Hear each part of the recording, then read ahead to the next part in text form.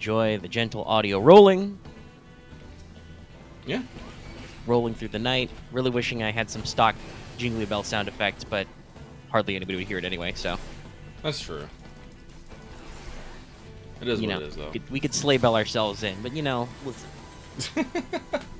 It may be Christmas. Merry Christmas. Merry Christmas. But it's still, it's still us, so. We can only get so far in this. We can only get so assed. I don't want to say there's half an ass. I don't know if there's a full ass either. There's definitely not a full ass in this, no. Well, that's what happens when you go for a Cribman Day live stream. Crib. Ho, ho, ho, everybody. Ho, ho, ho. I can only think of Mod and hecking Death Stranding doing the Christmas scene. I'm just like, God damn it. Ho, ho, ho. Yeah. It's great. It's the best. Pretty fun. But hey, we here. It's Christmas. We hope you guys are having a happy holiday. If you celebrate them. Or if you would like to celebrate them but can't, as I believe several people in our Discord have been opining. That's interesting. Hold on. YouTube is telling me. There we go. Thank you for the super chat, Psyche. I was about to say, hold on, I see chat revenue, but I don't see a super chat yet. There it is. Thank you so much. We enjoy the gift of you spending time with us this holiday.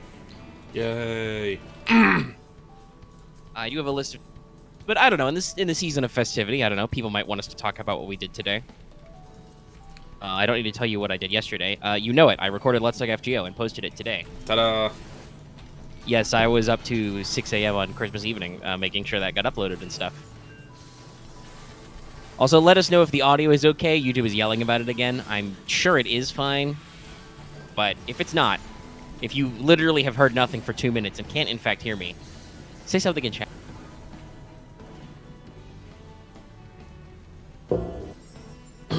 Sorry. Gentle Bong.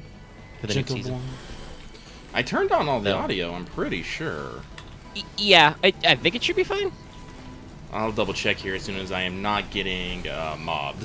Hold on, I will pause the audio recording for a sec. Okay, we got it. So far, so good in chat. All right. All right. Cool. I was gonna pause the audio recording so I could play the preview and listen back to us, but we seem good. Okay, we got people in chat saying we're all right. Okay, we're live. Yay! All right. Lucky is getting mobbed by many giant men of elements. So I will quickly review. I think I've been talking about this pretty regularly, but I can re-inform people as, stuff happens.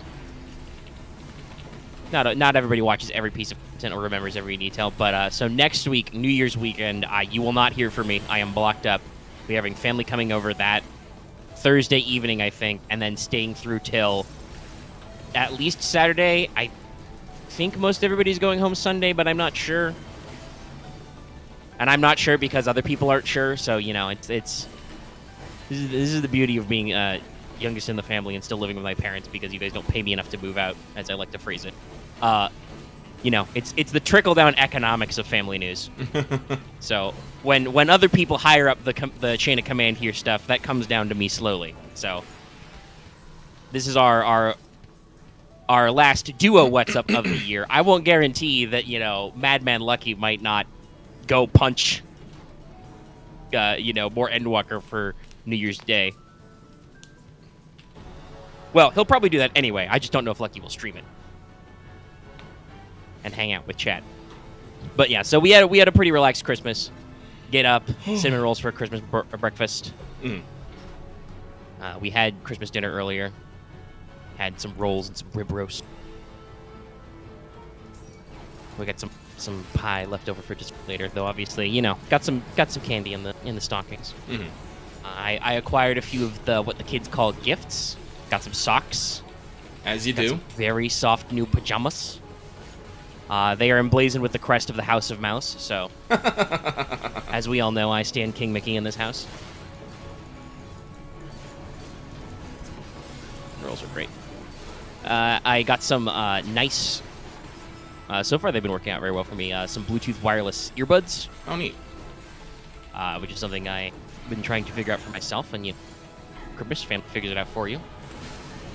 It's good. Because I wear headphones a lot to a lot of things, and they get caught on table corners, on door handles. Especially because in this house we've got those, pull up or down, the long style handles. Those are bad for you. Watch your 6. So this will be good. Got them synced up to my phone right now. And also got some Amazon gift cards, of course, which I have immediately all spent. I have ordered for myself Far Cry 6, Oh, neat. Chorus, and Necromunda Hired Gun. I do not know if we will be showing off any of these at a later date. I kind of want to save Hired Gun for our next stream game, because that's a Warhammer 40k game. It is set in the high world of Necromunda, which is like, it's a city planet, but in Warhammer 40k, so it's like Coruscant, but even shittier and more grimdark. I've seen some footage from it. It looks like the gameplay is basically just Doom, but 40k, but there's a lot of fun, like, lore bits and, like, different guns and stuff I've talked about before, and I don't know. We might have to do some testing, but I just imagine that, like, Lucky sitting back and watching me gun blaze my way through the nonsense of 40k would probably be funny. I will just question everything. Also, you can have a robo-dog. Well, actually, it's a regular dog that you slowly give him more cyber parts because grimdark. Cyber dog, good dog.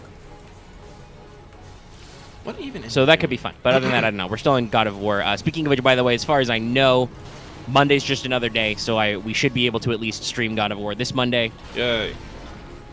We can continue our saga and actually advance the plot this time. As last time I mostly did side quests and stuff for materials. As you do. It's important.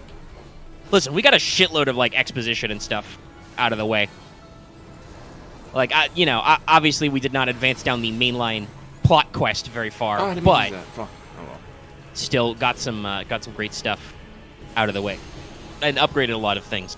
You could really tell because, like, off screen and even on screen early on, I was getting jobbed out by some guys, and then as we got farther and farther and I got more and more upgrades, we were returning to some of these same areas and being like, these guys are easy now. Wait, is it his right or my right? Panic! Shit. Okay.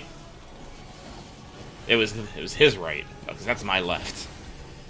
I hate that. If there's That's one not thing- confusing at all. Listen, well, it's not so much of the bad, it's just I am just horrible with my left and my right. Just, honestly, I think a lot of people are. I think that's one of them, like, deep brain structure things. Like, some people are very good at instinctive sense of direction. I am that guy who still occasionally has to go, wait, which one is my right? Hold up my two hands, Yeah, no, I do that all the time. That one forms an L. That's the left. Even though I'm, right-handed, I should be able to instinctively go right hand, but no, and sometimes brain don't work that way. It do not. I'm that way about some simple math sometimes, too, where it's like, hold on, what's, something simple like, what's 4 times 5? That's too simple. I know that's 20. But, usually not 5s, but what's 6 times 9? I don't know. Funny joke? 54. Damn. That would have taken me a second. Well, that's... 9s is a trick, because the thing about the 9s is you always just... the trick I always learned about multiplying your 9s, especially up to the 10s place, is just remove 1 and then add whatever it makes it 9 to 9. So, like, 18, 27, 36, 45. That's true. 9s have that very particular pattern. Yeah, they, like... I can, like, I'm not too bad at, like, my base multiplications, but I've always remembered about that trick about 9s. Just drop 1 digit and add whatever makes it 9, and boom, there you have it.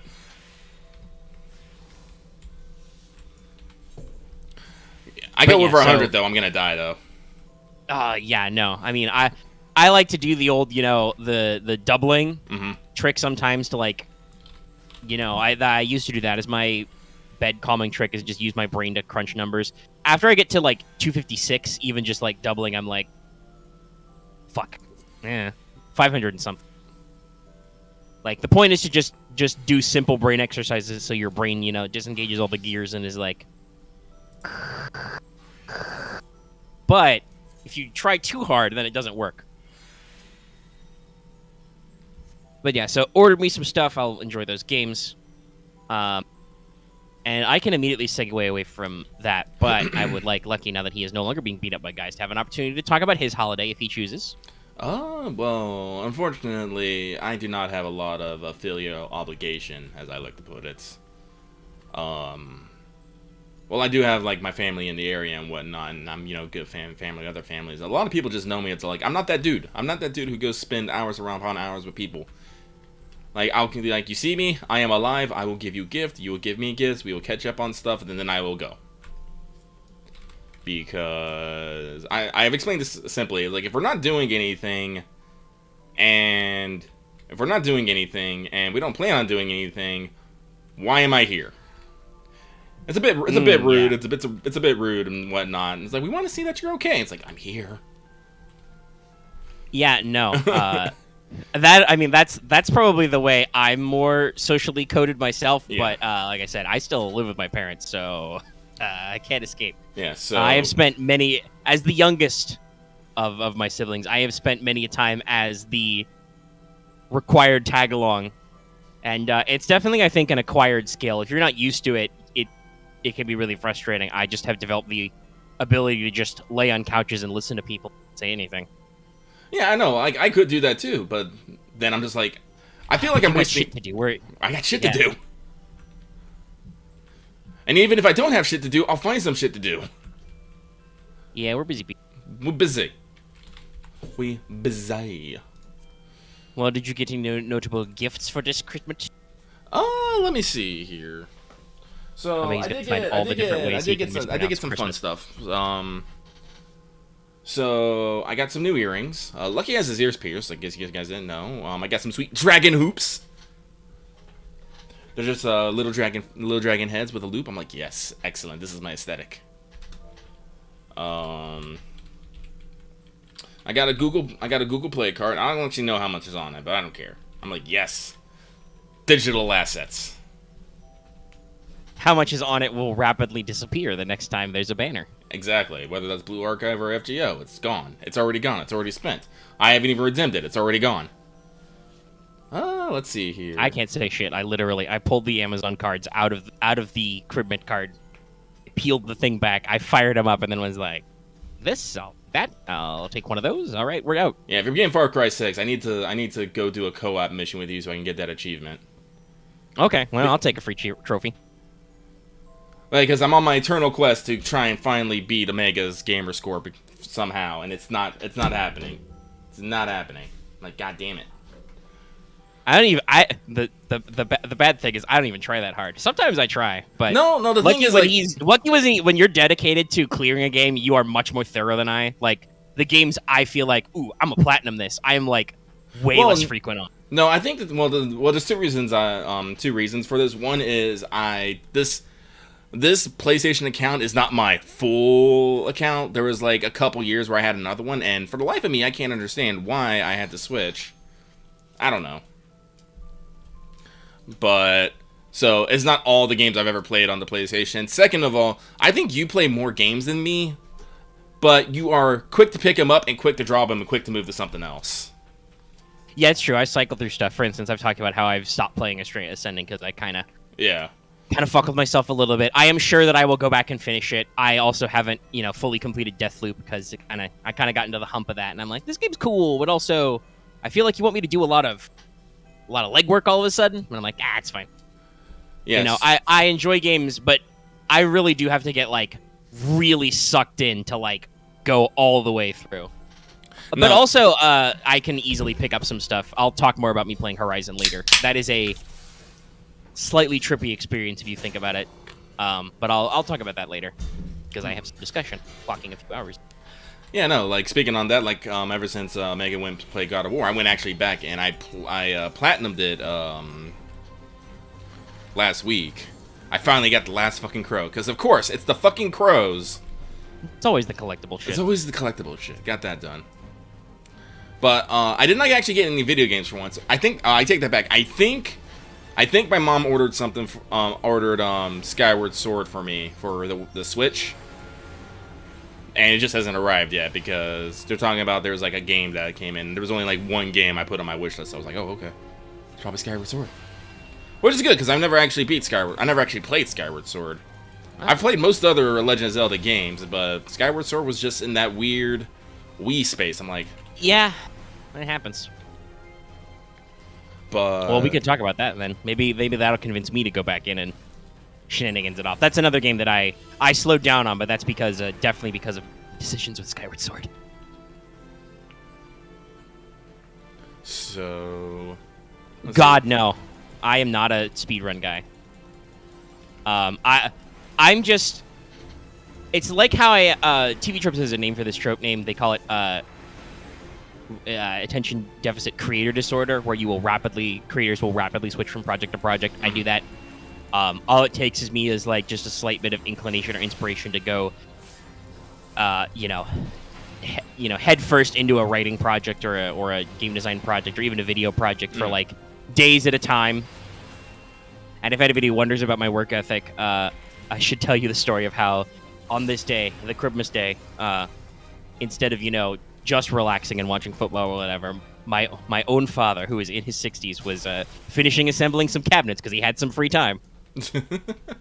Got, installations to finish. So I think I get that side of me from. But I will just dive headfirst into projects. If a game really sucks me in, I will, I'll play it for hours, days on end, jam it all the way through, and get it done. And sometimes fast, and sometimes slow. Like, sometimes I like to actually poke around and do all the side content. But if a game loses me, it can lose me really fast, and I'm just like, it's all right. I'll get back to it, though. No, so... oh, excuse me. So... But yeah, like, speaking of that, like, I guess I am a completionist, but I'm not necessarily always a completionist. Like I said, like, I look at a game and be like, can I platinum this? And then if I go yes, I will try to, and if not, I'll be like, nah, I move on. Because I do, like, I enjoy most games I play, so very few games are bad. Yeah. So I like to be able, to say that I have, oh, excuse me. I have attempted everything in this game, Mm-hmm. So that's what it is. But yeah, so that's why well, that's why I platinum things. Guess that's the best way to say it. But so I got no games. I got clothing. I got a Carhartt jacket, big thick thing. I think will keep Blizzard off you. Also, a little bit of clothing. Oh, let's see here. What else did I get? Oh, my mom got me a Tamamo figure.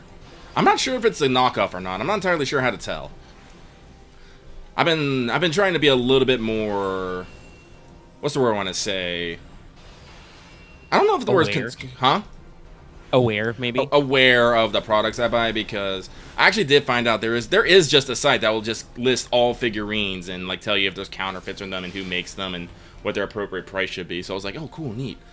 I can like level up my Tamamo shrine. Yeah. It's the Max Factory one. It's on my shelf right now, and I want to get up because I am literally punching cats right now. He's busy. And I was looking at it, I'm all like, I don't see anything that necessarily like tips this off as a counterfeit, so it could be real. But you always got to be careful about that because Amazon's they're a little weird. They don't mind. They let people like, hey, you just want to put all these fucking tag words in here and let it rip. I'm like, that's cool, but also, I'm not sure. Yeah, I think I remember a What's Up many moons ago talking about how I was just trying to remember what it was. Was it runestones? Yeah. I was searching for something esoteric, and I was just like, yeah. So I searched like runestones in Amazon, and it was just like chakra reiki healing, meditation worry runestones for maximum ASMR relaxation. I'm just like, what the fuck, Amazon? Those do not do all those things. That is not what runestones are for. So no, I do not own runestones and will not get them. I'm just like, I'm looking at the standards like, Tamamo, my wife, my dear, my love, I adore you, but I'm just all like, is this real? I was like, well, if it's indistinguishable from the real thing. No, who says a fake can't be stronger than a real? Well, if it's made with cheaper materials, it's not. That's why they're knockoffs. True. And if the paint job is horrible. See, unfortunately, I don't have the fucking eye for that kind of stuff. I mean, I take that back. I would if I knew what I was looking for. If someone gave me a real one and a counterfeit, not side by side, I'd be able to look at them and be like, oh yes, okay, this is what I'm looking for. But now, yeah, I think it depends on the manufacturer. Like, some recasts and knockoff copycats are they're just designed to be like mass produced at cheaper price with cheaper materials. Yeah. But in some cases, it's, while it's still a quote unquote knockoff, the manufacturer will put effort into it so that it's like, okay, you can tell it's slightly lower quality, but it's not like noticeably lower quality. There's like tiers of shitty knockoffs. It's because if you're too shitty, then people notice and either don't buy or they have problems when you buy that fake handbag and it explodes after 2 days. Like, Like, excuse you. Pardon.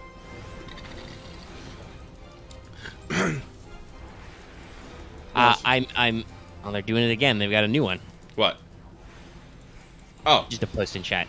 Oh, I see. I can't. Just remember, if you see anybody with weird periods that could be URLs, that's a spam bot trying to like mind hack you into copying a URL. I guess, I don't know. Like, I think the bots have to like split it up so that YouTube doesn't auto go, "Hey, what the fuck are you doing?" Because if you make it a link, YouTube is not that dumb. They're like, "Hold on a second, that's not okay." But like, how do you get people to click on shady links when they're not hyperlinks? You think I'm just gonna be curious about what the fuck voom.ong is? I don't know. Then again, we did have a slight breakout of had a little bit of that weird Discord hacking breakout in server not too. So that was an interesting morning, as I had to decide, do we need to do a little bit of security re-up? No, it's fine. Everybody got in there and dialed up their two-factor authentication. I was thinking, and maybe you did get some, and just didn't mention them yet. My first thought was when you said you didn't get a lot of video games, I'm like, lucky you got books then. No, actually, I didn't get a lot of books. Well, I am gonna get more books, but no, I didn't get a lot of books either. The big thing that I got, actually, I'm one of those guys. My family's like, hey, put a bunch of stuff on your Christmas list, and we'll just pick stuff, because that's how we do things here in this house. We don't do the thing where it's like, oh, everyone has to guess. Like, no, this is what I fucking want. You can order it off Amazon, have it delivered here or there, done. And if you can't, well, the thing is, in my family, we skip even that step. I think every one of the kids, now that we're all adults, just gets some number of Amazon gift cards, because it's like, oh yeah, listen, we don't know what you guys want or need. Just take gift cards, fix it yourself. Like, my mother usually, thinks of a couple of small things, like I said, like, the new pajamas because it's cold, sweatpants too. I had been, complaining about headphones for a while and trying to find a good deal on wireless headphones, so she found some of those. Stuff some candy in the stockings, but like the quote unquote big stuff is just, it's way easier if you just get it yourself. And no, listen, I converted those Amazon gift cards into a few items off my Amazon wish list, and it's fine.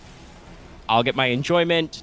The gift is well received. I keep the little card on my desk for probably way too long, because it's a little Christmas card that, the gift cards come tacked in, and then I'll forget about it for like a month or two.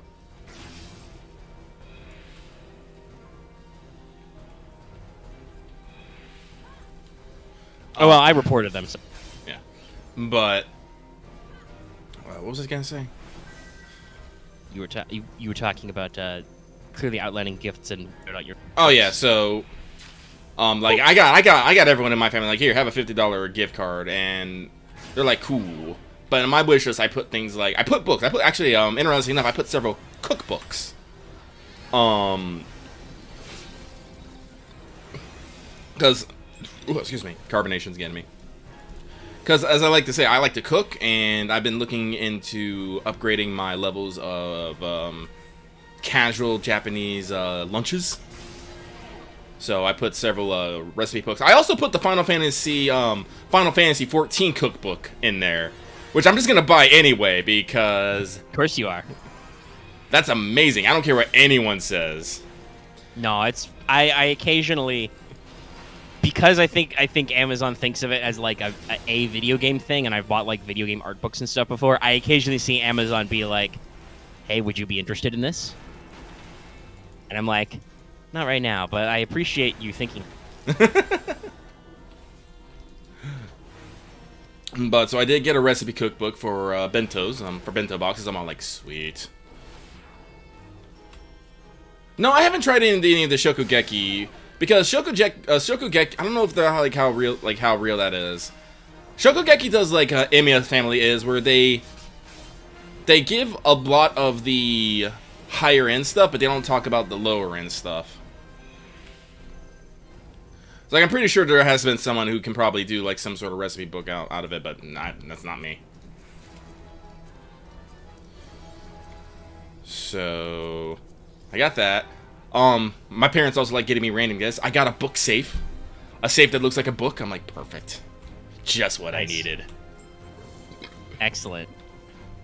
This is like, as soon as we actually get these bookshelves put up and we put all our books in, it's going in there. I don't know what I'm going to put in it. I just know it's going to be there and it's going to be great.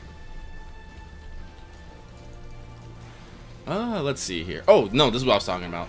So, on my Amazon wish list, I usually put, like, a bunch of little things and then, like, a couple big things just because I'm like, whatever, I do want this, and I'm not going to be weird about it. So, I put a Victrola record player on here. Nice. Classic.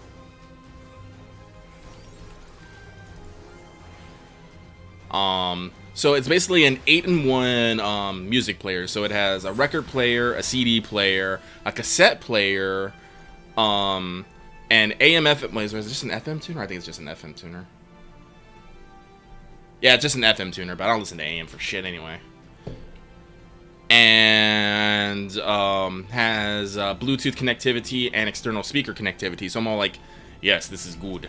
This is excellent. Man, shout out to Victrola then for staying relevant with the times, because in case you guys don't know, Victrola was one of the original record player companies. Yeah. And they still out there. Yep, they're still out there. And so it's like they just like basically yeah, so I can basically hook up, well, I have to get in, but yeah, I can hook up my phone to it and just play fucking my music from whatever streaming service straight from there. I'm all like, that's kind of fucking amazing. They kind of skipped the 8-track, which I find unreasonable, but if it wasn't for that, they literally have everything. Like, cause yeah, that's basically almost all forms of our media right now. It went record, 8-track, cassette, CD, and then basically MP3 streaming. Right there. I don't know if there was another audio format in that time. I don't want to say so. Let's see. The variations of disc, optical media, 8-tracks for magnetic cassette tapes, vinyl, obviously. I mean, you know, technically you had wax cylinders before vinyls, but no, I don't think so. Sweet. And if you combine having USB or MP3 playing and then other streaming stuff, no, that's pretty it. Yeah, I know this thing has a USB connection too. So hey, I'm just like sick. The only problem is I have no vinyls right now, and I have to fix that. I'm probably gonna go on Square Enix site and buy a bunch of their Nier and Final Fantasy 14 vinyls, because that's something that I found interesting. Is vinyl? I don't want to ever say vinyl went out of style, but vinyl has definitely made some sort of weird resurgence in the past decade or something. There was definitely, I mean, I think a lot of it was just like music hipsterism around the turn of the millennium. Well, yeah. But like, there was definitely a time period where in America, right, like post World War II, and even arguably before that, right, we had and we still do, but I think it's different these days, different context. But culturally, America had like a huge drive to be like all the latest and greatest bits and bobs and tech and stuff. You know, we were the country of the space race and the atomic age and all that stuff, right? So like, you know, magnetic tapes, you know, 8-tracks to cassette tapes, and then compact discs. You know, a wide adoption of the Walkman, the boombox, car stereos. Keep in mind, kids, cars didn't used to have radios or stereos. Car phones, right? Yeah, I remember those. Yeah, car phones into, you know, brick cell phones, and then furthermore into the technology. And like, we got really into pushing the envelope, and then I think starting around the turn of millennium, there was a little bit of a like a lot of people are just like, hey, but you know, we've advanced so far, we have so many things over the past like 50 years or more. Is there something, you know, like better about this retro vintage, right, this old school styling? And I think some of that might have been to MP3 and torrenting was like, I think, very divisive in the music community. Well, yeah. As you can tell by the amount of You wouldn't pirate download a car. yeah, or like some tone deaf works by some artists in the past. Like I remember Metallica was really mad about music piracy. They did like sketches on MTV of like, oh, it's just file sharing, bro. Well, I'm just gonna stick the sticker on your computer or your car or your girlfriend. We're just sharing, bro. And it's like, okay, guys, calm down. Because well, actually, you know what? I think part of that drifted not just because of technological access and the fact that iTunes was just like, what if we just make everything 99 cents? That's fine. That's as much money as you make off a single music track anyway, per the CD, right? Yeah. So, cutting out all those middlemen and stuff. But I think also just culturally, like at some point, it was probably around that time we had that first economic downturn of this millennium. But somewhere in there, I think just in general, the community on the internet realized like, hey, we've all been poor scumbags. Like, most people have the experience of not having a lot of money to go around at some point in their life, and just everybody's just like, it is how it is, Mm-hmm. Like, we've talked about this a lot. I don't really like to, like, pirate games or music or anything these days, because usually I have money for this kind of stuff. Oh, yeah. And also you can just easily... That's a new one. What's the new one? Old report. Oh. Everett Jones, get the hints. Gone now. I reported it. This is probably why we occasionally lose a few subscribers, is because they're actually spam bots. And YouTube is like, purge! Exterminatus! But, like, at the same time, if people are talking about, like, oh, I gotta read, manga through this website, or I get my anime through this torrent, I'm like, people who live in glass houses, he who is let he who has not torrented a Naruto cast the first stone. Did I ever? Y'all remember Databayo DB subs, guys? I remember those guys. I remember Databayo. Yeah.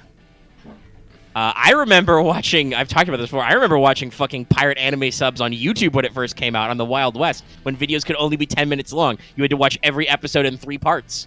They had part 1, part 2, part 3. Part 3 was almost always just the little tiny cliffhanger at the end and then the credits, because it was the 10-minute cap, so it was like 10 minutes, 2 minutes, or 3 or 4. It depends. Some uploaders would actually like cut the episode around bits so that you could get a more smooth transition. But yeah, it was and that's just how shit was those days. And I completely understand, because I still don't have a shitload of money, so I understand how some people are like, yeah. I mean, I definitely think something was there's an art to fan subs that like isn't in how we do professional subs anymore, though it's arguably not as needed. But like I remember like fan subs being full of like translator notes, right? Oh, I love personally, I loved that. I always loved that. Like, that's something I kind of miss about the fact that almost everything has a professional sub job these days, Mm-hmm. or at the very least, I think like most sites where you get pirated anime are just fucking site rips from like Crunchyroll or Funimation anyway. No, because I remember they would like whenever like something didn't have like that perfect English translation, they just leave it in, and then they just be like TN colon, this means that. Yeah. It's like, but we couldn't fit it in the subs, or occasionally sometimes like you would get these longer notes like, I don't fucking know.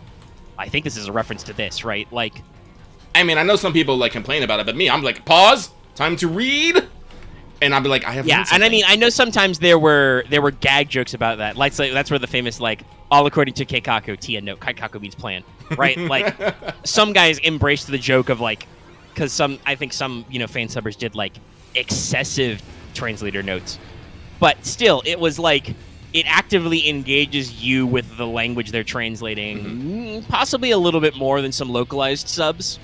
I know some people think of that as a slightly hot button issue these days.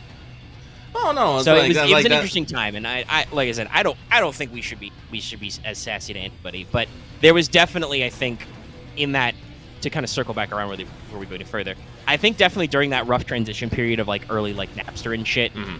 And the hipster movement of like obscure music and stuff, it became cool to be more more retro and more obscure. Like, oh, not everybody has a record player. Every asshole can play an MP3 on a computer or a MIDI file. What can you play vinyls, man? Listen to that authentic sound, get that record scratch, and now that's like a whole thing, a whole artificial thing that you can add lo-fi. But still, like it entered the greater music zeitgeist. Yeah. And like I said, like, I didn't, like, and this is the thing, is the Victrola thing, and, like, it's a Victrola. I was like, so this thing was, like, $200. And my brother got it for me, and I was like, bro, dude, this was one of those things that you're supposed to see, but not actually buy.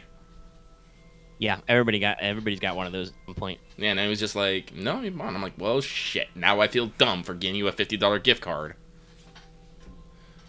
Fuck, I guess I'll just have to spend more money buying records so I can enjoy this gift you have given me. No, yeah, so I'm totally planning. I'm going to pick up... I'm pretty sure Square Enix still has their near vinyl collection for Replicant. Because Keiichi Okabe shit is the bestest. Well, let's see. Music, vinyl, Square Enix store. You've got Final Fantasy 14 Long Play of Box 2. Here's in Villain Select track for the Final Fantasy series. And this is the thing I was talking about is, surprisingly, in like nerd culture and what, there's like a lot of like vinyl options. Near Replicant 10 plus 1 years still. Yeah, that's what I was looking for. That's the thing. Quite a few, and they've got like different covers and stuff. Some of which are on the wait list, but you know, you got them out there. Looks like some of the 14 ones are out waiting. Like you can't get the Shadowbringers, Stormblood, or the Realm Reborn LPs right now because they're waiting. They got a wait list to make more, but you know, you can still get Endwalker and you get Heavensward. Ooh, we've got a Final Fantasy VII vinyl. Of course they do. And there's still a Nier Automata, Nier Gestalt, and Replicant total box set. They got some stuff. They also got some weird stuff. They got a fucking Xenogears vinyl, Chrono Trigger, and Chrono Cross arranged.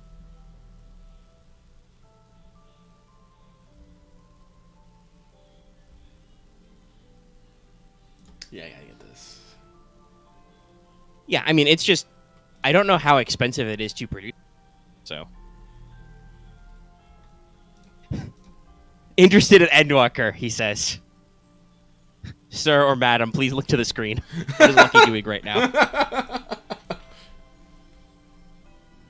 Yes, Yoko Taro is forever infuriated that Keiichi Okabe keeps winning Best Soundtrack awards. Well, Yoko Taro should tell him to make shittier music then or something. When he hands Yoko Taro an amazing soundtrack, he should tell him, no, I want you to make it crappier. But of course he won't. He'll just be mad. He really is angry. Who knows what goes on behind that mask? Oh, that reminds me. They did an announcement. They did a little video, and I think they did like some sort of holiday thing too. I need to check that out. I loved it because Yoko Taro was like, all right, I am completely done with the Nier series, you know, then ... unless they give me a big pile of money, and then someone says like, I'll get right on that. I'm just like, yeah. I mean, that's how a lot of you know, artists are. I talked a little bit about Nasu, Kinoki Nasu talked about like Sion's story and Melty Blood, and he was like, well, so long as you guys are fans and you want more, we'll keep making them, you know? Like, I know quite a few creators are like, well, we can keep jamming at ideas if you want to keep giving us money. And God knows, I don't know how much of it was, you know, like his own inspiration or whatnot, but like, literally every Metal Gear Solid, I think, Hideo Kojima was like, that's the last one. And then, whether he got, like, you know, a bee in his bonnet or Konami was like, Kojima, we need you to make more money. Quick, make another Metal Gear Solid. Are you sure you don't want us to make another Zone of Enders? No, Metal Gear Solid. Nobody played Zone of Enders. I cry every time. I cry every time. But, like, I believe remembering from both parts I was there for and reading historical accounts, like, basically every time Metal Gear, they came up to do, like, a Metal Gear sequel, he was like, and this is the last one. Like, he didn't originally plan for there to be a sequel to Solid, but they did do it. And then he was like, there's not going to be another one after 2. You know, it's a whole thing. And then it was like, well, there wasn't a sequel after 2 right away. It was a prequel. But he was like, that's the last one. You don't need any more. And then 4 came out. And he's like, that's definitely the last one. That ends the saga of Snake. Oh, wait, there's more. Shit, I've been doing stuff on the PSP. Well, and then 5 is definitely actually the end because of business reason and shit out of the game. But I would not be shocked if, you know, Kojima hadn't been able to, like, complete all 3 acts of that game and everything had gone to plan, if he wouldn't be doing something else now, you know, as technology keeps advancing forward. Like, would Hideo Kojima have done Metal Gear Solid in space? I know he watches sci-fi films. I bet he would at some point. Oh, I bet so, too. The only thing that's a terrible shame is that Zone of the Enders 3 is super dead forever. Honestly, Mecha personally, games is what a I think I would genre. want him just to completely make Zone of the Enders from the top again. Bottom up. Yeah, I've played the HD, but that would definitely, like... hey, Konami, if you're listening. Like... Ping, that's what's happening, Aresh. An actual, like, top-to-bottom remake of Zone of the Enders. Honestly, fuck it, both of them. Just do both. The original Zone of the Enders isn't that long. It's, like, super short. Yeah, and that's what I was saying, is, like, kind of... fill them in, add some additional story content. Because, real talk, I love Zone of the Enders. I love the combat in it. It's like, I love high-speed mecha action. I really do. Yeah. The story's kind of bare bones, and you have to kind of get in there a little bit. Like, yeah, it's because, as with everything Kojima, I think it's, like, part reference, part commentary. Because, like, if y'all haven't played Zone of the Enders, first of all, how dare you? But second of all, let me explain this to you. But you might have, by the way. You may possibly have purchased this game because the original Zone of the Enders on PS2 came with the demo disc for Metal Gear Solid 2. Yes. Which was the tanker chapter. So, which I bought it for Zone of the Enders, but I definitely played the demo as well for some. But, yeah, so ZOE is a mecha franchise. It has basically like 3 games. There was a Game Boy Advance sidequel. That was the thing we used to do back before... you know, portables became the same thing as consoles. Or I guess technically, really, it's just the portable market died out except for Nintendo. Then they just made their portable their console. Utter madmen. But the plot of Zone of the Enders is... It's called Zone of the Enders because the people who live in the Outsystem are Enders and blah, blah, blah. They're really disliked and downtrodden from Earth and stuff. There's a horrible terrorist faction on Mars trying to gain Martian independence or whatever. Basically, the boilerplate for, like, every fucking mecha genre that involves going to multiple planets. Like, I don't know who started this. Possibly a Gundam. Not honestly, I don't know. Like, rather, an Gundam. I honestly think it might be actual just fucking Gundam that started the whole, you know, in the colony year something. These 2 space factions, because again, like science fiction as a genre, technically not that old. No, or at least a lot of the modern, the modern sci-fi tropes. Like we've talked about this before. If you want to get really deep down, you know, like a lot of people talk about how like Jules Verne or Mary Shelley are like the origin of like sci-fi. Well, I should say space odysseys. Tropes, but yes, the actual, like, because, you know, space travel wasn't actually real until, like, the, you know, 60s. Or did we go technically to the first man of space go? I think it was the 60s. But, like, pre-actual space flight science fiction or space stories are more like planetary romance. They're like, one day we will sail the stars on the phlogiston, or we will shoot giant bullets to the moon. Now, I'm a huge fan of planetary romance. I think it's very interesting for what is almost entirely a dead genre. I think the only thing remotely close is Destiny, actually. Destiny is a very deliberate planetary romance, but also very much tells you, yo, this isn't really science fiction. There's actual fucking space magic. The Traveler did it. The Light did it, you know? But... yeah, that actual, like, atomic era, you know, classic sci-fi is relatively young.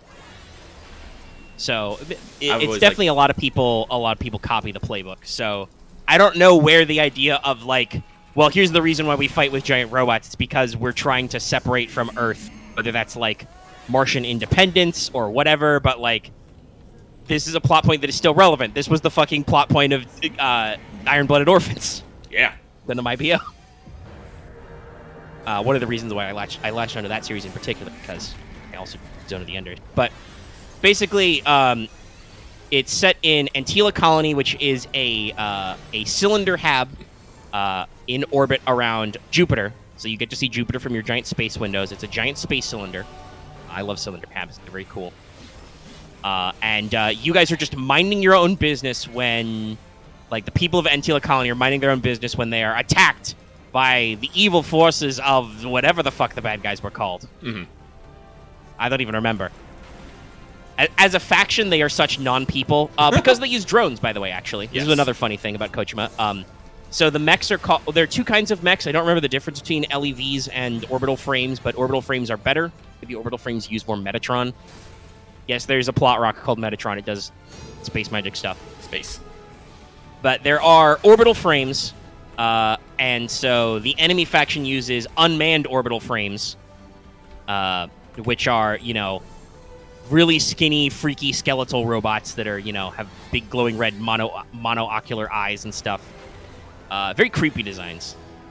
Would love to see those motherfuckers in serious HD. Give me some 4K on those guys. You could see some shit. But they're attacking because they're trying to capture two super powerful ultimate orbital frames. Because Hideo Kojima discovered Egyptian mythology. No, Death Stranding was not the start of that bullshit. Because your two secret orbital frames are Jehuti, which I believe is an alternate name for Thoth and Anubis. And they're stored in different places, so you play Leo, a literal child. I think he's like 14. Mm-hmm. But he, during the mass robot attack, he falls in a hole and does the classic old school mecha thing where he falls into the cockpit, which is a cockpit. Don't know if that was another one of Kojima's many advanced visual puns, or they just decided it looked cool, but the orbital frames have prominent, the actual cockpit is located at groin level. And he becomes the pilot of Jehuti. Jehuti has an onboard AI, but Ada is her name. She can't, like, pilot the boat herself, so you need a pilot, so she authorizes him to fly, because otherwise they're going to get captured or blown up. And then he takes command of Jehuti and fights his way through all of the enemy orbital frames, keeping in mind the enemy faction edition to unmanned orbital frames. Also has giant fucking orbital frames for boss fights. I have questions about the manufacturers of these things, like the giant space octopus with artillery lasers. Like, what was that design meeting like? But you know, you fight a couple of guys. You have to deal with, you know, a very classic Hideo Kojima theme of, like, you're 14 and you have to kill at least, like, 3 dudes to live. Because there's, like, 3 or 4 manned enemy ships. But also those guys are fucking pyromaniacs who are out here killing your friends, because there are... Yeah, they're, like, literally blowing up the colony at something or something like that. Yes. That's one of the missions you can do in different zones are civilian rescue missions. And I love this. This is another one of those you can, you know, Kojima classic shit. Oh, God. I always did so horrible at them, and I always felt the shittiest. Yeah, so when you do the neighborhood protection missions, they list the civilians you have left alive in the neighborhood. Mm-hmm. And it will tell you what buildings they are hiding in. And hey, this has environmental damage. If you accidentally shoot that building, you hear, "Ah!" as you just killed like 5 people. Oops, good job. Occasionally now, enemy patrol routes, especially in like the later map levels, will actually like attack civilian buildings as well, so you gotta be a little faster. But like, no, seriously, you gotta watch out for collateral. You're trying to save lives, and like Ada would grade your performance and stuff. So like, it's very cliche, but also like very serious about like examining like the psychological burdens of like Leo is a literal kid who is like in a flying death machine dealing with like civilian casualties and like rescuing his friends and not wanting to murder people. Yeah, no, it's like, it's really, really good. Like, but like I played it like, oh God, I played it back in high school. Ada was my first AI waifu. It was not Cortana, surprisingly. Was great. Yeah. By the way, my strategy for those things was I love the arm blade, so I just went to close quarters. That was the greatest thing. You can't accidentally shoot shoot civilians when you use the sword. That was the thing about like Zone of Enders is the arm blade. You could just like super dash in and just wail on the fucking melee button. You just be like, you constantly just be like ting ting ting ting ting. I was like, yes. Yeah, so that's another thing. Like, not only does the game actually have really interesting story and breakdown, despite the fact that it's very short and there are very few characters. Like I said, like there's Leo. There's a couple of voices from like the United Earth government. They're in a freighter like up the cargo elevator, which is at the other ass end of the colony, because you start in like labs at one end where they were storing Jehuti and have to fly Ada and Jehuti to the other end so you can go up the cargo shaft and actually like fly back to Earth because they need this weapon to stop these bad guys, because these guys are very bad. They're committing war crimes here. And you have to defeat several giant orbital frames, and then the one persistent enemy you really meet is Viola, who is just a very angry lady in her Neath frame who just tries to murder you a couple of times, and she's very pissed off that a kid nearly does it. And then you have your final boss fight with her that's very tragic, because rather than preserve her own life, she flies out the space window and slowly drifts in the gravity well of Jupiter to be crushed.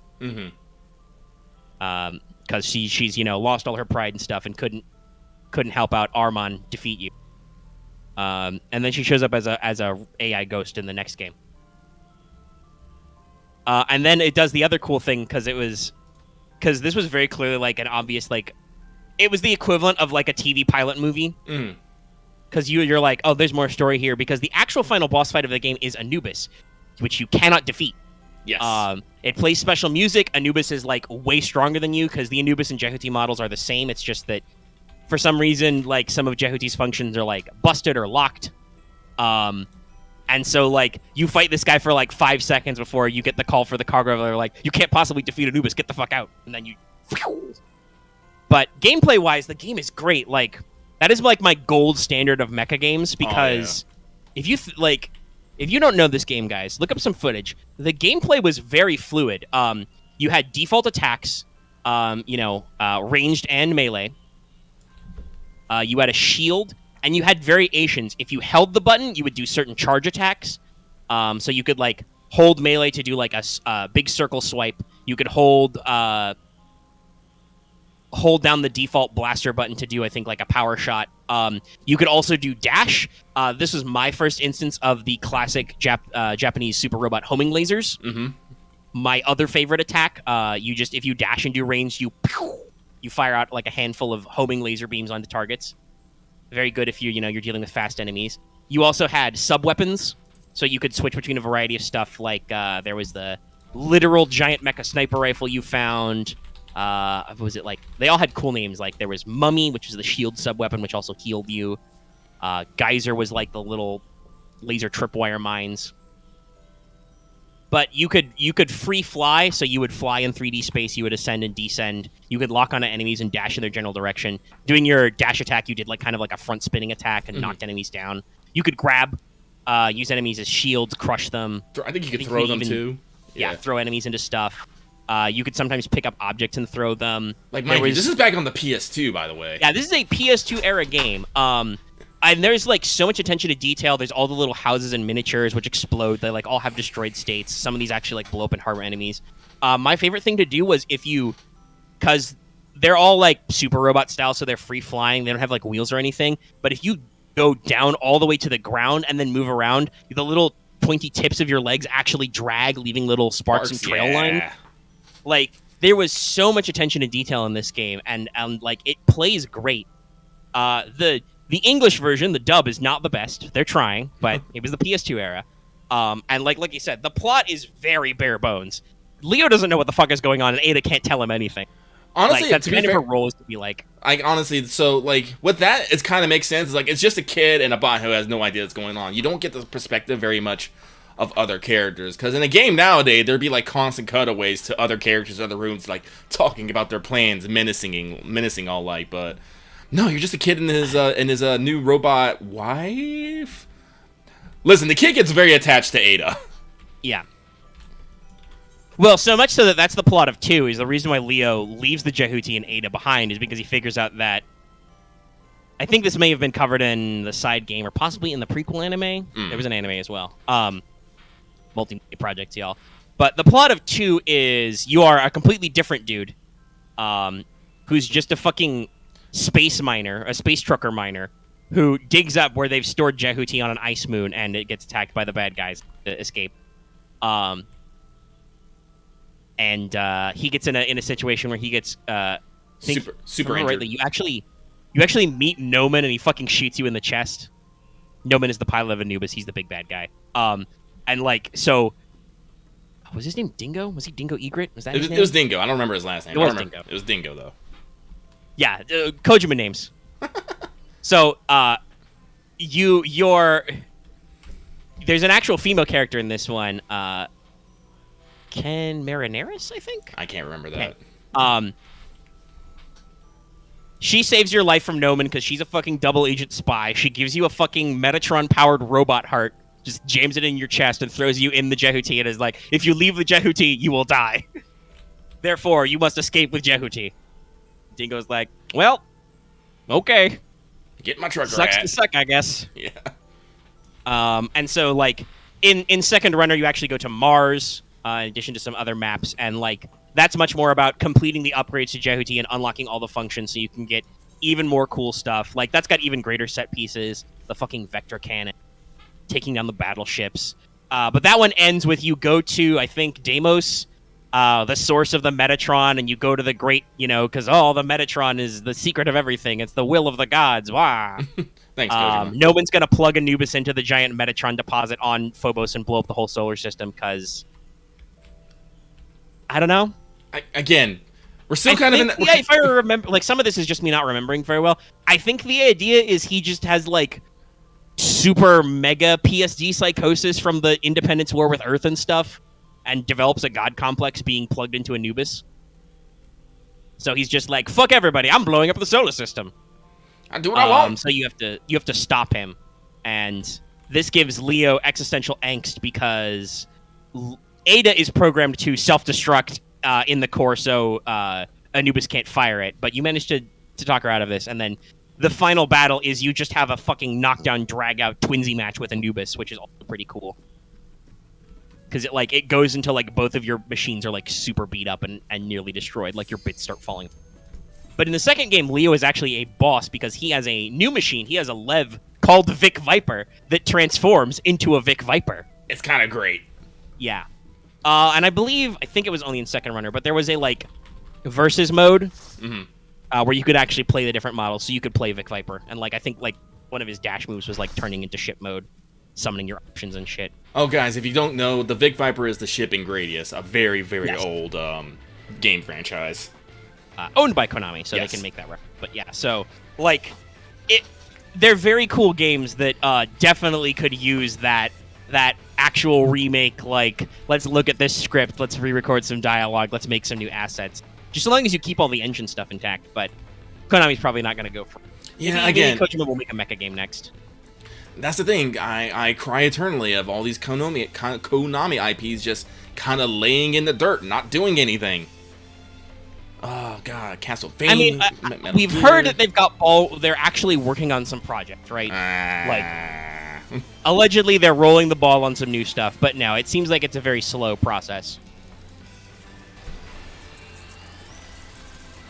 So, but there's a lot of good stuff out there, and like I said, they made they did an HD re-release bundle of both core games. I believe it was on the PS3, but I think there might also be a PS4 version. I'm not sure. You can also get them on Steam, I'm pretty sure, these days. I gotta look, because I gotta get it at some point.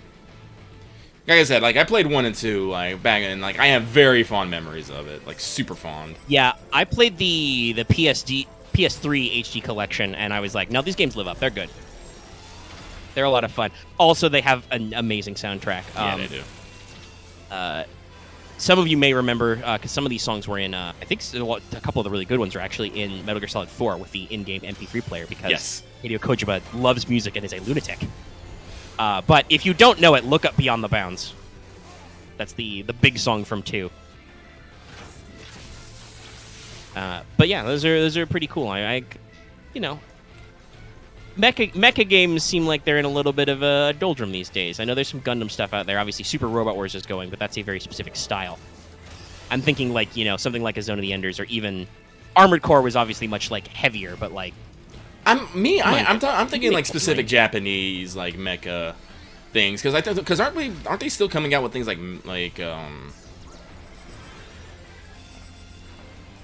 I lost the name of it off the top of my head, but Well, I don't know if we're getting more Titanfall. There are more MechWarrior and BattleTech games, but that's because that's an old school franchise. that's what it was, MechWarrior. I think the new MechWarrior game is supposed to be pretty good. That's a little. Those games are very different. Like, this is one of those things that there's a couple of things you can see the classic East-West split. But Yeah, like Western mecha versus Eastern mecha is almost as much as like a JRPG versus a Western RPG, right? Like, yeah, like a lot of times Western mechs are usually big, clunky, fire a lot of weapons. Yeah, the BattleTech style mechs specifically are usually bipedal walkers without arms and just have like lots of gun attachments on top. Yeah. This is how the Warhammer 40k Titans are. I think some of them did actually take inspiration from some very old school Japanese mecha shows, but even then, that was still much more like the big blocky kind, like I think like Voltrons or like Mazinger, like the big bulky boys. Even Titanfall kind of goes in this direction, though some of the Titanfall mechs are a little more Japanese style, and obviously being so focused on mobility, the two Titanfall games are like way tighter about what you can and can't do with a giant robot, you know? Well, they're also more like, I'll also say this, I would definitely say that the Titanfall mechs are more realistic.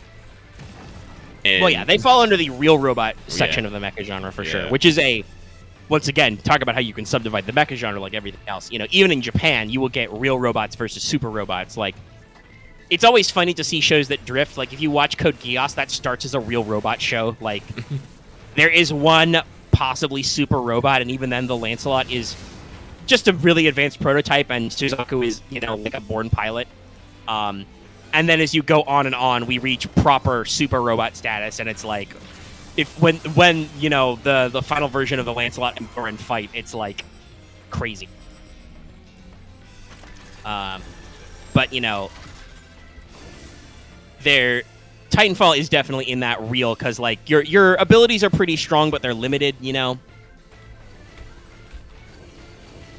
I mean, I think you can go for a proper like bipedal humaniform mech. Like that can be, I mean, seen from Titanfall, that can be feasible and realistic. Also, it's feasible. I think feasible is a word. Is it? I never heard it spelled that way. Heard it spelled that way. Well, no, it's a slight pronunciation difference. But I don't think. But I will say, I don't think you're using it in the proper context, X. Feasible is definitely the normal grammar, I would assume. I mean, every sci-fi has done this. I do think certain franchises of mecha like to use the science fiction physics effect. There's a TV trope's name for that, Minovsky particle. Like referencing the physics of Gundam, which are very consistent about what does what. Mm-hmm. I don't think Code Geass was that specific, but they had the same thing. They had the Sakuradite material, a superconductor, to explain all this. Whereas, you know, some Western mecha franchises are like, well, it's so huge and it's bipedal because it's got like a fusion reactor or a nuke reactor in there. Duh. Though, I will also say, like, you can just as easily just be full of nonsense as well. Like, I don't know what powers a Titan in Titanfall. Green battery cores, I guess. But if you rip out the core, the Titan doesn't, like, turn off. So, you know, you got backup generators and stuff in there. But yeah, I know a lot of people I think are thirsty for Armored Core for sure. Because From hasn't done that franchise in a long time. Yeah, it's but weird. I'm pretty sure we've talked about that before, that, like, I think they could totally go back to that and actually do, like, maybe like the Dark Souls of mecha games, you know? I mean, I feel like they could. Like, the thing about Armored Core was... Honestly, it could be a Souls game. They just have to increase the size of it. Yeah. So instead of, like, going through, like, streets, you're going through, like... Well, I mean, you're still going through streets. You're going through, like, streets, but you're going through, like, streets in city blocks, not like, this is a castle. Like, yeah. You have to change the perspective, which is always that's a very fun thing about games where you have a lot of scale or a lot of speed. Like, flight sim games are obviously like that's one of the really cool things, especially with like actual sat maps we have these days. Like, I mean, it's been a while since I've yelled about it, but y'all, Ace Combat's cool. You should check out 7. I hope to God it's the Ace Combat 25th anniversary year. All they've done is release some new DLC and make some remix music. Guys, I would like you to actually make a new game, maybe. Like, I really love 7, but either give me more story DLC in 7 or make a new game or remake some old games that I can't play anymore. But Steak quesarito. Wow. There's some really interesting maps and stuff you can get from like an aerial perspective game, right? Like like Ace Combat 7 has a pipeline destruction mission where you attack like an oil refinery port in the middle of a desert that also has a giant sandstorm at the end. Mm-hmm. Superstorm in SL1. So you fly through the sandstorm to hunt fuel trucks later. It's great. It's very Ace Combat. But like, that's the kind of thing where like you can get those really big macro scales and like see, these are giant oil tanks. These are super tankers full of oil. They look like ants down there. They look like tiny little miniatures, and now they're gone. No, but yeah, like I think they can make an Armored Core. Just put it on a city scale. You have to, make it to mission hubs and stuff to upgrade and stuff, and then you just literally have to travel between them. And there's just something that will just fuck your shit up. Yeah, just like that's pretty easy. Just make it like different hangars and depots so you can switch weapons and stuff. Mm-hmm. Like it doesn't have to be like it could be a little more maybe roguelite. Like maybe the way you lose your quote unquote experience is if your mech is destroyed, you have to punch out and go back to the hangar to get a new one. Mm-hmm. Yep. So like it's not like, oh, you died. It's like, well, your mech is destroyed, so all your upgrades and your guns you put on that one are gone. So if you want them back, you can go recover them. Like you could keep the ethos without making it so much like, haha, you're dead, but be like, well, buddy, you bailed. You lost your, you've bailed. Yeah, you bailed. Eject. Like honestly, I think I'd play the shit out of that. Yeah, and you could definitely do like I think you could do the interesting boss fight stuff. Like I don't remember a lot about the the Armored Core also has an AC, the Armored Core setting and stuff, but like. Project Wingman is also cool from what I've seen. I just haven't played it too sometime though. But that's very much we are just an Ace Combat game. Yeah. Because Ace Combat won't put out a new one after 7 for some reason, even though that was like really, really popular and people like it. And it's also pretty rad. I've played it on stream before. You can find it on this channel. You'll have to deal with me yelling a lot because, as usual, I don't know if I get like stage fright or if I just get cursed on camera, but there are some boss fights I wanted to be cooler in that game that are not because the game decided to fuck me, I guess. Fuck this one guy in particular. But like, I can absolutely see you doing a Soulsborne style mecha game. Like, you can go from like, you can have like, like instead of like, and it depends on the mecha scale as well. Like, you can go from like, the equivalent of like rats or dogs or like, tanks or small armored vehicles, right? Mm-hmm. Like, they're smaller than you. They can still clean your clock, but maybe they're not lethal unless they have special weapons. Like, imagine like a rocket truck just shooting shitloads of rockets at you from far away, and you're like, well, I'll get stuck if I get caught, But your actual boss fights would be probably duels with other mecha pilots, Or giant spooky super weapons, if that's your style. I probably think it'd lean on probably giant super spooky weapons.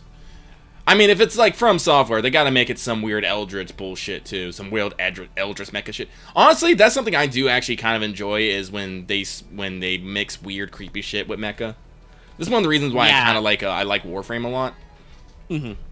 Well, and that's another thing that got firmly tacked onto the genre in a good way by Evangelion. Oh yeah, because like Evangelion was mecha, but also it was like. The Avas are cloned angel bits and have cores and like psychic powers. Like the AT field is basically a psychic power. And I know a lot of fan fictions and supplements. The very hopefully famous, and if not, should know about it. The famous game, the unofficial Ava role-playing game, Adeptus Evangelion, which started as a hack of Dark Heresy, but you play Avas.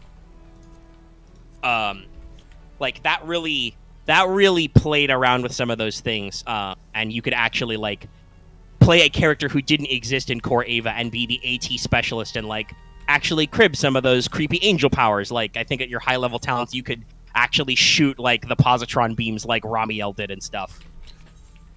At the cost of, you know, possibly turning yourself into Tang, you know? Mm-hmm. It was written also to be an Ava simulator, so there's a lot of that shit in there.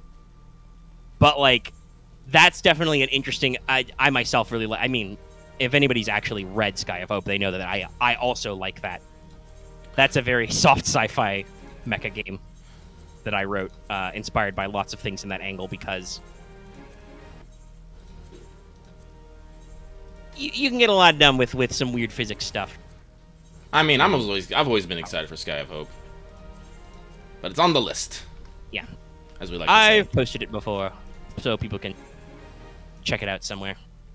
But yes, I wrote an entire Genesis mecha hack for my own flavor of mecha story, which I think I even have the list of inspirations and like definitely aesthetics wise for some stuff like ZOE's on there. I know Eureka 7. I always look at Eureka 7 as like the big. That was the core inspiration. Yeah. Like that, the original Eureka 7 and then the sequel series AO were like those were the big ones for like me defining what the limits were. Like relatively small mecha teams, big emphasis on being based out of flying carriers. Obviously, the sky surfing angle. I mean, I have read other actually read military sci-fi where that kind of thing was done, where like you would combine power armor with like anti-grav boards, you know. Mm-hmm. But definitely the actual like metaphor for sky surfing thing was a big thing for me.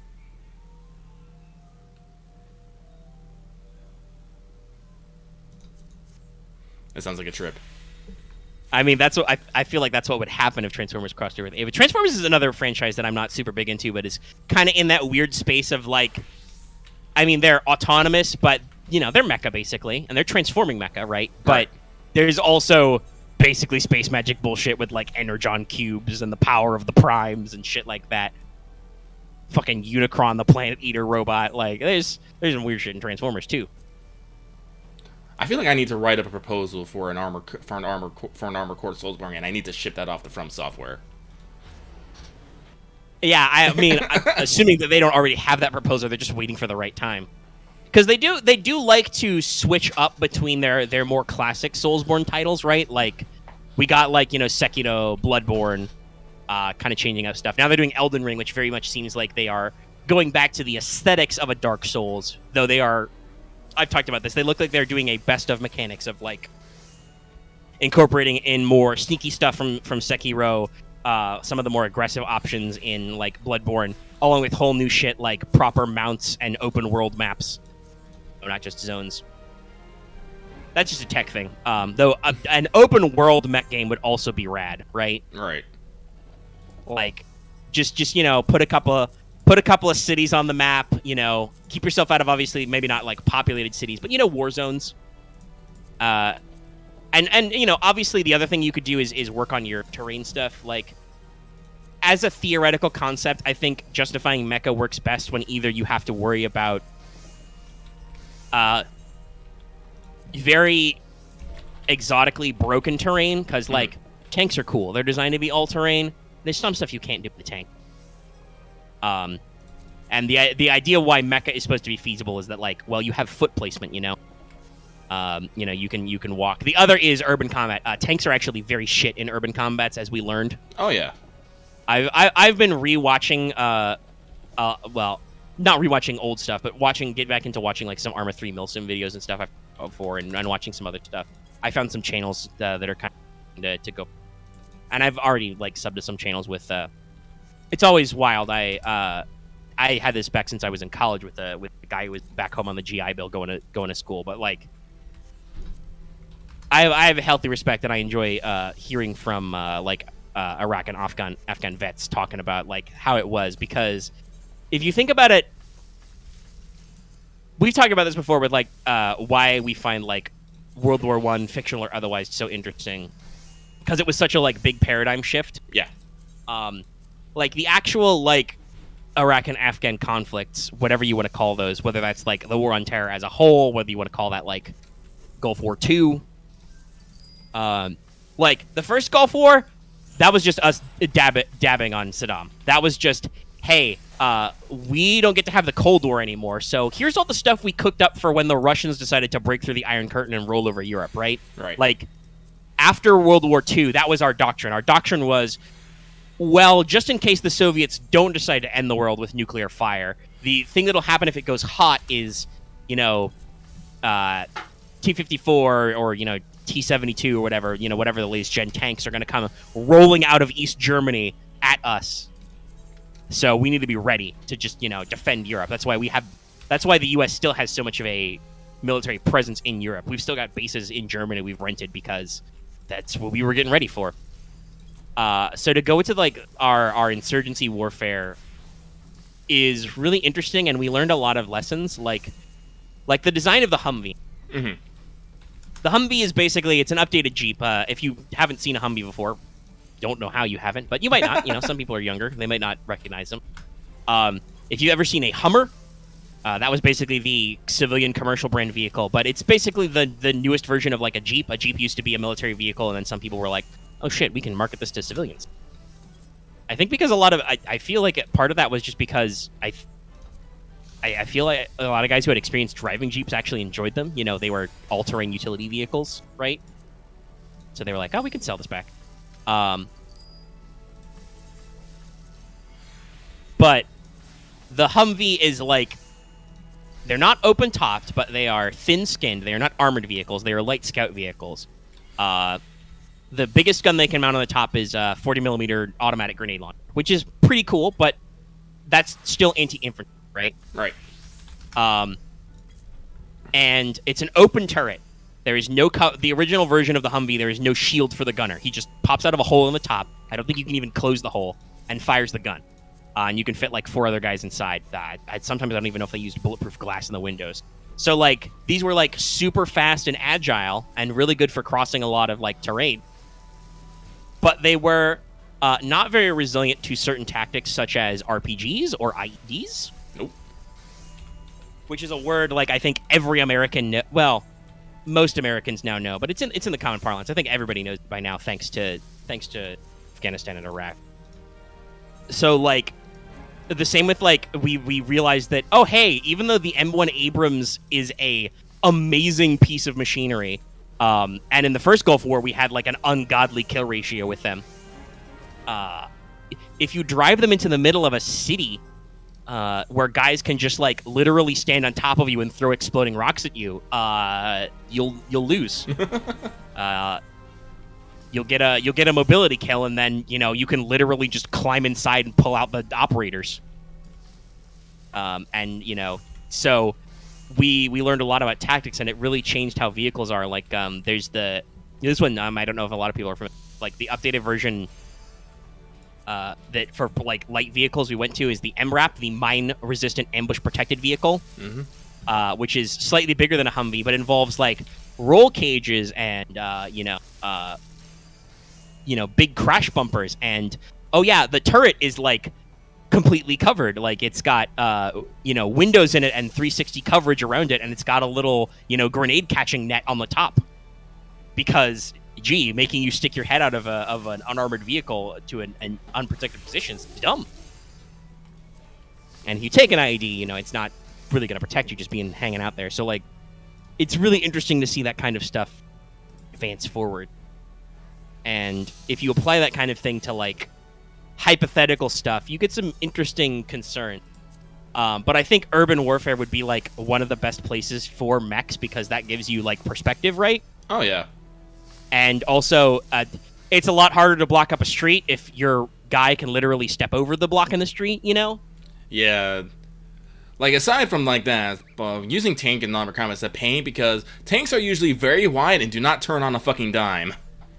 No, real tanks do not have. You would think they might. They do not have a 0-degree turning rate. Like some light tanks are pretty agile, and I think like some are very fast, but that is not their purpose. Like tank doctrine is another one of those things that has wildly changed over the century they've existed, basically, right? Right. Because we talked about this when we did our long conversation about World War I stuff last week. Like the original tanks were just, hey, we need basically a rolling bunker. we need a mobile bunker that can cross trench lines and barbed wire and stuff and like dump like 30 guys onto the target. So like some of them are only armed with machine guns, and then they started getting like, well, we're fighting other tanks, so what if we got like an anti-tank gun on here? And then when you get to like World War II, they like really diversify the models, heavy, super heavy, and like light fighting tanks and stuff. And really, I think as the Cold War went on, we really coalesced that doctrine into just like mostly the main battle tank, which I am not 100% sure what that definition means, but that's our general theory now is just you have usually one really good generalist tank that's very effective at its job, and that's what you do, right?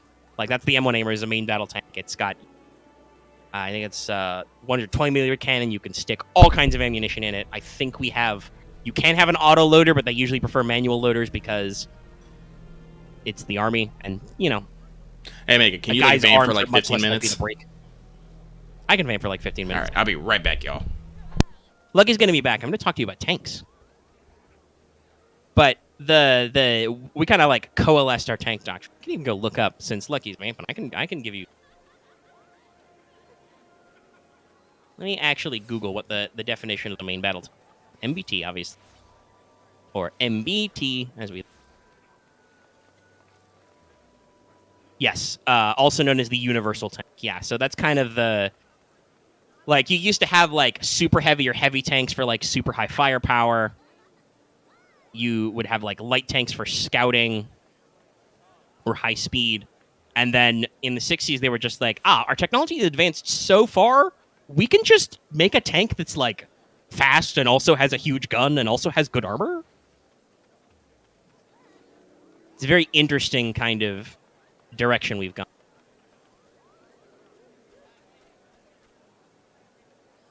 I wonder, like, we don't really have any, like, crazy new developments in tank, so I don't really know if there's, like, yeah, it looks like I'm checking Wikipedia, it looks like,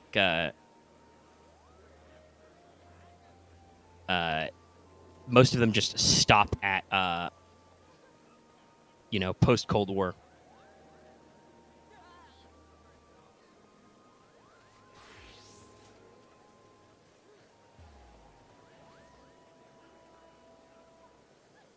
I do that another common involvement we have is we have a lot of remote gun mounts. That applies to mecha stuff. Yeah, I think they call it CROWs, common remotely operated.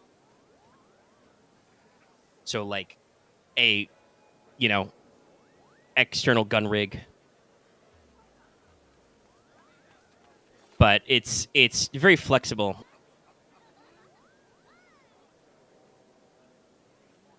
Oh, we've really been improving active. Okay.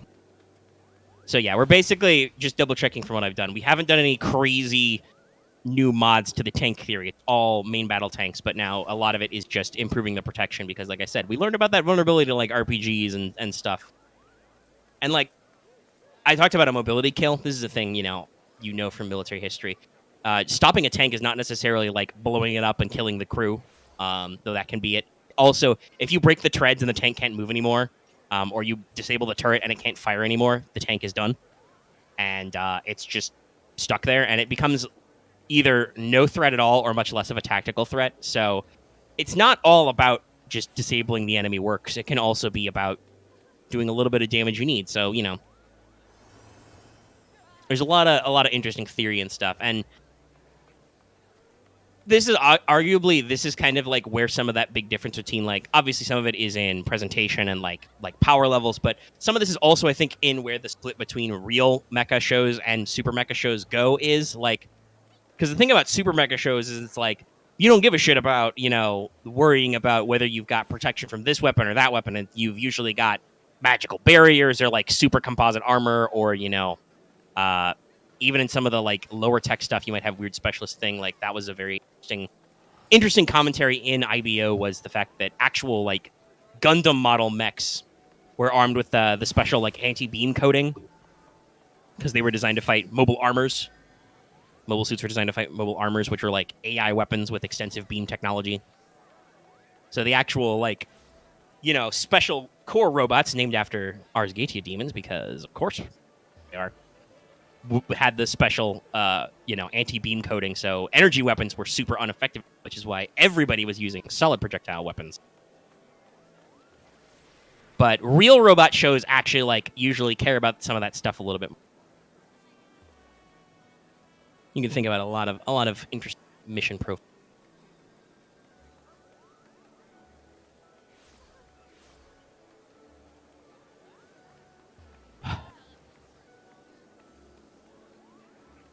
Got some stuff in my notes. I'll wait for Lucky to come.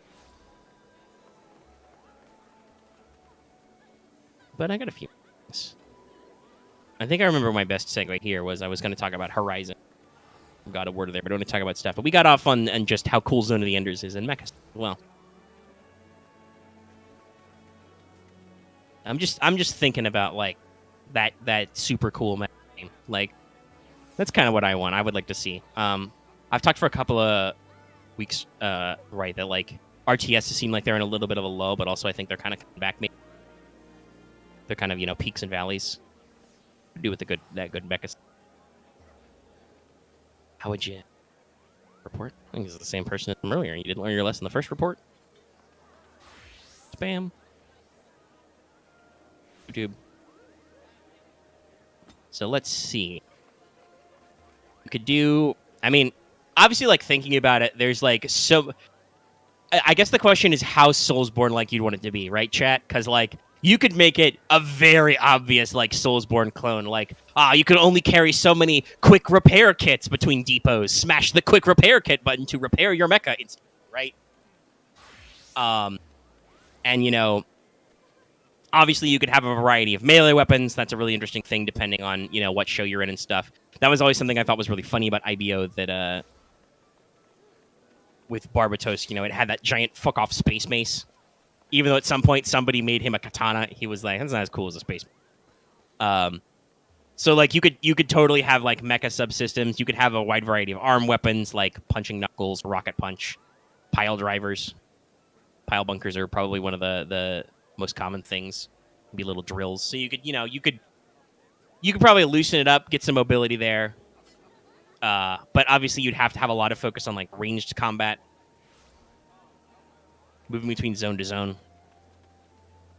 I would wonder, would it truly be ammunition based? Probably for some. It would probably be a little bit I guess certain magic systems work. You'd have your different ranged weapons you could tab to. Maybe you would code different shoulder mounts or arm mounted weapons to different quick selections on your various little screens. I'm thinking of that little four part window, right? You've got with the D-pad and stuff. But I feel you would have to change up some of the ethos. You would not want to be constantly running out of mecha rifle ammo constantly between depots or whatever, or having to constantly rearm. So it would either have to be the kind of thing where you could scrounge ammo in field, or certain basic weapons don't actually run out of stored ammo. They just probably have a maximum mag size for how much you can fire at a time, right? But, you could easily do different kinds of dodges or parries, right, in a giant robot. You could have guarding with energy fields if that was allowed by your setting, or you could just, block like a normal person. If you wanted to be really advanced, you could probably get active defense systems to intercept enemy attacks and stuff. But recharge. This is always the interesting thing. In real life, you're trying to be as OP as possible, right? The idea is if you're making a defense system or a weapon system or anything for tactical or strategic use, you want it to be as effective as possible within the limits of your budget and your tech constraints. But in a game, you want things to be balanced, because players sometimes have weird responses to being unkillable, giant metal machines stomping on everybody. Challenge. So you need to put certain limitations. But also, you're a giant stompy robot, you're not just a dude in his underwear with a sword and a shield, which you could do in certain Dark Souls games. So you want to make sure you can be pretty strong. I definitely would think it would be fun if there were I'm not the most thorough Soulsborne player, but I know sometimes there are enemies who are absolute scrubs, and obviously once you level up and go back to certain areas, enemies are really pathetic. But A lot of basic enemies are still, you know, weird, freakish humanoids who are about your size. So, like, I don't know if you'd want mecha mooks, but I imagine, like, doing stuff like technical trucks, you know, smaller tanks or other, like, improvised vehicles as, like, really, really minor threats that, like, theoretically can damage you or more likely can probably, like, delay you, distract you, spot you for enemies kind of a thing, like, as just, like, little weak baby enemies you can bully. That would probably be a fun game design choice. And then your actual serious threats are, like, enemy mechas, actual, like, main battle tanks we described earlier, you know, artillery emplacements, field guns kind of thing, you know. Because that's the other thing that, like, thinking about, like, modern combat is really scary. It's like, and thinking about it from a game design standpoint, because, like I said, I've been watching a lot of Arma 3 videos and thinking about it. It's on Steam sale right now. I might pick up that bundle. We'll talk about Steam later.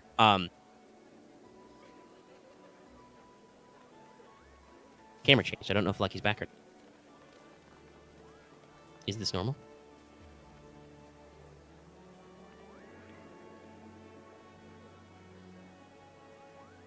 I'm just watching the previews change. I'll assume it's okay until Lucky says he's...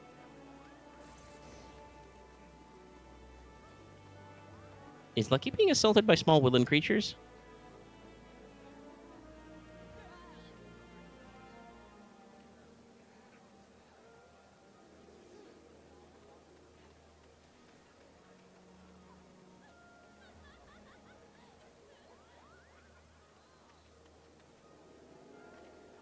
Sorry, I was taking a chance to check Discord really quick while stuff was being slightly weird.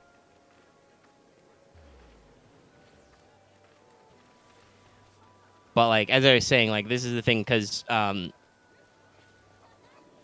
3 has this really interesting module that I know some people... Effective. It's okay. It has a really interesting mode. I don't remember if it's, like, a DLC or a core update. I'd have to double-check. But they have this mode or thing they call Zeus, which is basically, like...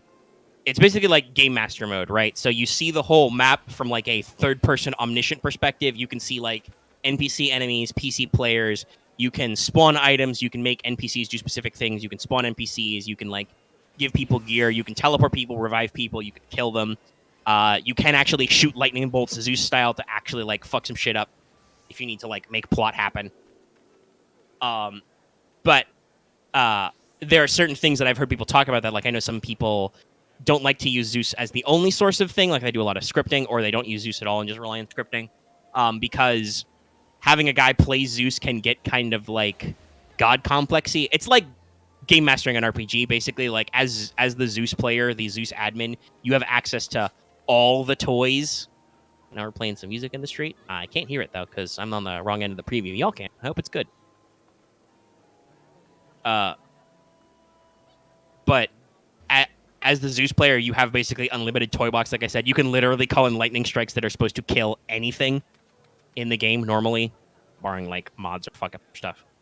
And, like, I've heard people talk about how, like, with mission design, with the way Arma does, and even Zeus or scripting missions without Zeus, like, you should go, like, easy on enemy artillery because computers are bullshit, you know? They will, like, accurately fire on your position from, like, way too fucking far away. Or, you know, be careful about giving them other explosive weapons because they can, like, you know, laser target you because...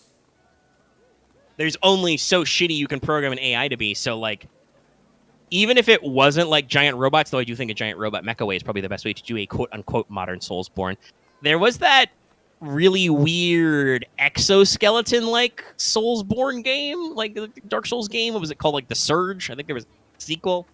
I saw some people play that one. That was weird. I don't know what that aesthetic was. That was a weird one. But definitely, I think that there is some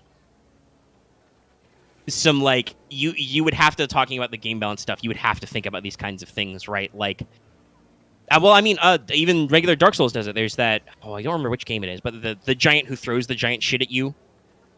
3? Or is that 2? Or is that 1? I don't even know. There's a giant who, like, throws tree trunks at you, and then you go up and talk to him, and you're like, "Hey, knock that off," and he's like, "Oh, okay, sorry." He, like, gives you a special key item so he doesn't actually attack you anymore. Like it would be kind of be like that, but possibly even more far away. Like there could be guys behind a like hill, and you're mecha-ing through an open field, and suddenly you get like artillery incoming. You're like, well, shit. Okay, that is 3. Yeah. So like that's like a really cool game design idea, but it gets even weirder if you think about it in a modern military context. You know, like imagine how annoying like fighting enemy like jets or helos would be, right? Like that would be another like really fun like minor enemy who could be really annoying would be like helicopters, you know? Because like helicopters can carry like anti-tank missiles and stuff and rockets that could probably actually damage, you know, a giant robot man. But they'd be, you know, these little tiny flying guys that be like flitting around shooting at you. You'd have to like, you know, engage them at range, and you literally can't punch them unless they get dumb. There's a lot of interesting gameplay considerations comparing like balance to like reasonable abilities. Though I will say, I mean, my personal preference would be tech porn, gear porn. I don't know. Like the mecha elements I like are like. I mean, I even wrote this into the thing I talked about. Hope my Genesis hack for it. Like, I straight up was like, mecha don't have like hard point slots. You just put them wherever they fit. You know, you have one head, so you could put one upgrade in your head. Shoulders, put 2 upgrades in your shoulders. Whatever, you know. So like, I would hope that you could get that kind of customization, or you'd get like lots of different mecha models. Like, you know, it would still have to be different from just being like straight up Dark Souls, but you could get some of the stuff. Like you would probably pick different starting models of giant robot, which would give you different strengths. You know, just like you have different Titanfall that do different things. There's different models. Lancer. What if the Japanese know about Lancer? Because RPGs are a big thing in Japan, but they are very different genres. Fantasy RPGs are obviously big over there, but they're kind of split between like in-house like homegrown RPGs, like stuff actually made in Japan, which influenced a lot of the classic JRPGs we know, and like their own translations of like Pathfinder. The shit that's like really really big in Japan that's reported is Call of Cthulhu. And horror scenarios are like very popular with very different demographics over there. I mean, I think it makes sense for like the J horror style. Yeah, I was about to say, Axe. I expect the one shot thing is with the Japanese work ethic and then being separated for like lockdown. It's probably like contiguous campaigns are probably like a nerd, but smaller shots are probably easier to stitch together. But I don't know what the market penetration, because obviously I know that Japan has its own exclusive RPGs, which are not always translated over here, but I wonder if they, you know, like know about some of the internet phenomena over here. Because I think that Lancer is decently popular. Like I at least hear industry people talking about it, like people in the meta, in the monotech.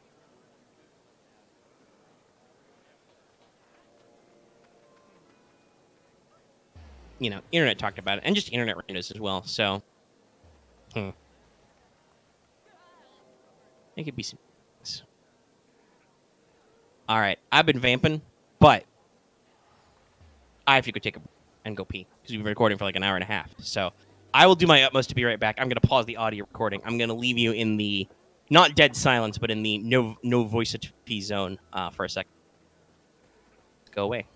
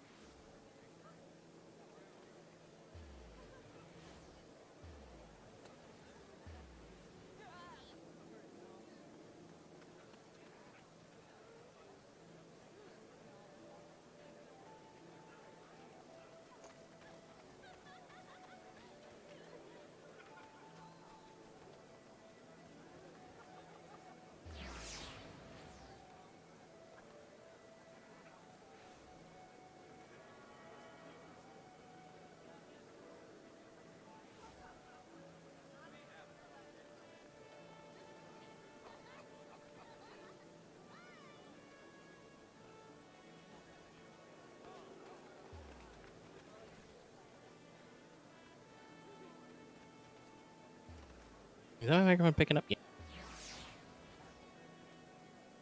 All right, I'm unpausing the audio. Is that? Yeah. Now that I know how much Discord was picking me up just then. But I'm back. Sorry, stepped out for a sec. And to that point, Axe about Japanese-style tabletop games, that definitely makes sense. I have read and run Made RPG before, which originated in Japan, was actually ported over here as a yoke.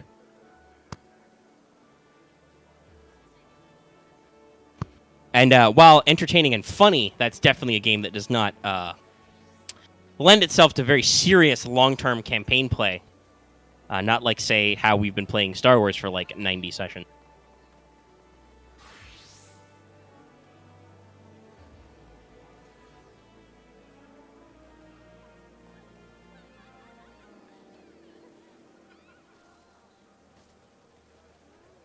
Discord fine, do all that.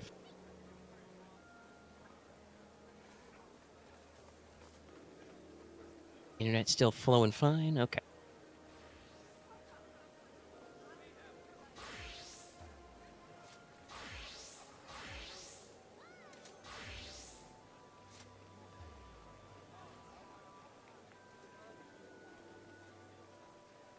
Well, I mean, I know there's the Butler thing, but a lot of them are like civic, so. I know you've always said that when I brought up Maid RPG. Yeah, but it's about maids. The one girl in our group played a Butler, and then the rest were maids. I don't remember. It's been a long time. I've tried a lot of games over the year, and I want to try many more. Lucky even talked about, stuff in the stack. I should possibly find time to run more one-shots and nonsense with the community, but I already am so busy with so much stuff. So, yeah. Let's see. Well, Lucky appears to still not be back, so let me see. On my list, don't want Lucky to pop in on. Not a lot. I think I would like to mention a lot of those things.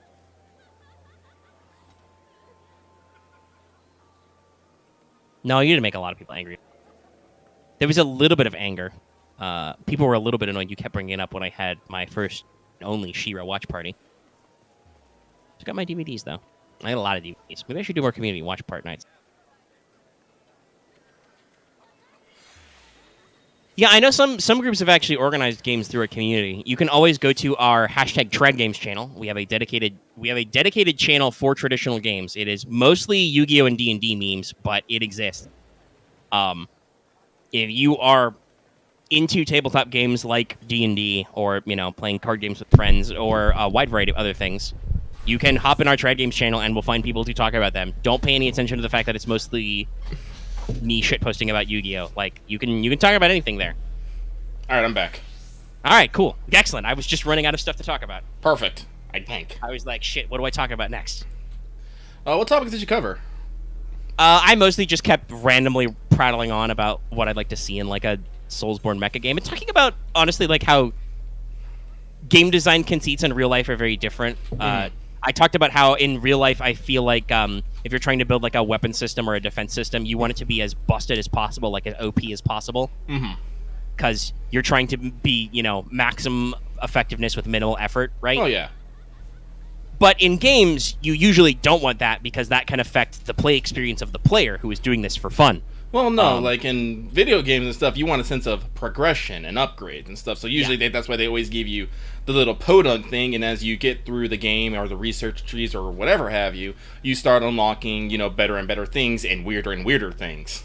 Yeah, so I was like trying to think, like, how do you translate some of the, like, because there's a lot of really wild tech stuff you could do in a mecha-based game.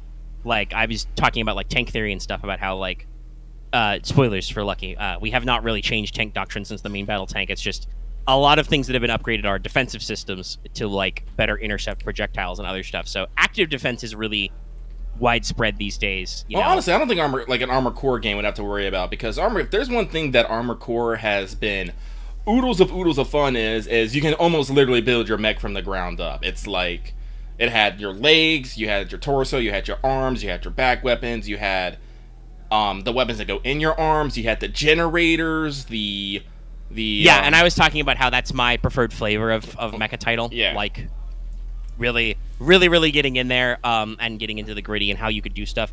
But also, I think, being a big stompy robot man rather than just a guy in his underpants, right? Yeah. You should actually have some of those times where you can feel like you're a giant fucking walking battle machine and crush people. So I was thinking about, like what kind of targets would be, like, kind of interesting for that. I said, like, helos, right? Oh, yeah. Because, like, those could fire, like, anti-tank weapons that might actually hurt you, but also helicopters are not known for being very resilient, We've had helicopters get accidentally shot down by single unguided munitions before. Black Hawk Down.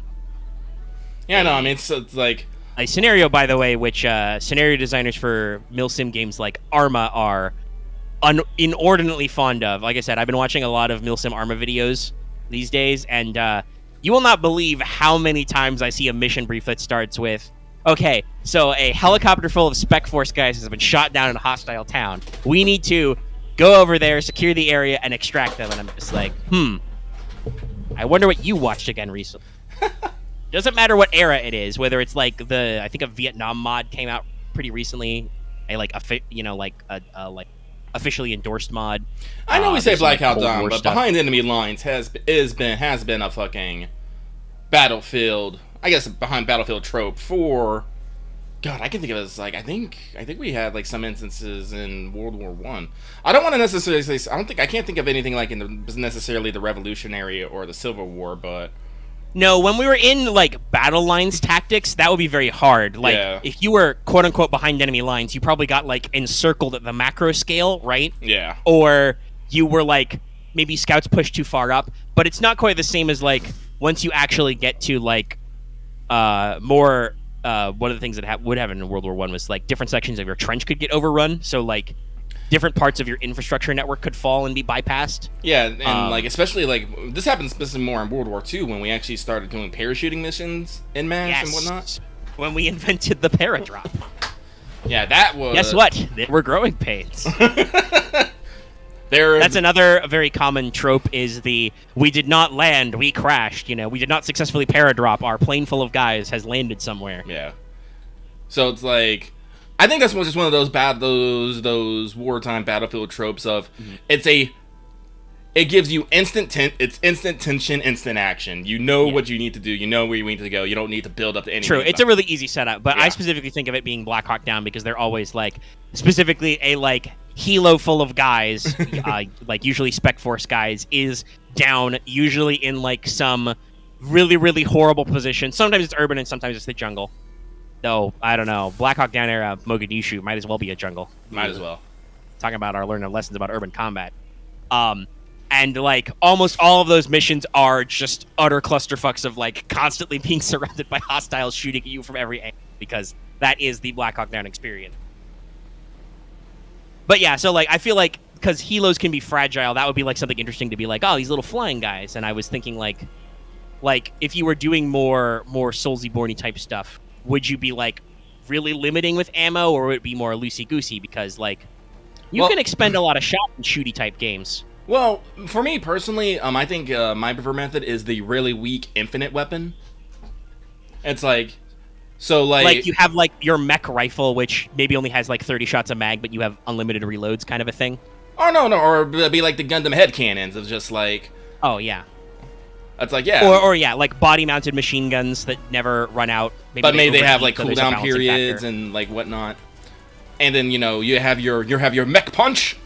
Yeah. Gotta have close quarters. I mean, especially since we are presuming this would be the guys behind Dark Souls would be FromSoft. Yeah, no. So it's like. And I mean, I would have to assume that either somebody at the place would have watched, like, say, I mentioned Ironblood Orphans earlier, or would be shown it. I mean, I remember Armored Core having fucking laser swords, and I mace. love the shit out of them. Giant mecha mace, mecha hammers. Mech. I'm fond of the mecha arm blades thing, but that's just totally Zone of the End. I also especially liked how the Jehuti, like, it was for long range. It was the pistol on the front. You had like basically a little blaster bolted to the mech's wrist, but when you went into close quarters, you flipped it around, and that was the blade. It was very neat. Was very neat. But yeah, I kind of divulged into just talking about like RPG topics and stuff, I was wondering, for instance, if anybody in Japan has ever heard of Lancer, because I know that that's a mecha tabletop game that is very customizable. That could be an influence that people could have. I don't know anything about Lancer. I know Axe has a game, has had. I don't know. Yeah. Doing it. Speaking of games that got together in our community, since I was just shouting that out, Axe ran some Lancer. We had some D&D. It's D&D. Okay. But okay, let's talk about some other stuff. Okay. We've talked about giant robots for like an hour and a half. Listen, now, some of that was just me rambling to the audience, but try not to get too far out there. Let's see. Do I want to just... Yeah, I mentioned Horizon earlier and how I was going to pivot. I should probably talk about that since I did at least call it out. Do it. So yes, I've been playing a decent amount of Horizon Zero Dawn right now. Mm-hmm. I think I'm decently far in the game. I'm discovering things, but I'm also discovering discoveries that lead me to need to discover more, you know? It's one of those games, guys, if you've never played Horizon. Like, you uncover one mystery only to have that reveal, like, 3 more mysteries, and you're like, well, shit. I mean, this is how we do. I better hike all across the map, you know?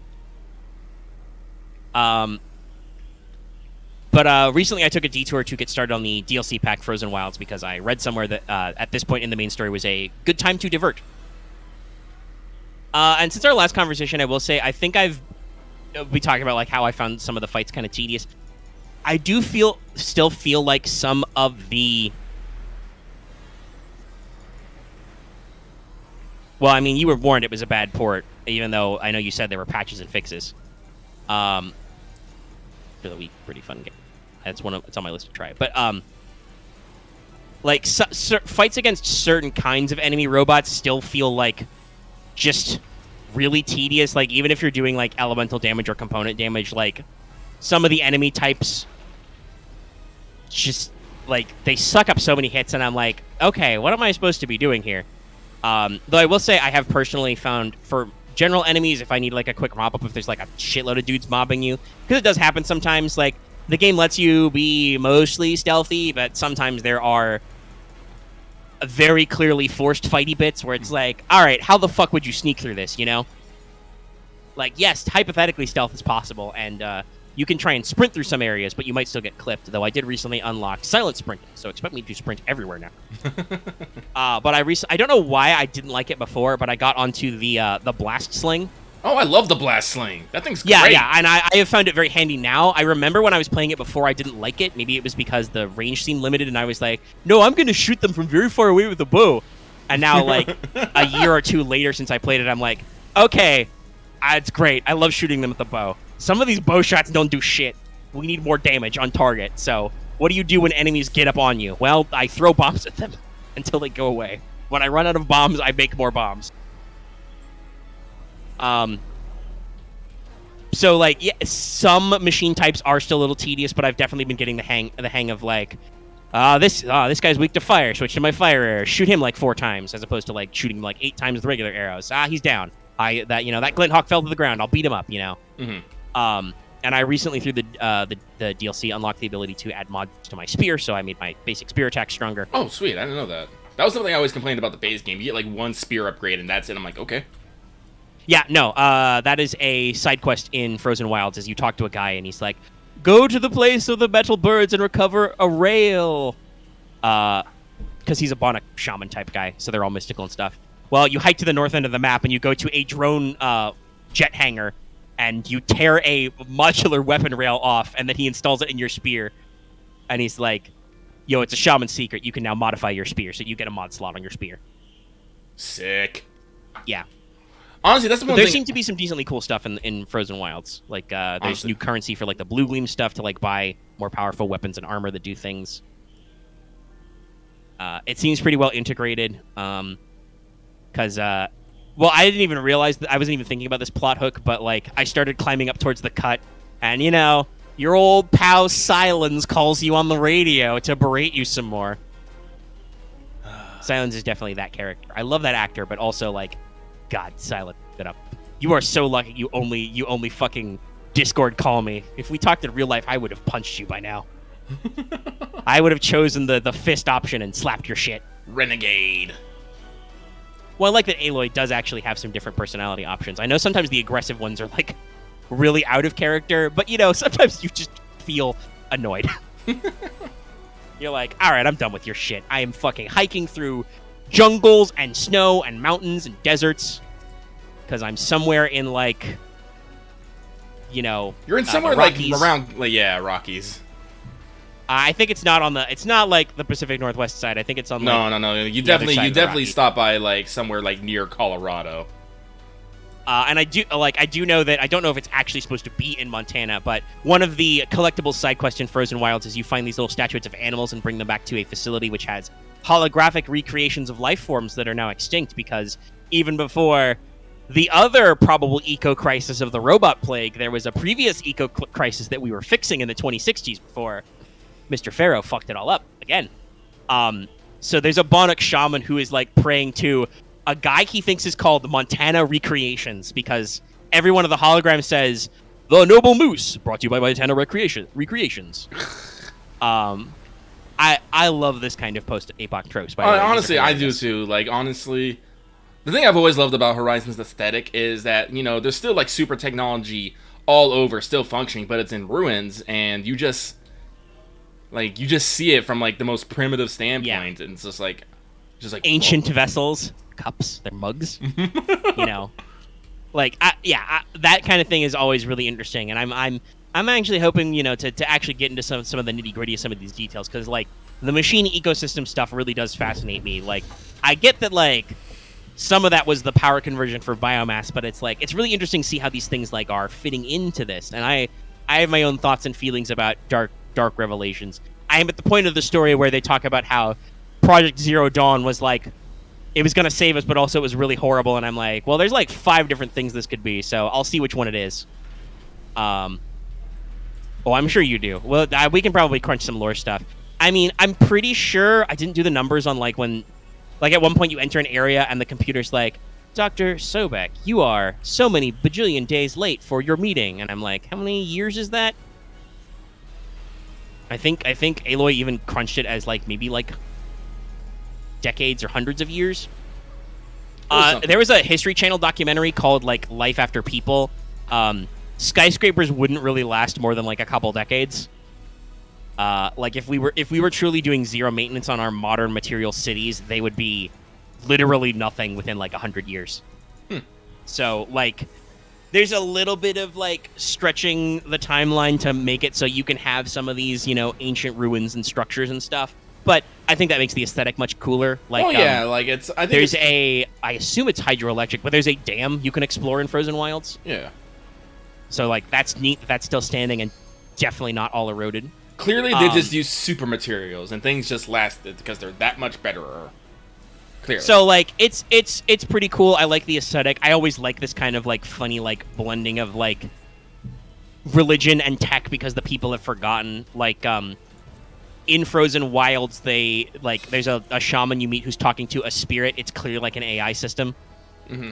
Because it's like a computer voice that talks to you, and it's being attacked by another computer voice that the other computer calls a daemon, as in, like, a computer program daemon, but, you know, people think of it as a demon, like, from myths. Very funny little things like that. I've already figured that, I don't know why she is a clone, but I've already figured out that Aloy's a clone of Dr. Sobek, because, like, they do, like, the 99% genetic match, and I'm like, yeah, okay, that's how cloning works. But that's the little thing about this kind of, like, post-APOC stuff, right, is that, like, you, the audience, can cotton onto things way faster than the characters can do because you have context. God damn it. So, a lot of it is, like, figuring out how stuff went wrong or, like, became this way rather than why it is this way or what it is. Yeah. So I've been playing the game a lot, and I think I'm getting a little more smooth with the stuff.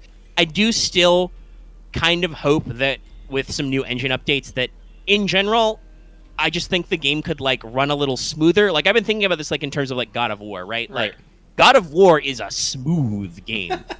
Like, platforming is basically like how Horizon works. You have very clearly marked areas with triangles where you climb and do stuff, and, like, it's really easy and it flows naturally. But usually the environments are structured so that you can climb wherever you think you could climb, right? Like you can hop small ledges and stuff. There's a lot of, I've talked about this before, there's a lot of like weird ledges and stuff in Zero Dawn where you're just like, oh, I could clearly climb this, but you can't unless you like abuse the physics. And like I like kind of like the crafting survival aspect, but also I kind of don't like it because it is like so constant, right? Like, you know, you play the game for like 30 minutes in a fight and you're like, well, fuck, I'm all out of this arrow I desperately need. Let me just like semi-pause the game and make a shitload, right? And I've realized that like I didn't think of it this way, but no, it really is a dominant strategy for you to buy all the different elemental resistant outfits, and then when you're like, this guy shoots fire at me, let me put on my fireproof pants really quick, because you can freely pause the game. And that kind of like, I get what they're going for, but it kind of like sucks me out of it. Like, I kind of wish that some of this stuff was a little more streamlined, right? Like, maybe you could like, if you have all the materials, instead of just like crafting like 5 at a time, you could like craft to max. Or if like there was like maybe armor was on a wheel, just like weapons. Or also if I had more weapon wheel options, like I constantly am switching weapons because I've got like 3 different bows that all have different elemental arrows I like, and then my 4th slot is like whatever weird utility weapon is good. Like if I'm fighting a lot of like humans, I usually use like the Rattler because that's good for like short range, close combat stuff. But you know, I can use the like if enemies are clumping, you know. No. Horizon has the old story game of like all these weapons are really cool, but then has the new age thing of like, but you can only carry so many at once. I'm like, yeah, you only got 4 slots. Recently in Frozen Wilds, I was gifted something called a Stormcaster, which I think is like a weird Bionic lightning gun. Sweet. Yeah. But also like obviously like the core gameplay is mostly bow and arrow because like your normal like hunter bow has like normal arrows, hardpoint arrows, fire arrows, which you obviously need for certain stuff. You know, there's the war bow, which has like other different elemental stuff. I always like the war bow because it had that fucking disruptor arrow that could just literally knock pieces off immediately. Oh yeah, what is it called? Terra Blaster or other like arrow. That. Love that. Yeah, I use so many of those because it's just like, I feel like the game kind of like, it's not as effective as it like at raw damage as other arrows because of its powerfulness, but like when you see an annoying component, it's just like, no, get that shit out of here. You know, and I love those to death. I abuse the shit out of them for many enemies. And I talked before last time about how like, yes, you can like go into focus mode and like analyze enemies and have other weak points light up, but like going into focus mode itself is kind of clunky because you can't like run around in it. You cannot attack in it, you know, any of that like leaves the mode, so like the information you want can be like lost if you're in a combat situation.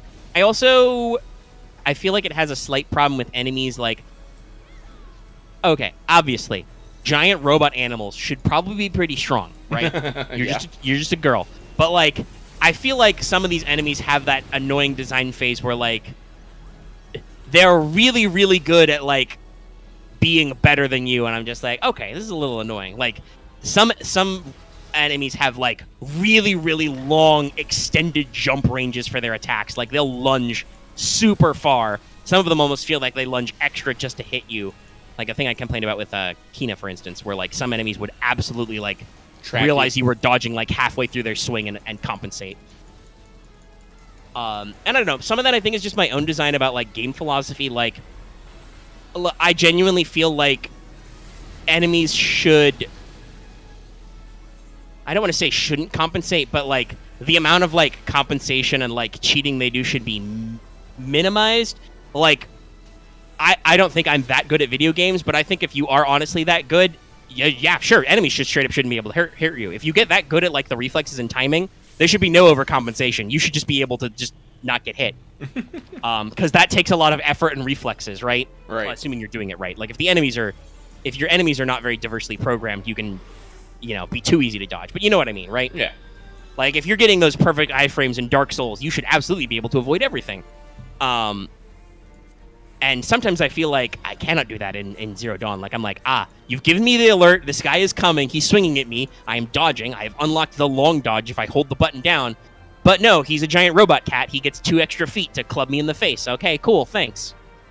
And also, he's like really tough, so it's not like I can one-shot him with my sneak attack. Like, it just feels like sometimes enemies are that extra little bit tanky or that extra little bit like reachy to just be like, gosh, I really wish this wasn't a fucking like, I've been playing the game for a lot of hours. I think I have like 50 hours between like this current playthrough and then the front half I played like 2 years ago, I think, when I started it.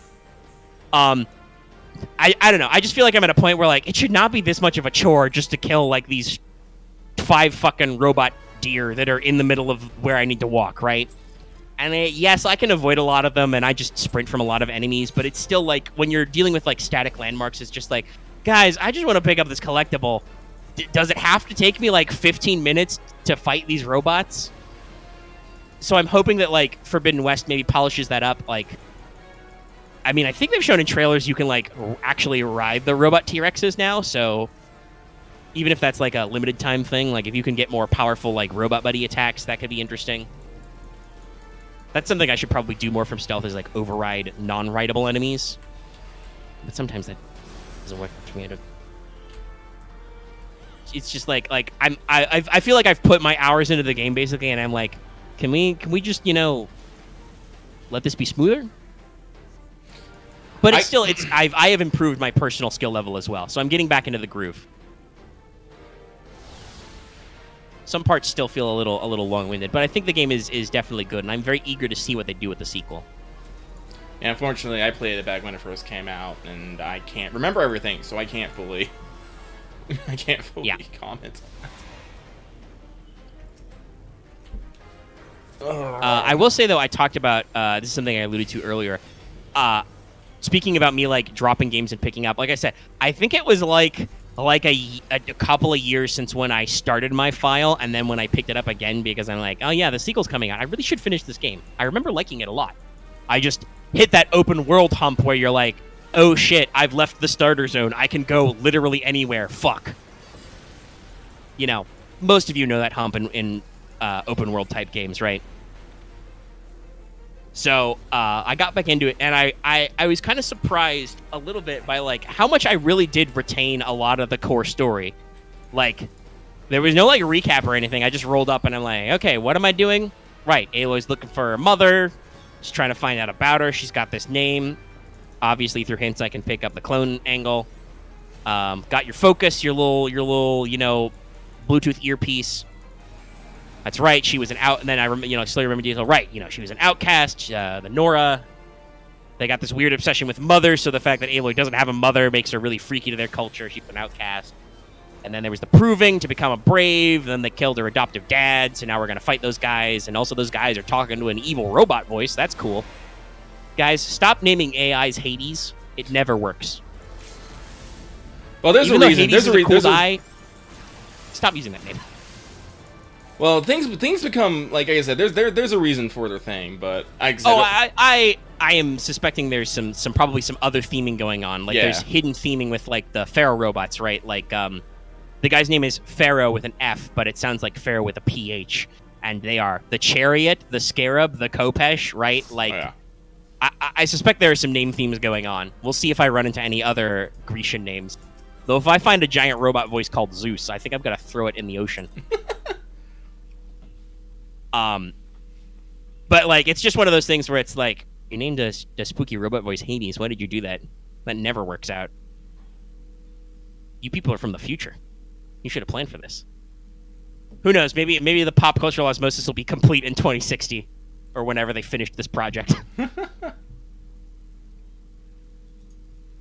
But yeah, so like I was very surprised about how well I was able to remember some of the key beats and just pick it up and like, yeah, sure, some of the subplot stuff I don't remember, but I feel like, and shout out to the game for being fairly well written and acted.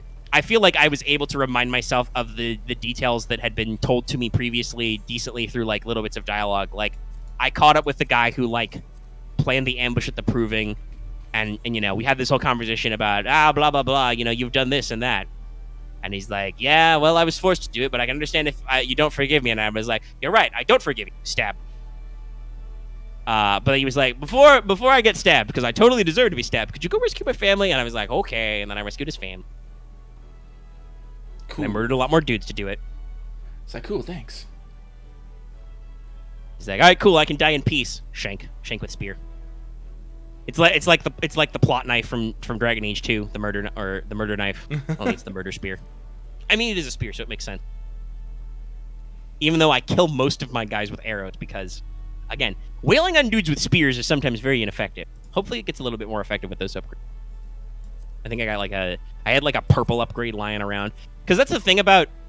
I realized that the way the DLC pack is like integrated is like there's shit from the new bits like already backported into the game, and obviously, like I said, they hooked up the dialogue. Like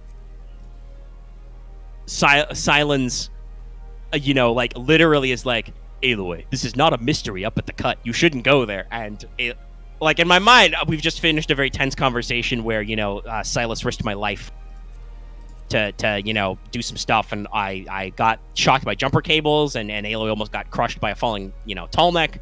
So my thought mentally was like, yeah, but also I don't like you right now, Silence, so fuck you. And then Aloy basically says her version of that. She's like, yeah, but I don't feel like doing what you want, and I want to know more about you, Mystery Man.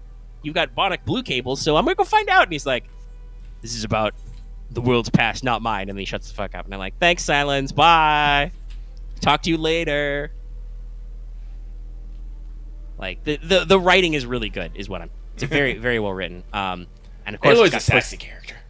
Yes, I forgot it was Ashley Birch, but yes, it's Ashley Birch. She's very good at that. Yes, it's probably because Aloy is her normal speaking voice, and a lot of other people know her for, say, Tiny Tina, which is not her normal speaking voice.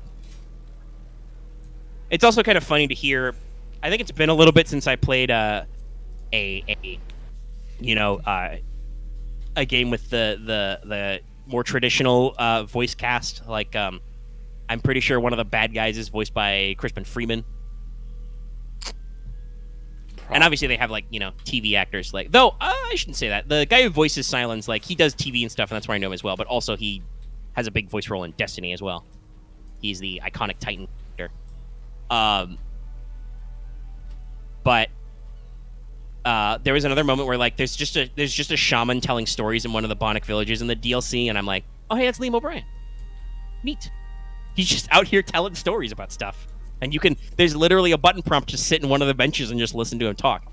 I always love it. Yeah. I also found a collectible. I can't remember if it was sellable or not, but I didn't even realize this was in there. I don't know when they put this in, but it was a Death Stranding reference. Well, yeah. It was the stranded necklace. It has the Homo Ludens logo, and it says it's a mysterious necklace with 6 pieces of heavy metal in it. So it's the key. And I'm like, "Aw, it's adorable, guys." If you guys don't remember, when Kojima basically went on Sony's dollar to go visit all their fucking first party, he basically talked to I can't think of the fucking company name now. Gorilla did. Gorilla. Gorilla's like, hey, can I use your engine? Gorilla's like, you can use our engine. Yeah. It was great. Because basically the point of this tour was Sony like sent him out to all their first party studios to look for tech. Like they wanted him to have access to their best in-house tools, and he decided on, I don't remember what the name of the engine is, but the engine that Gorilla used for Horizon. And they were happy to do it. So there's, we've mentioned there are Gorilla cameos in Death Stranding. I think like the studio head is one of the bunker guys, and you can get like holograms of tall necks and stuff. I used the tall neck hologram everywhere. I loved it. Also, it's fucking tall, so it's a great landmark. It's almost like their design has a purpose. But I was kind of touched to see that little cameo back. I'm like, oh, I wonder when they added this. I think I found that in the DLC area, so it was probably in the DLC pack. Mm. It's very, very, very fun. But yeah, like I said, the writing's really good. So I'm enjoying the game. I had some growing pains getting back into it, but I am now back into it, and it's mostly okay. I do still think, like I said, that there's a little bit of that, first game in a new IP kind of jank, where you're like, okay, you've got a lot of different mechanics, and you clearly have a lot of vision, but you could tighten this up, maybe trim some fat, or at least streamline some stuff. I'm hopeful that with, like, God knows how many years of dev time. How long has it been since? Let me check.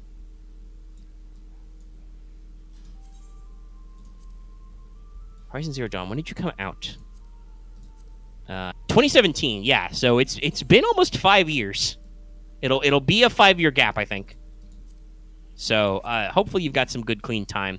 I will probably not even probably. I will be playing the PS5 version, so that'll be even more so. Oh, hey, glad you could catch the stream. Yes, Merry Christmas, everybody. We're having a Crimbo stream, so yes. Crimbo! It was kind of interesting to me because like both Horizon and God of War are like really iconic PS4 titles. They're pretty good, but like I definitely feel like Santa Monica Studio like got really good at polishing God of War to be really smooth, right? Like I've talked about this before. When I fuck up in that game or when bad stuff happens to me, I feel like it's my fault, right? Mm-hmm. Like I couldn't remember my button inputs or I forgot that a feature exists. It doesn't feel like, most of the time it doesn't feel like the enemies are cheating. Mm-hmm. It's either just like, well, they're really OP because this is a bit you're supposed to circle back around to later, or like, yeah, you're just, being a dumb. You can't remember which button is aim and which button is block. Really can't. I don't know why, but I cannot remember my left triggers very well. So it's always interesting to compare those two. And both of them both of those are going to be in the same year. That's going to be really interesting. I think, right? Like, Ragnarok is supposed to be 22 still? It's supposed to be. Yeah, it's supposed to be. I don't think we have a hard date for that. Let me check. God of War Ragnarok.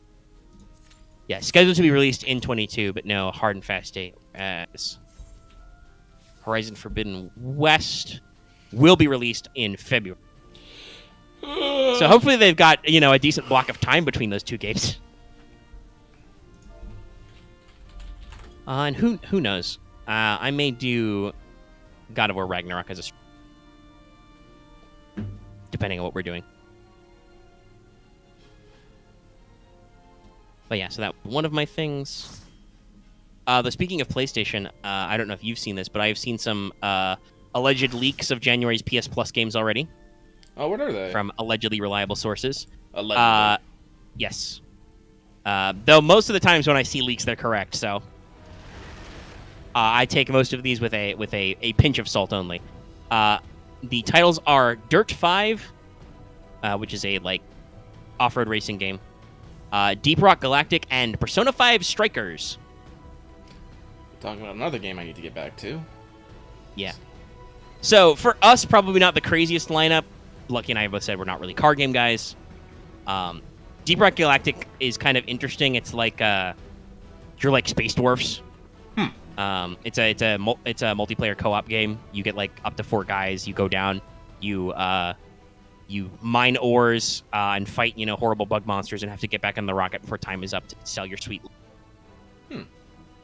May or may not be fun for a little bit of action, but probably not all long-term stuff. But hey, we already both own. Oh, thank you for your super chat. Merry Christmas. Merry Christmas.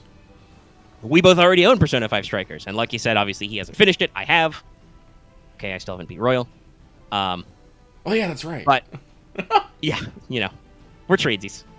I think we will both get there someday, but backlog never gets smaller. But if you have not tried P5 Strikers, you absolutely should, and it's gonna hopefully be a free game. Apparently, it was Steam nominated it for one of the best soundtrack awards because Steam's doing their own awards, and I was like, that's neat. Mm-hmm. So yeah, those are by all accounts, some pretty good games, even if it's not the most bang for my buck. But I mentioned Steam, so we could briefly talk about the fact that Steam Winter Sale is going, though I don't believe you have bought anything off. I haven't bought anything yet, because I'm trying to do that thing is if I buy games, I'm going to want to play games. Yes, I have a similar... And also, like I said, I mentioned this earlier, I've been spending a little bit of the cash lately, so I'm trying to hold off a little bit. Luckily, the sale goes at least until January 5th, I think, so... Because, there's titles. I get the emails. I remember when it first got announced and people first started posting gifts, and I was like, well, we'll see when I get it. Then I check my email, and it's like, yep, nope, there it is. There's my Steam's email.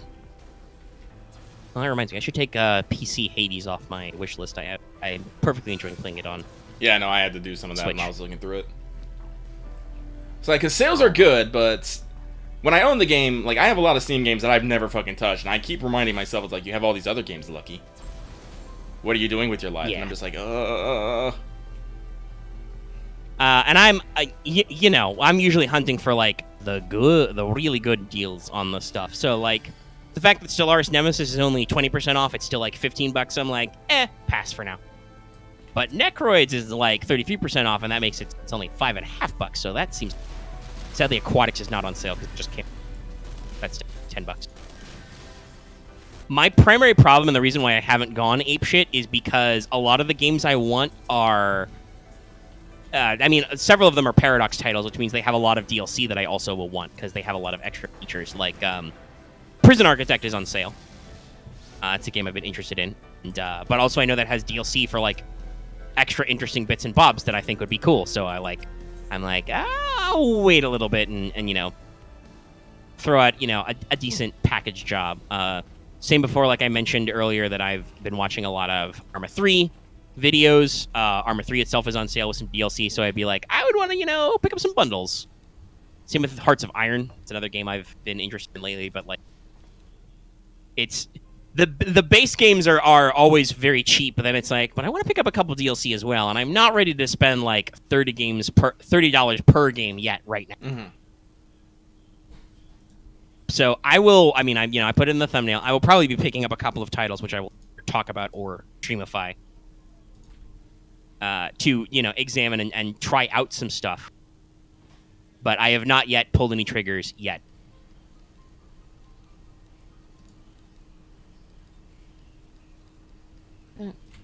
Like, I have to be, like, when it comes to, like, Steam sales, I gotta be careful because sometimes, like I said, I'm a multi-platform, multi-platform, so I usually like my different kind of games on different systems and whatnot. Yeah. So a lot of times I'll like pick up certain things because all my RTSs and 4Xs stuff I love to play on PC. That's my PC. That's my PC. A lot of my like crafter survival games, that's all PC.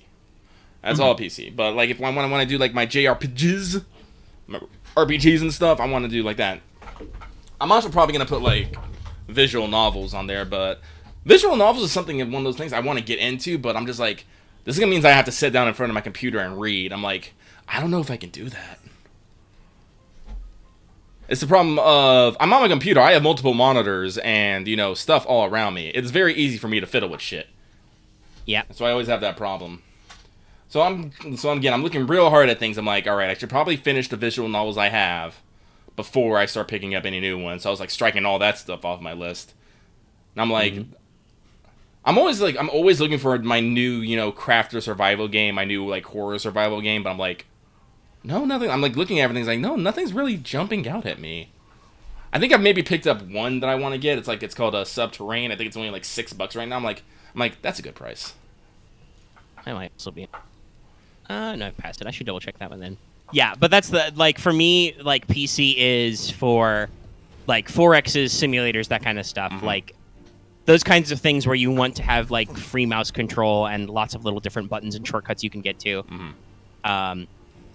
But if it's, like, especially if it's a bigger game, because I still haven't acquired that GPU because crypto people keep stealing them.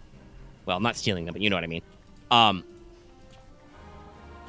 Like, playing a lot of the bigger boy, more advanced games is like, it doesn't work out so well. You know, my computer can get a little melty.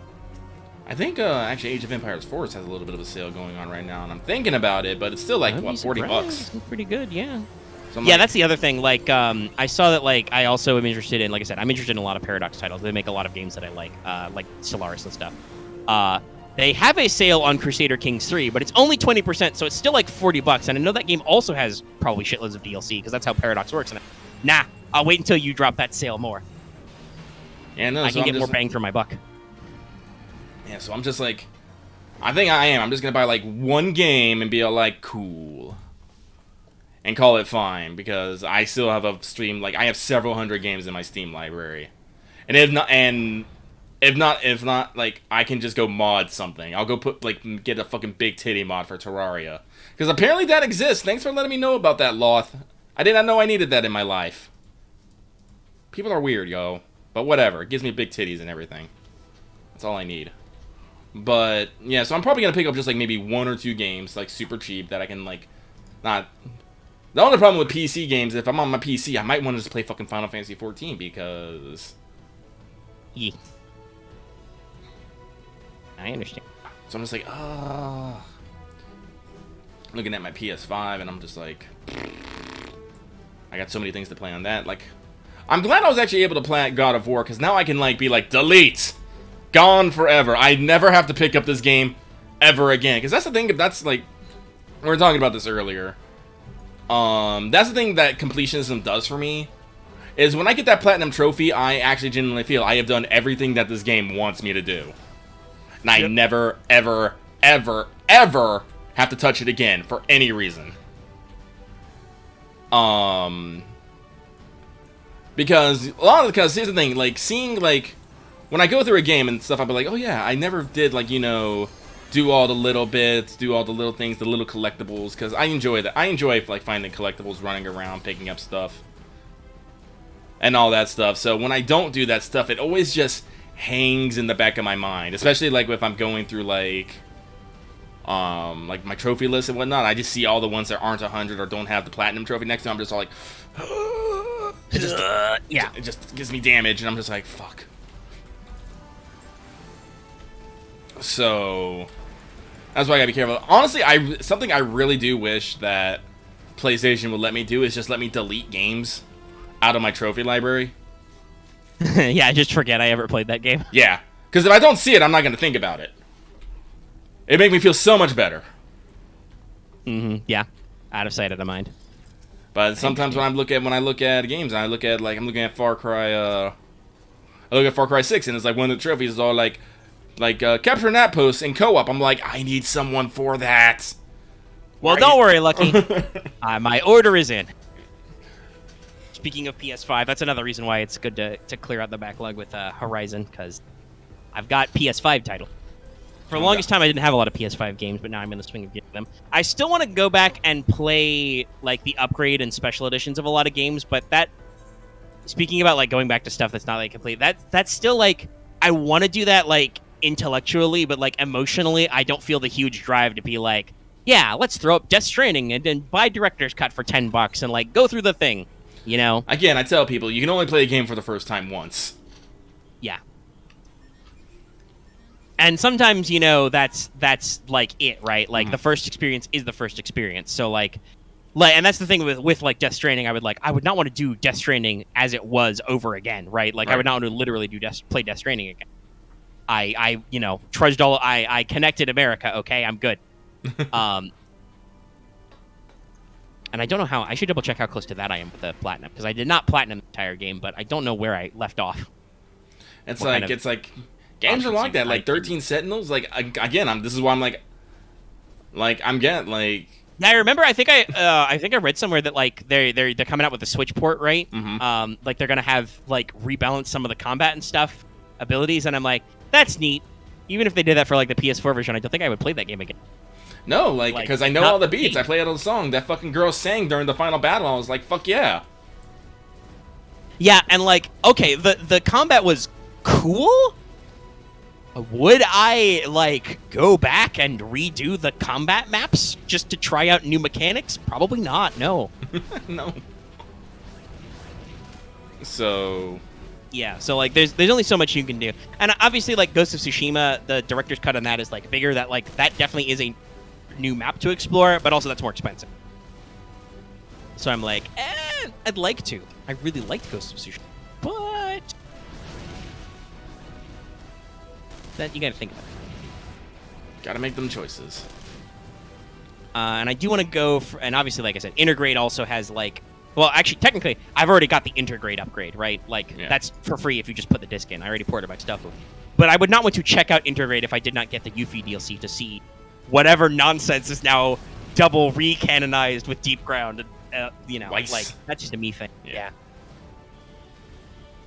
So I'm like, that I would like have to give my whole heart. But also, I admit, because my save files are ported, I did the whole upload and setup thing. I would not be playing all of Final Fantasy VII Remake over again. I would just do the Yuffie DLC and then maybe chapter hop to some of the boss fights I like. But honestly, I relive that game as much as I need to every single time I queue up Airbuster. Because it's beautiful and perfect and magical. And Final Fantasy VII absolutely deserved that best soundtrack award that won that year. Oh man, that means Square Enix. That means Square Enix has won fucking best music back to back now. I mean, they're good at it. They hire good people and they make good decisions for music. I think Square has always been pretty famous for those things. Like, I listed off some of the vinyls. They've got some old-ass Square games that they've got, arrangements for. Like, this has got some good stuff. Very iconic. Like, there are certain games that I associate with, like, if not, like, even if they're not necessarily excellent, but with, like, iconic soundtracks. What was the post? But, the Halo composer for Halo's Up to Reach with Bungie. Oh god, I hate so much Marty O'Donnell, yeah. Like the Marty O'Donnell Halo soundtrack, iconic. Like, and then even even though that was by 343, right? Like the updates they did as well. Like, really solid stuff. Love that music. 4 and 5 have some okay bits, and I think I've heard some remixes of Infinite that are also okay, but it's different. Marty O'Donnell also did Destiny 1 soundtrack, which was also, like, very flavorful and interesting, but generally more Ooh, flavor. I like that one. Pretty deep. Got some good stuff. Good flavor. A lot of people know, the Doom soundtrack. That has a very distinct sound. Though I will admit that I do think sometimes the Doom music goes a little... I mean, it's funny to say this about Doom. Sometimes I do think some of the Doom ambient music goes a little over the top, and it just fully descends into random warbly noise. But that is still the aesthetic of Doom, so it's fine. Yeah, no, that's what you're in. It's not to my personal taste. I don't listen to Doom music in my free time, but, it's still, like I said, a very recognizable aesthetic. So, but I think Square has those, right? Mm-hmm. And I mean, that's one of the reasons why Kingdom Hearts Melody of Memory works, is because Square has the other reason why it works is because also Disney has iconic music. Two great tastes go together. This is actually Kingdom Hearts. But so the Steam sale haunts me. Steam sale's haunted. I mean, it's haunted by the ghost of Gaben trying to steal your wallet. That'd always be how it be. That is how it be. So again, I'll stare at that marketplace. I'll do some research. I'll look at reviews. Yeah. I'll weigh the pros and the cons. Yeah, there are a lot of really good fun PC games out there. And the type of games I like to play on PC are usually pretty, universally compatible. You can run them on potatoes if you try hard. I don't know how you're doing, but I'm a potato. So, yeah, this is a little fun, but also like to pick up some original titles. I do believe PlayStation is also doing a sale as well on PSN, but the PlayStation Store is still a little weird to sort through. Like, if you sort by price, it's not their on sale price, it's their total price, their normal list price, so it's a little weird to, like, sort through for really good deals. Mm-hmm. Very occasionally, I will find good bargains, but sometimes it's a little sketchy. But there's lots of stuff going around. We did mention this on Let's Talk FGO yesterday. Well, technically today, earlier we released it public, but I mentioned it yesterday. Hold on. Sorry, I had to sneeze. Oh, no. But for instance, not Type Lumina, but the previous in-canon Melty Blood, do not ask me to remember its full title again. I won't. Search it. That's on the Steam sale as well for like $5 if you're into that. So, like, supporting the releases and stuff. So there's a lot of fun stuff out there. Sorry, I'm on Twitter slightly, and Gators being cute is amazing. I'm gonna link this. Hang on, I'll link it in general. Oh yeah, that reminds me. Chuckles. I was briefly bamboozled as I was talking to the audience while you were gone. At one point, you were just standing there, and you appeared to be attacked by. So, oops! I accidentally closed my browser. Thankfully, I'm not running this. Mm-hmm. Actually, I think I've done that before. YouTube YouTube will still run the stream even if you're not in the control room. It's just you can't control anything. So I can't see chat right now. We're still going. But what I was going to say was at some point it appeared like you were getting attacked by small woodland creatures. Like the camera angle changed and was just, doing stuff, and there were little animals scurrying around, and I'm like, what is happening?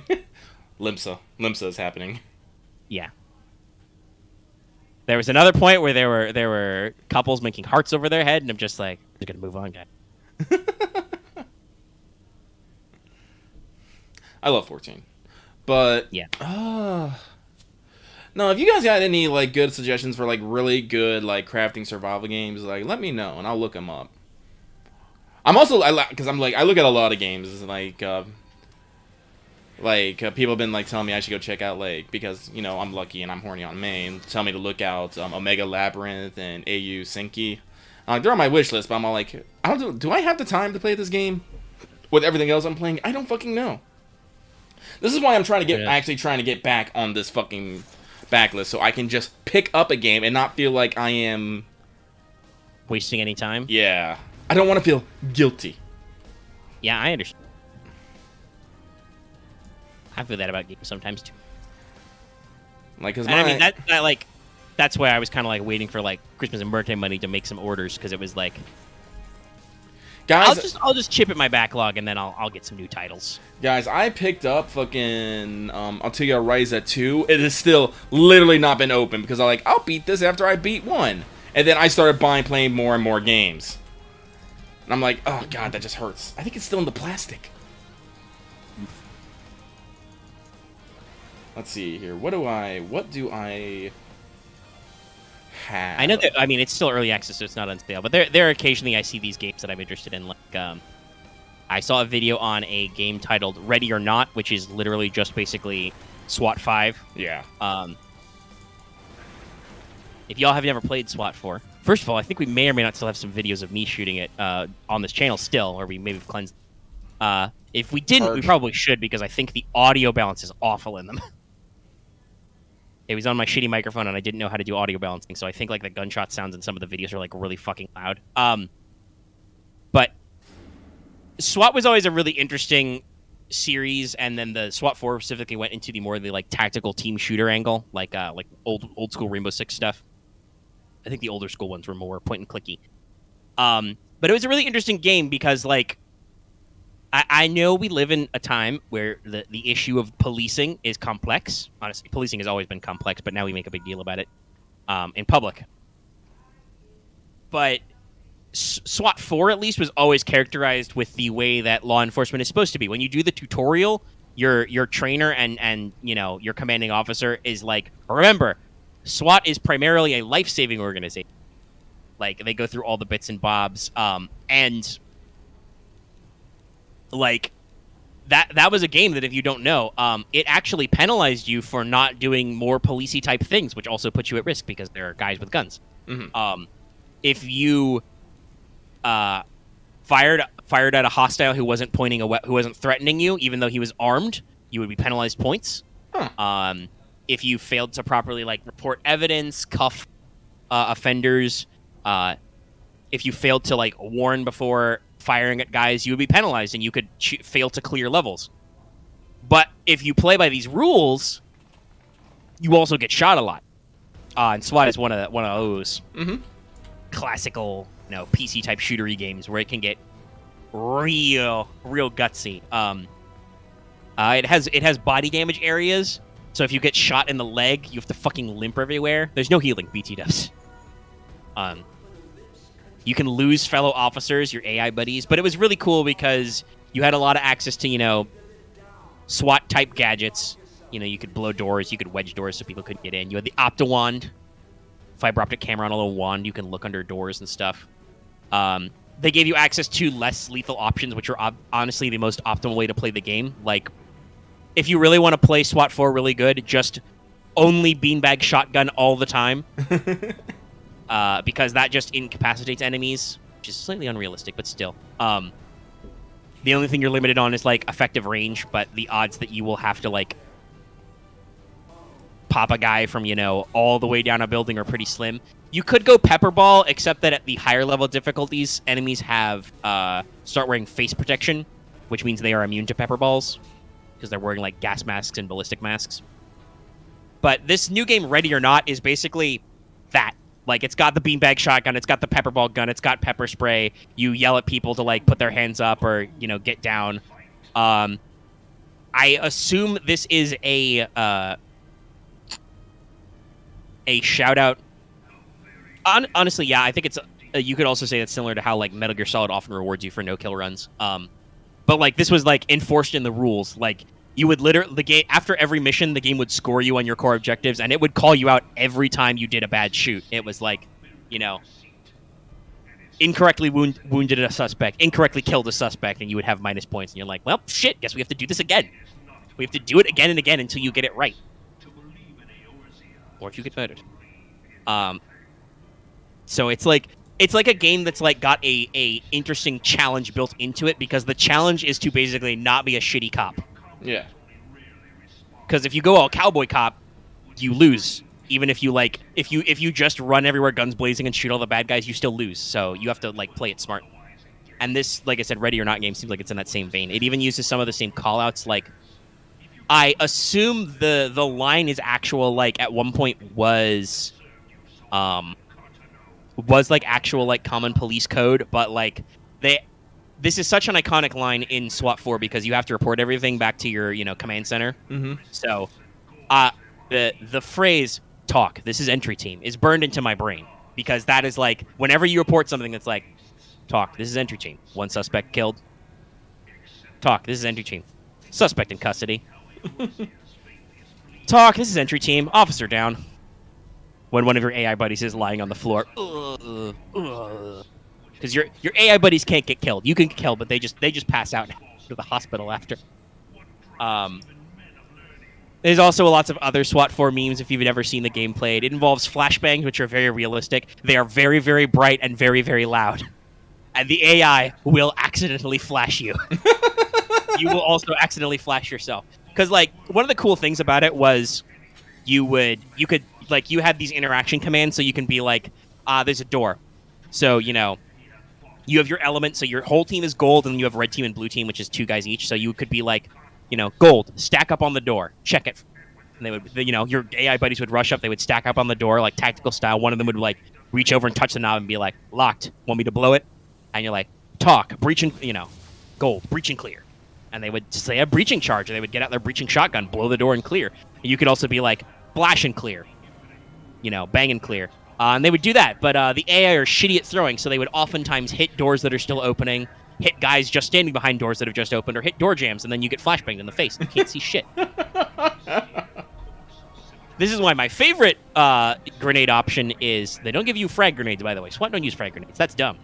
You get sting ball grenades, which fire little rubber pellets. Flashbangs, which we already discussed, and tear gas grenades, which, I'm sure that tear gas is being used in incorrect time periods. That's very terrible. I'm sure tear gas sucks.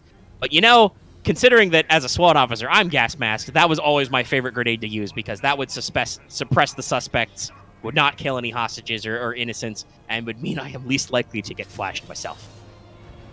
But like I said, eventually enemies start wearing gas masks, so, your options get more limited. There's an expansion pack that had a P90 as well. That was super cool. I love P90s. You know me, love my P90. Also, when you're playing a tactical police shooter, having a submachine gun with proper armor-piercing ammunition that has a 50-round mag is actually very handy. Oh yeah. You could only carry 1 or 2 extra mags, but that DLC also added an extra item called the ammo pouch, which just gave you 2 extra reloads. So I had 4 P90 mags, and I'm just like, I am God. Sir, put your hands. Ow! Shotgun me in the face. I'm dead.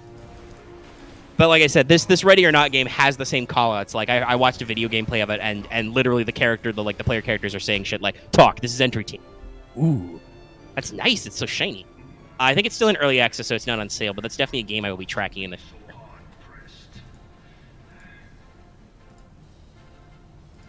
So yeah, that's another really interesting, and obviously, like I said, I've talked about this before. I'm a criminal justice major, diploma in it.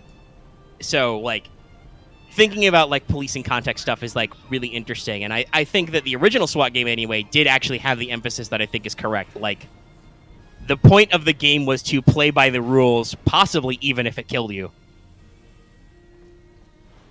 And just, you have to do it over and over again until you get it right. And, you know, like I said, doing cowboy shit would get you penalized. The smartest way to play was to use, you know, non-lethal, well, less lethal weapons, like your taser, like your beanbag shotgun. You know, secure doors, be tactical. I had a very fun thing where all your buddies had helmet cams, so you could actually see from their POV, pipped in. So you could like split the team and do fun stuff like that, see what was going on. It's very neat. I think it had multiplayer stuff, like for co-op. Maybe it's got that modded. I know it had like playable multiplayer, like, you know, PvP stuff, traditional PvP stuff, but like I'm not as interested in that kind of thing. But I know Ready or Not does, so that would be interesting to play.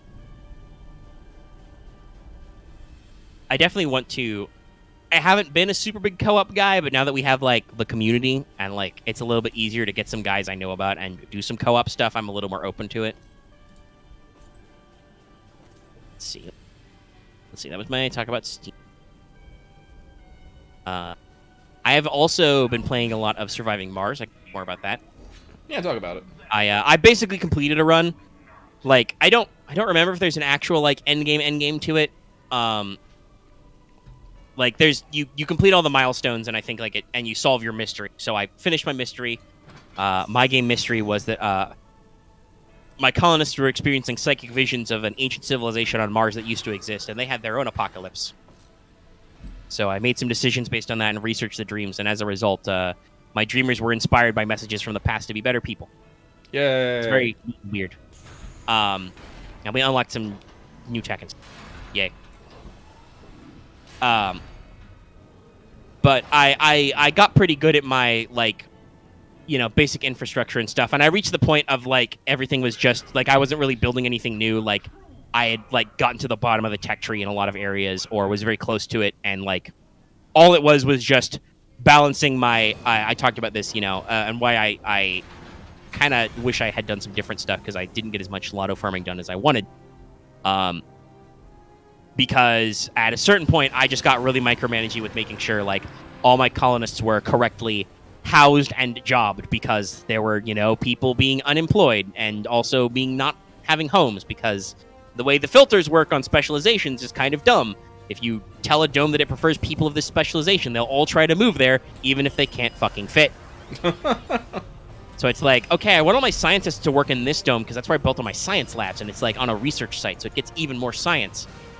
Now, what do you mean we have, like, you know, 10 unemployed people in this dome? Oh, I'm literally, like, over capacity. I have, like, extra scientists in the dome now. Shit. Or, what do you mean there are 4 homeless people here? Oh, I've got scientists who moved to this dome to work but don't have homes. Fuck. So, like, it was a lot of counterbalancing that. My previous senior center lockout plan, like, really went to shit. I'm so glad I paid $5 for that DLC. Because I started a new game, by the way, so I had to do that to access the new content, and holy shit was it valuable. I'll talk about that in a second. But, like, I just reached a point where I'm like, okay, I think I'm done with this colony.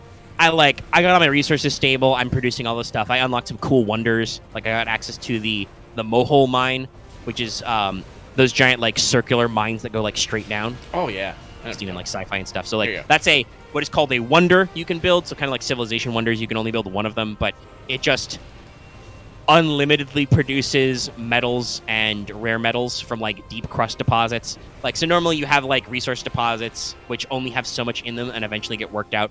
You can build one Mohole mine which always has stuff come out. Another wonder you can build is called the Extractor. It just turns raw soil into concrete, so it infinitely makes concrete, because otherwise concrete's in deposits you have to mine out. There's a radio telescope that gives you, like, free science. I built a space elevator. Oh, neat. Pretty neat. The space elevator lets you do I can't remember what all it does, but one of its major features is that it lets you import resources cheaper. You get a special discount on importing resources because it just comes down the elevator. It's very neat. So there's a lot of cool stuff. I think there's a giant fusion reactor you can build called the Artificial Sun, which also powers all nearby solar panels. So, like, there's some cool high-level stuff. There's obviously all the breakthrough techs, which is really interesting. Like in my second playthrough, I'm going to talk about it in a second, I unlocked the breakthrough tech Soylent Green, which does what it means. It converts... If a colonist dies, they are converted to food. So you get extra food when people become dead. Soylent Green is people! But also, I learned things about the game, because, like, colonists are lazy fuckers. I mean, yes. Well, okay, they're lazy. It also is to be slightly expected. I don't know what the exact scale of the game is. Like, some of these domes can get pretty big. You can build, like, huge arcology towers in the center, and, like, your smallest dome is a triangle, which has 3 slots for, like, the medium-sized buildings and no spire slot. And you can still fit 3 apartment blocks in it, and each apartment block holds, like, 24 people, I think. So, like, your smallest dome still holds, like, nearly 100 people. So they're pretty big, but the rule is colonists can only live and work in either the dome they move to or a dome that is connected by a passage. So a passage is a thing you can build between domes. It links their life support grids, so their power, air, and water are all hooked up. And then people can move between the two. Now, here's the thing. People cannot move another dome connected by a passage. They can only... It's 1 degree of separation, which is something I learned later. So you don't really want to daisy-chain domes. What you want to do is you want to, like, spoke and wheel domes.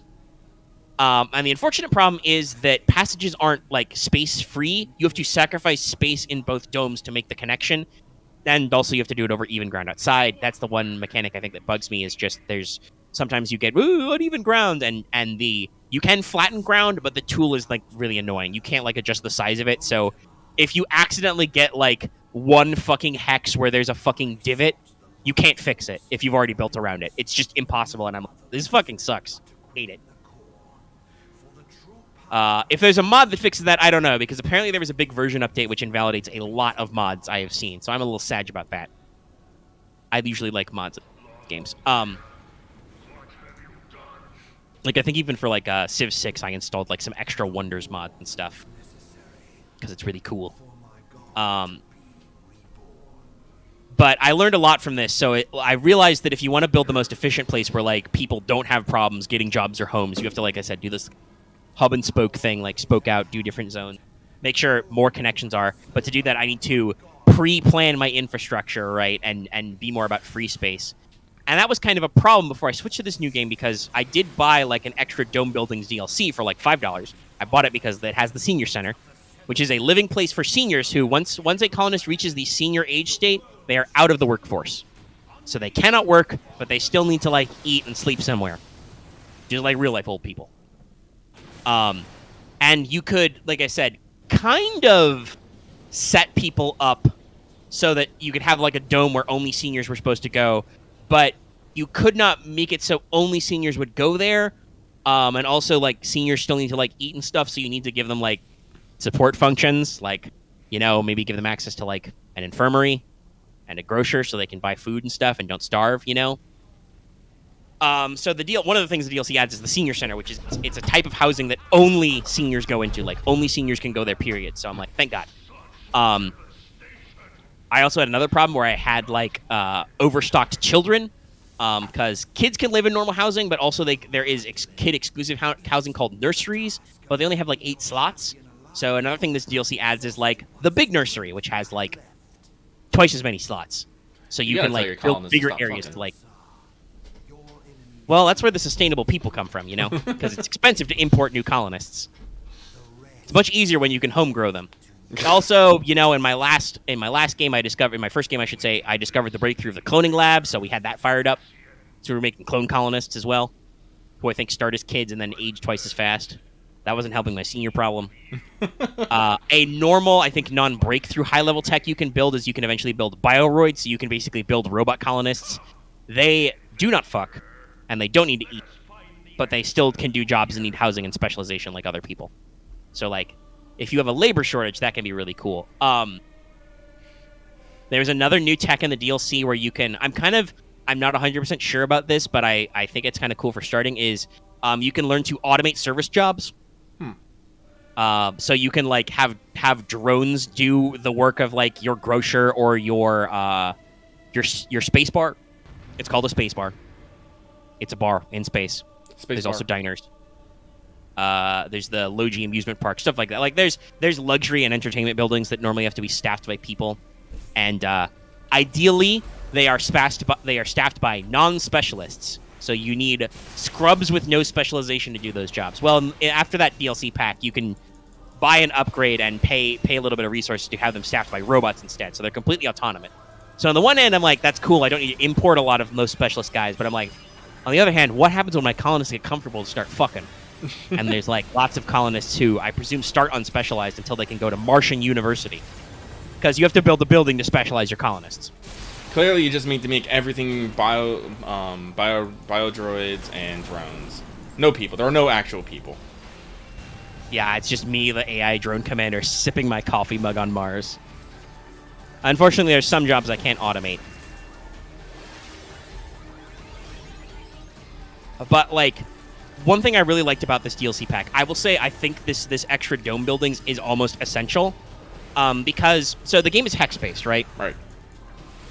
So every building is so many hexes. Some buildings are like a single hex. The next up is 3 hexes in a triangle, and then there's like there's the equivalent of like 10 hexes, basically, like an even bigger triangle with a centerpiece. And then some buildings only go in the spire slot of domes. Each domes of a certain size only have a spire slot. Certain configs don't have them. So like the mini dome and the barrel-shaped dome don't have spots for a spire because they're not, circular, but the big triangle domes and the circular domes do. And spire facilities are just like, usually they're like even bigger, better versions of normal facilities. Like you can get the hanging gardens, which is like, it's a really good like park because you can build decorations, but the hanging gardens are like a really good decoration. You can build a water reclamation center to recover a lot of your water. You can build your ecology earlier. That's where some special buildings like the cloning lab go, stuff like that. But so you have only so much space. Well, remember how I talked about the passage problem, right? Mm-hmm. Like, if you don't want your to be constantly, like, moving your colonists from specialist dome to specialist dome, which can get really tedious with the way the filters work. It also puts a bit of a burden when you get to this technology on your shuttle program. You can build flying shuttles, which will carry passengers. They're just really inefficient at it. They're much better at transporting cargo. So, that's out there. But you want to work with passages. Well, passages use up a hex. And depending on where you actually put them to connect them to the other domes, you might end up having to, like, block out more hexes for them, right? Mm-hmm. So you have this problem, or I ran into this problem in my first game where, like, I was using up space to try and do these like, passages and stuff so my colonists could, like, move around and be better balanced in their, like, jobs and stuff so we don't have, people who are unemployed. Not that... I mean, I'm not entirely sure. Like, I think they get a slight happiness malice if they're unemployed, but it's not like... Yes, there are, like, places you go where I think you would spend money to buy food, and, like, you can put in, like, shops, like an art store or an electronics store to, like, be a little bit of entertainment and tourism. But I also don't know if, like, you have no money if you starve to death. Maybe if you're in, like, one of those capitalist corporate Mars colonies. But I picked International Mars Mission, the easier one. It's the default start, and it gives you some very strong bonuses when you're get used to the mechanics and stuff. But they don't like it, and they definitely don't like being homeless. That sucks, If you're homeless on Mars, you just have to wander the streets of the domes, sleeping on park benches under statues of Martian founders. Anyway. So that means you can waste space. So certain buildings are only certain sizes. Like, your only options for medical care are, in the default game, are you can build an infirmary, which is a 3-hex building, and you can build a medical center, which is only in a spire building. So sometimes you have problems like fitting them in if you want to make sure everybody has access to medical services, right? Mm-hmm. Which a lot of colonists want. There's even a negative perk called chronic condition. Like, unless they have access to medical care, their health is like constantly going down. There's another one called hypochondriac. If they don't have access to medical services, their morale goes down because they constantly think that they're sick, and if there's nobody around to tell them they're not actually sick, they freak out. There's a lot of fun like perks and quirks that colonists can have. For instance, one of the traits your colonists can have is sexy, increased birth rate. Oh no. But there's lots of other stuff like survivor. They need like less food and oxygen. You know, you can develop the alcoholic trait. You are prone to sanity breakage and lose morale if you don't have access to drinking. Gamblers like gamblers lose morale only if they have access to a space casino. If you don't build the space casino, they have nowhere to gamble, so it's not a risk. But you know, if you want to make big buku bucks off Mars tourists, you need casinos and shit, because it's not enough that I flew you on a fucking rocket to Mars and put you in a self-sustaining Mars colony for you to look around. No, you need to be fucking entertained like it's goddamn Disney World on Mars.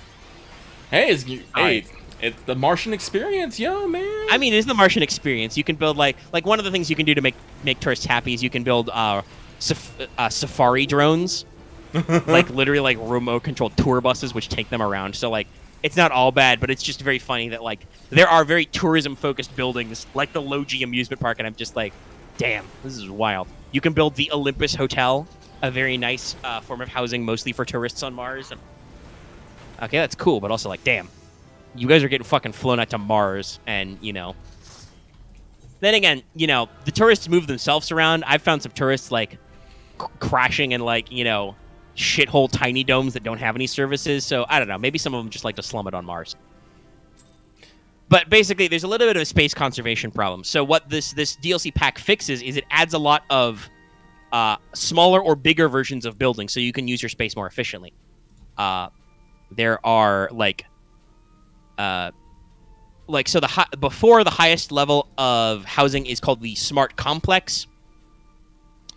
So, like, your normal level housing goes, you can build a living complex, which is, like, a couple of normal-ass space houses on Mars in the dome. Takes up a triangle slot. You can upgrade to apartments, which have less comfort, but they can house even more people. You know, they're a little cramped. Obviously, the Arcology Spire, which hosts a shitload of people. And then you can upgrade to smart home technology. You can add smart complexes, which are about the size of a normal living complex, but are way more comfortable and sophisticated.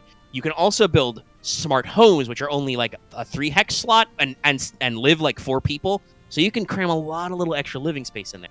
Well, this DLC adds smart apartments, which still don't hold quite as many people as apartment blocks, but still hold a lot of people and have higher comfort. And I'm like, that's cool. The big thing, though, is, like, they add, like, medical posts and security posts, which are, like, 1-hex versions of, like, the infirmary or the security station. So you can spread out these services a lot broader. It's got, like I said, they've got, like, the big boy version of the nursery to like hold even more children colonists and stuff. So it's just a really neat little extra detail thing. I know that some of those other DLCs are on sale, so maybe I'll pick up some more packs. But I've been enjoying my time surviving on Mars and getting even more nitpicky fiddly with my urban space planning. Urban space. Unfortunately, I don't got anything like that. Like, I keep thinking about, like, only thing is I'm probably going to reinstall Civ and or Stellaris, and I might start poking those again. Remember when we had Civ games, Omegas? Those were hilarious. Yeah, we did some Civ multiplayer stuff. We never did Stellaris multiplayer. Mm-hmm. I don't think we got up the gumption for that. We might want to try that. But yeah, we did some Civ stuff. We were very deep into Civ. I played a lot.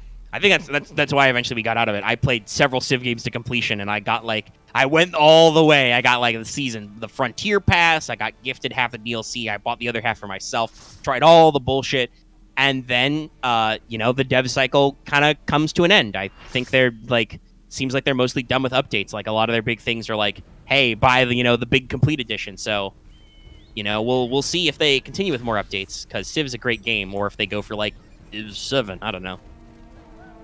Like I said, I still kind of miss that, like, some older Civ games or alternate Civ games that you go like even more into like the future. I'd love to see Civ get a little more high tech. Yeah, so like honestly, the only reason I think I am not playing my PC games right now is because I don't want to leave the Final Fantasy queue. Yeah, you're in the queue walker.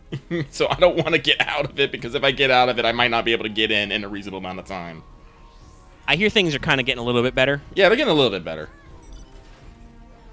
Like, it's pretty bad. Like, I made a tweet about this at one point. But since we're in like Endwalker, we're doing like new content and stuff. There's like new world bosses and whatnot to do, and so people can't people wait around in the area, but some of these world bosses have like they only spawn like once a week, and their spawn window's like 72 hours. Because of the queue window, though, people are like, no, we can't log out, because if we log out, we're not going to be able to get in enough time. So people were just, camping at spawn zones. Some of them for like over 24 hours just waiting for it. And it was hilarious because it's hilarious because people there would start finding things to entertain themselves. And I got on this bandwagon, and I find it hilarious that how many people were were so on with it. Some people would just read movie scripts. Like I wasn't there when it first started, but you've told some stories about this, yeah. Yeah, no, the first one, but on the first night, someone recited the entire script of the B movie, Monty Python and the Holy Grail, and Shrek. They would just copy paste and print it, and people would just sit around their campfires, because there's a minion in game where it's a campfire, and people would just sit around it. They would put it in shout chat, which was the dumb thing. They should have put it in yell chat, which I did. And people would just be like, "It's fucking movie time, y'all," as they just sat and waited for this thing. Like, I got on this on the second day, and I was like, "Hey, I heard people do movies. Like, what do you guys want to hear?" And someone was like, "Shrek," and so I was like, "Okay." I typed in Shrek script into Google, and lo and behold, there it was, and just copy paste. It took me like 3 fucking hours to do it. But there were people there, and like every once in a while, like this was the people. Some people would come in and be like, "Oh my god, why are you doing this?" Like, I could report you for this. No one wants to hear this, and everyone would be like, "What the fuck up? You're ruining the movie night. Shut up." And guess what? They shut up. And I was like, "Wow, this is a fucking community." The second night I was gonna do it again, but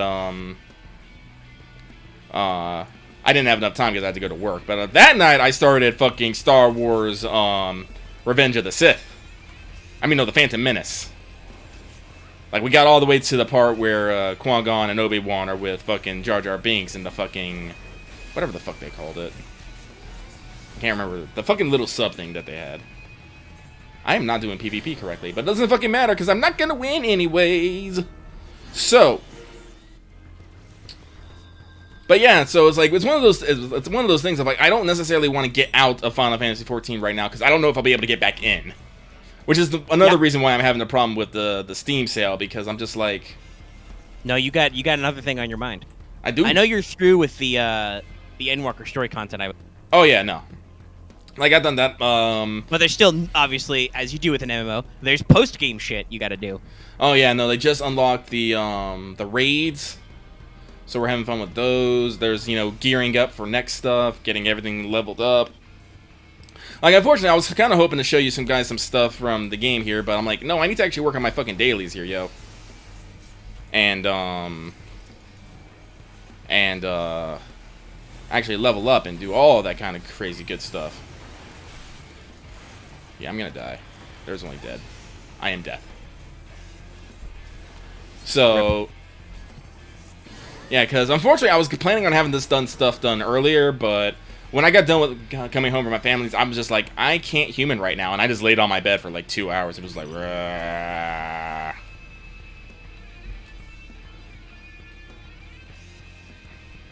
because I was socialed out. But no, like, again, I'm gonna install Solaris. I think do I have the Nemesis DLC? I might. Nemesis was a little while ago, so you might have it. I do not, but that's the worst. Like, I'll double check out, because I know, because we have some very kind people in our community. Sometimes they will just up and get us DLC and stuff, and I'm just like, okay. Yeah, we've been hooked up with a lot of stuff. Yes, thank you very much, guys. I mean, I still haven't tried it, because like I said, I'm a little concerned. I've also been stuff I was more immediately sucked into by gameplay, but I'm a little concerned that it'll make my computer explode.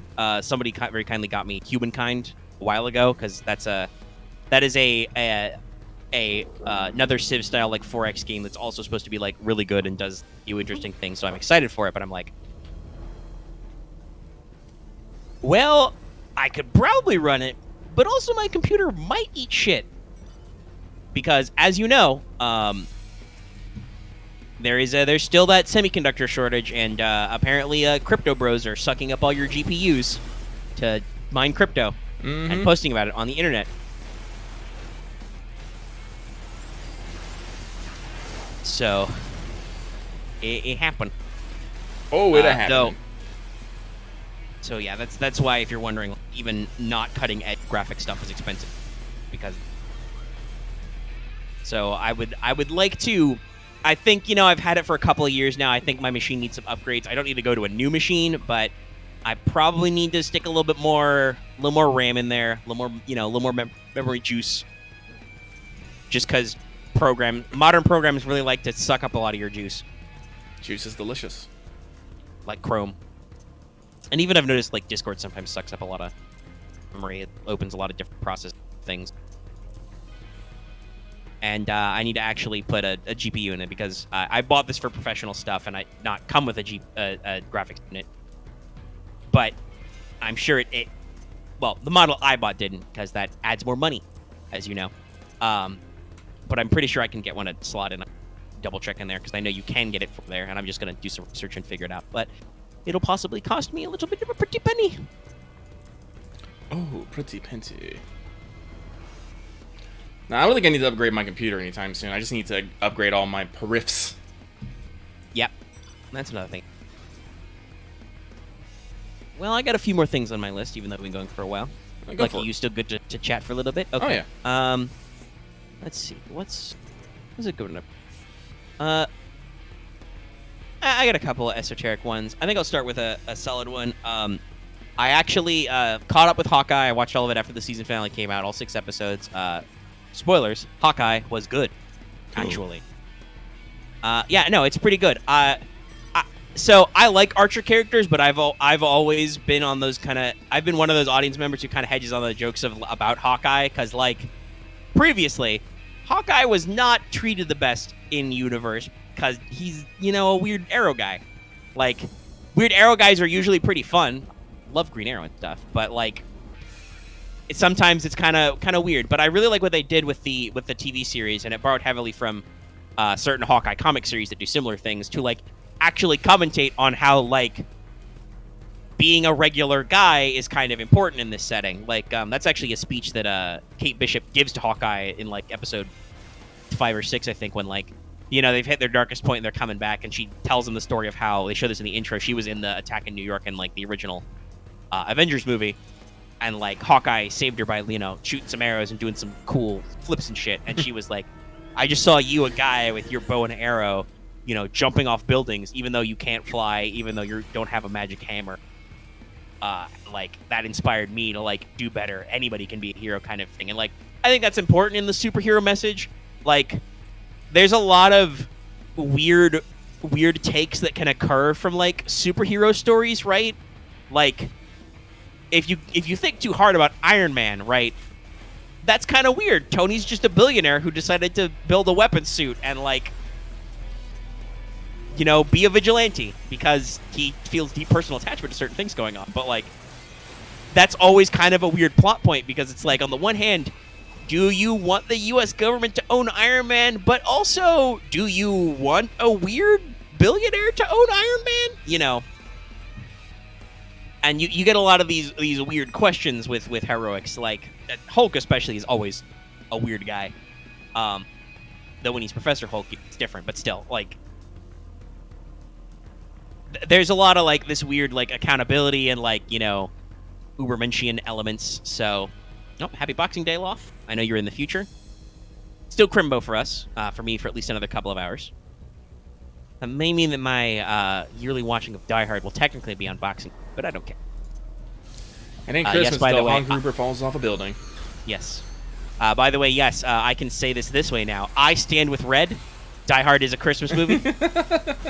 Because Everybody Drink, OSP did a very funny, detailed diatribe as their Christmas special, where they did Battle Royale of Christmas movies. So they had 4 members of their extended cast. They had Red, Blue, Blue's now wife, they got married, Cyan, and Indigo, who helps them produce their podcast, which I tune in. And all 4 of them did a PowerPoint presentation on a holiday movie, or special, in Blue's Case. He did How the Grinch Stole. But Red went last, and she picked the uphill of Die Hard, even though several people on the team do not think that Die Hard is a Christmas. I think it's wrong. Die Hard is absolutely a Christmas movie. It's totally about Christmas. John McClane goes to L.A. on Christmas Eve to go to a Christmas party to reconnect with his wife so he can spend Christmas with his family. And then Hans Gruber doesn't understand the true meaning of Christmas. He thinks it's about bearer bonds. He's in the way. John McClane has to shoot terrorists to save Christmas. Perfect. Perfect Christmas. Also, I love Ode to Joy, even though it is not a Christmas song. But yeah, so I have plans to watch Die Hard later today. Luckily, I don't have to stay up all night and let the video version of this cook, unlike last night with Let's Suck FGO. But I can enjoy my snacks. My family very attentive. In my stocking stuffer, I stuffed in my stocking, got a box of my favorite cookies and cream Pocky. Love that stuff.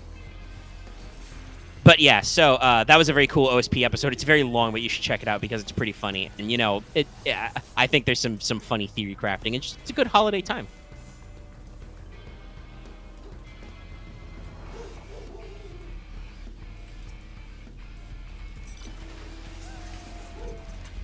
Interesting. I never thought about it that way. But Black Friday is definitely a mostly American thing because it's the post-Thanksgiving business. But yeah, I guess like Boxing Day, day after Christmas, because I've also always heard that. I don't know if you ever heard that from people that like that some things like immediately go on sale right after Christmas is over. I know that obviously they have like winter sales and stuff. Like the best time to buy winter clothing is right after winter is over, right? Because everybody's trying to get rid of it. But I never thought about it that way. I guess Boxing Day would be a good time. It's officially after Christmas, so you have to get rid of your fucking stock for the new year. New year, new shit.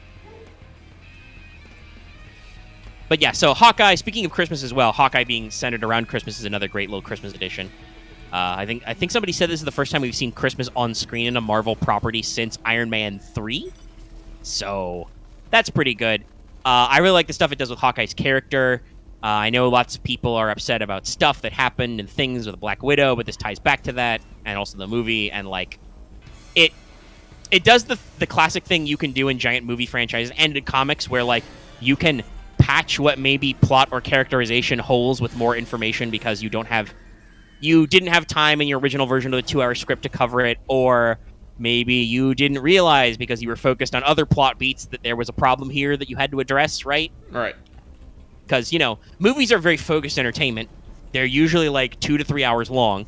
So you usually make certain shortcuts to punch up some stuff. But it's really good. Haley Steinfeld, the actor for Kate Bishop, really good.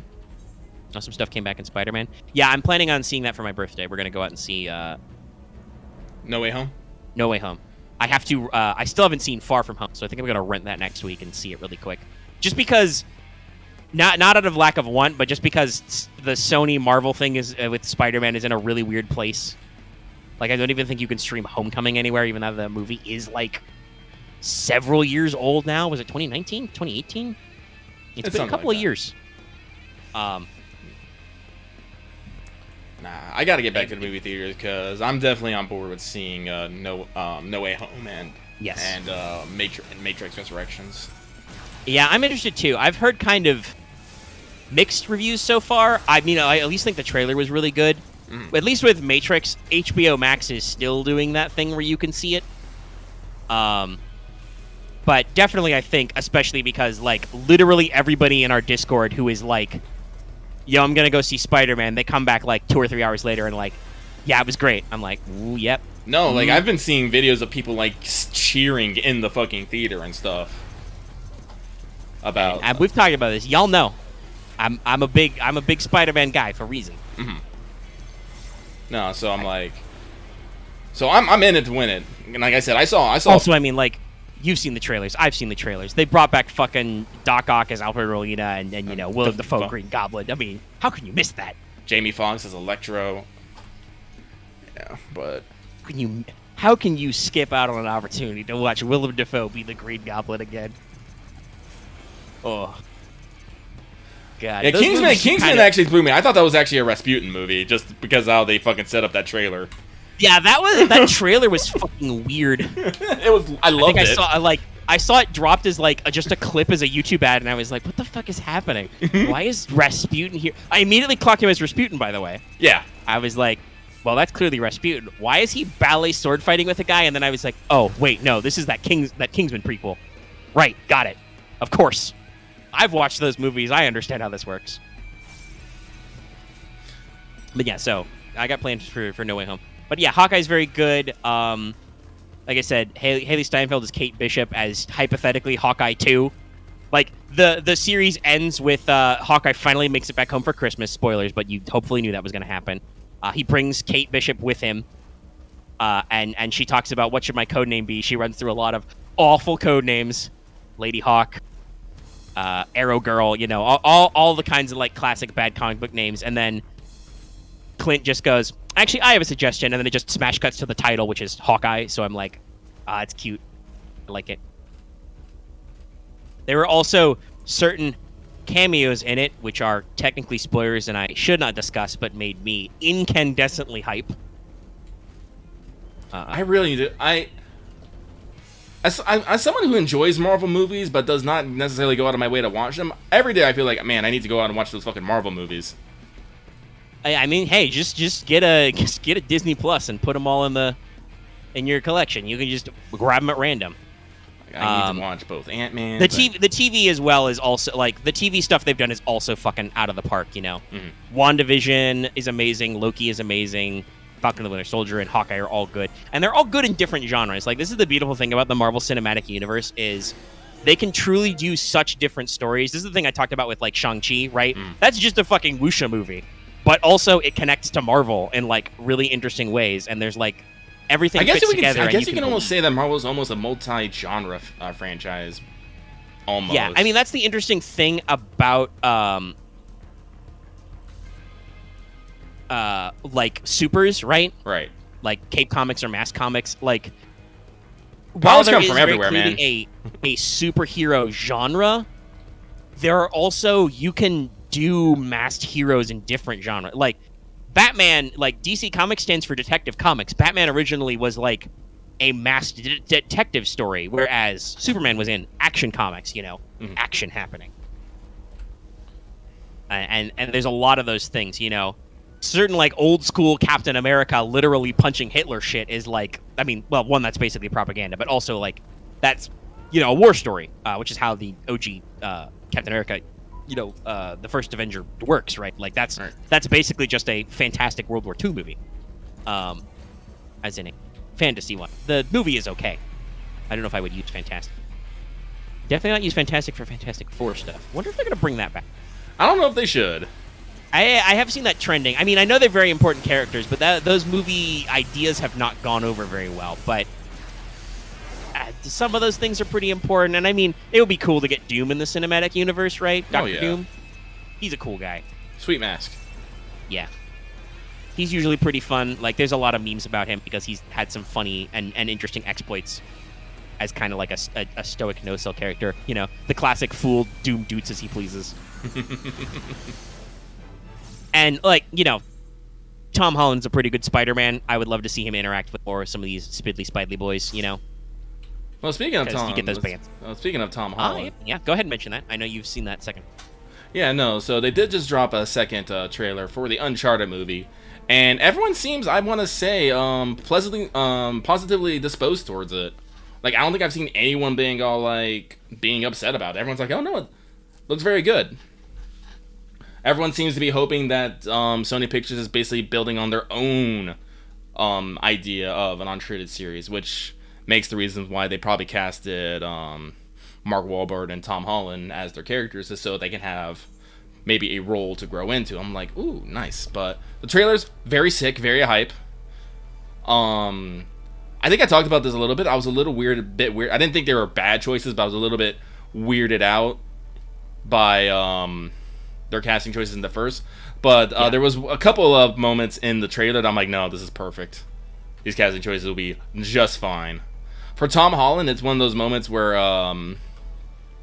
They're in the plane, the car's coming out, and like right as the car is about to end, he just goes, "Oh crap!" in the classic Nathan Drake fashion. Yes.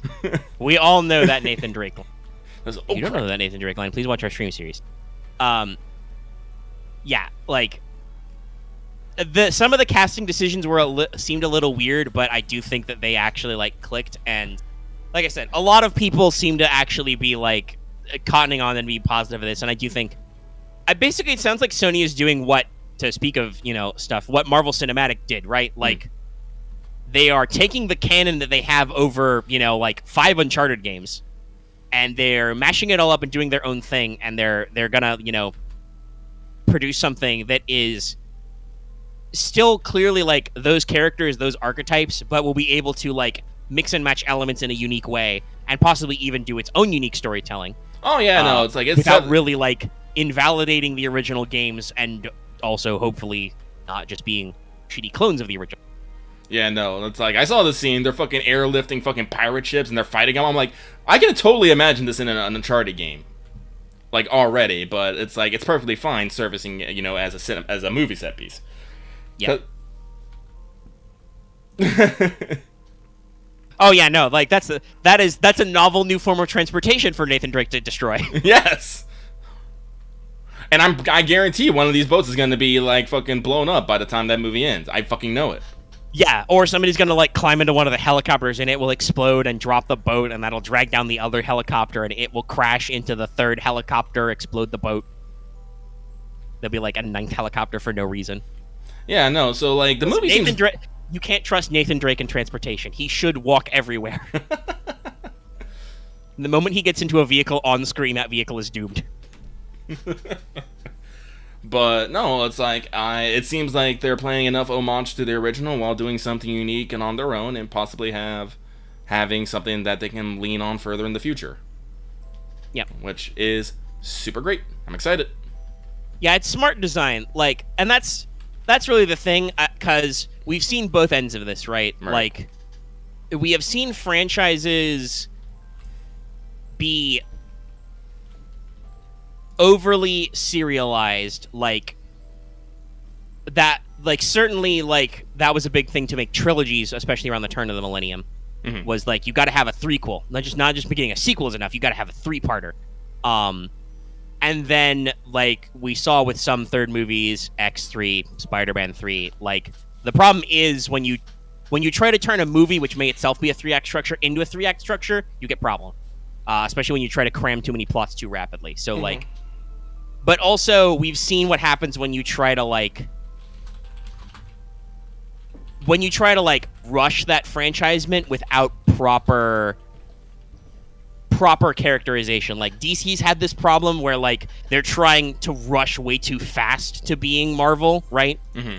Like they wanted to scream towards Justice League, so they didn't even do individual solo movies for all the Justice League members first. And then Justice League was kind of a train wreck in its original cut. I would also argue I think the Star Wars sequel trilogy is this way. They were so much so like, fuck yeah, we need a new trilogy, movies every 2 years, that they did not, pause and take the time to pre-plan these things. And like, I'm not going to tell you that, like I think I've said this before as well. I'm not going to tell you that George Lucas pre-planned the entire Star Wars, because while he did, he also didn't, because he vastly edited things between movies and even between drafts of the same movie. Mm-hmm. Like, his original draft of Star Wars was vastly different than what happened in A New Hope, and so on and so forth. So, like, yeah, you don't have to, like, perfectly script it, but there should have been somebody with, like, a singular creative vision behind that project who actually figured out why they were setting up these things, and not just what happened, which was, J.J. Abrams got some toys out of the toy box. Rian Johnson had his own idea for how to play with the toys and smashed them all together and did his thing, and then left to go do a third project, and JJ had to pick up the remains of the toys and, figure out how to repack them back in the box to make it finish. It was a very disjointed thing. Oh, yeah, that clearly. Like, no, that is correct. Lucas did not have that planned. But, like, and there's a lot of elements. Like, arguably the, like Obi-Wan is so full of these from a certain point of view nonsense is because what he's supposed to be saying changed canonicity between movies. Yeah, Darth Vader killed your father. Obi-Wan, you told me Darth Vader killed my father. Well, he did, from a certain point of view. You know, that's several years of real time. Like, let's see. First Star Wars was what, 76, 77? Maybe even. To double check. Oh, yeah.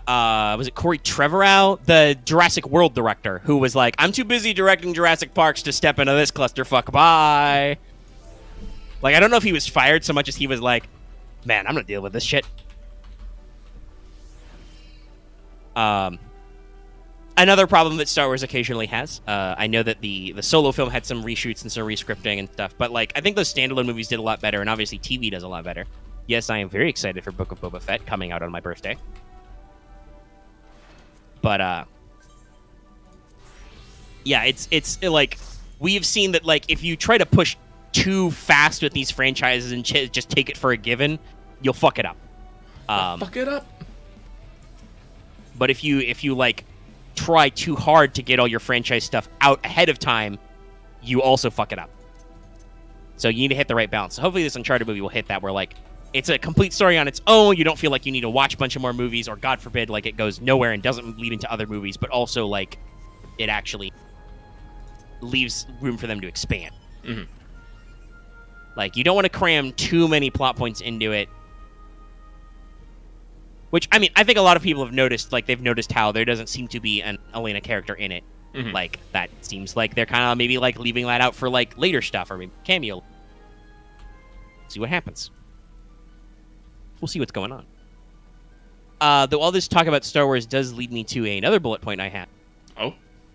I read an interesting article the other day about how, despite having a very nice trailer, Star Wars Eclipse might not be in such a shiny position as it should be. Oh, no. And this is not necessarily tied to the ongoing problem with Mr. Cage and the workplace, though some of it is. But, yeah, so apparently the reason why they had a cinematic trailer is because they don't have a game yet. Oh. There's no playable nothing. The fuck are they... So, the story that I read is that they are attempting to get acquired so that they can get... Yeah, they need somebody to buy them and give them a shitload of money so that they can build a better engine, because they want to do a big open world space explorer game with lots of planets. Hey, guess what? Quantic Dream doesn't have the engine for that. So apparently they are struggling with the tech. And they are looking to get acquired because they've got access to the license and they've got a good plan, but they don't have the tech for it yet, so that they can get an influx of money so they can design a new engine. And also so they can hire people, because apparently, actually related to the problem with David Cage and the stories of a toxic workplace, Quantic Dream Paris is having a little bit of a hiring problem right now. It seems like people don't want to join a studio where there's a guy who's under investigation for, you know, possible sexual harassment and homophobic remarks in the workplace. So, yeah, they hired a third-party studio to do a cinematic mock-up trailer. They clearly have, like, a high-level plan, but there is no playable version of the game yet. They have no like, beta or alpha or nothing. They just are at a point where they are still early in pre-pro, and they apparently need funding, and I was just like, ooh, this doesn't even sound like the game's going to be a clusterfuck. I'm just concerned this game will get off the ground. Oh, no, they got me so hyped. Now I'm so concerned. Yeah, it is a damn shame when you shell out money for a cinematic trailer because you don't have anything to show. Like, obviously, that's pretty common in pre-production, right? Like, you do an announcement trailer, but, like, yeah, they're trying really, really hard to make it look like they've got a really cool product so people are interested in them, because they don't have a really cool product and they need more money to make it. I hope they get it. Like, I mean, the obvious fucking thing is, if I was like a big shot, like high-level developer, I would be like, okay, these guys have a Star Wars license, they've got some hype, they clearly have a decision. Yeah, sure, fuck it. We'll buy them first party, and we'll fire all the executives, we'll hire all the new people, we'll just delete all controversy by removing people who are in any way possibly responsible, and we'll just make this game. But that's still hard, and you never know how, like, because I think, like, David Cage, for instance, himself is like a founder. You don't know how other people are involved in the thing and how, like, if there is a problem, how deep the problem goes. Yeah. I say if there is a problem because, like, this is an ongoing legal procedure, so, you know. I said this earlier. I'm sorry, I'm a criminal justice major. I was educated in school about, you know, reasonable doubt and, you know, all that stuff. So, sorry, I like to speak in a non-specific way because that's how we handle our legal system. This is an interesting convoy you have going on. This is the Zadnor skirmish grinding train, which is basically the primo way to grind levels in Final Fantasy XIV right now, to get from 80 to 90. Yep. Well, actually 70 to 90. And I just love this little convoy of all the different mounts. You've got some fat chocobos. You've got some people in the Final Fantasy 15 car. You got like somebody is like a Garuda or a Firebird. And it's already dead. God fucking damn it. Rip. Well, you got the skirmish joint. Maybe you get some credit. Nah. But no, this is basically what happens. Everyone just runs as fast as they can to every fate, tries to kill it, and go on. It's a little nuts. Some of those people riding polar bears? Yes. Listen, we have a fuck ton of mounts here in Final Fantasy. Yeah, like I see like a nine-tailed fox up there. There's a Marlboro mount up there. We got a lot of bird mounts. We got various ones. There's someone in a tank. Check out that tank. I need that tank. I want it. There's a peacock. These are called level checkers. The thing I clicked on here, that's a super rare mount that you have to fight a new world boss for. I, of course, have the what is it called? The SDS Fenrir. The SDS stands for Strife Delivery Service. I pay real money for this, and I love it. Oh, you got Cloud's bike. I love it, yeah. No, I'm like... Yeah, it's a pretty sick mod. We have, you know, various amounts of horses, dragons.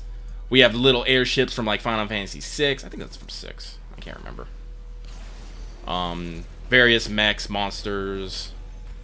And also perfectly normal things like bears and goats. Fat chocobo. Oh, that's Twin Tanya right there doing spins. Yep. No, like Final Fantasy XIV is an MMO, and there are just mounts galore. It's hilarious because, you know, they're mounts. They don't do anything but, you know, take you from a place, but, you know, you can see a person's personality in it. It's great. Like, God, like, I got like several pages of fucking mounts, but like I said, I'm not doing anything particularly fancy here. I'm just trying to get my character to the next level.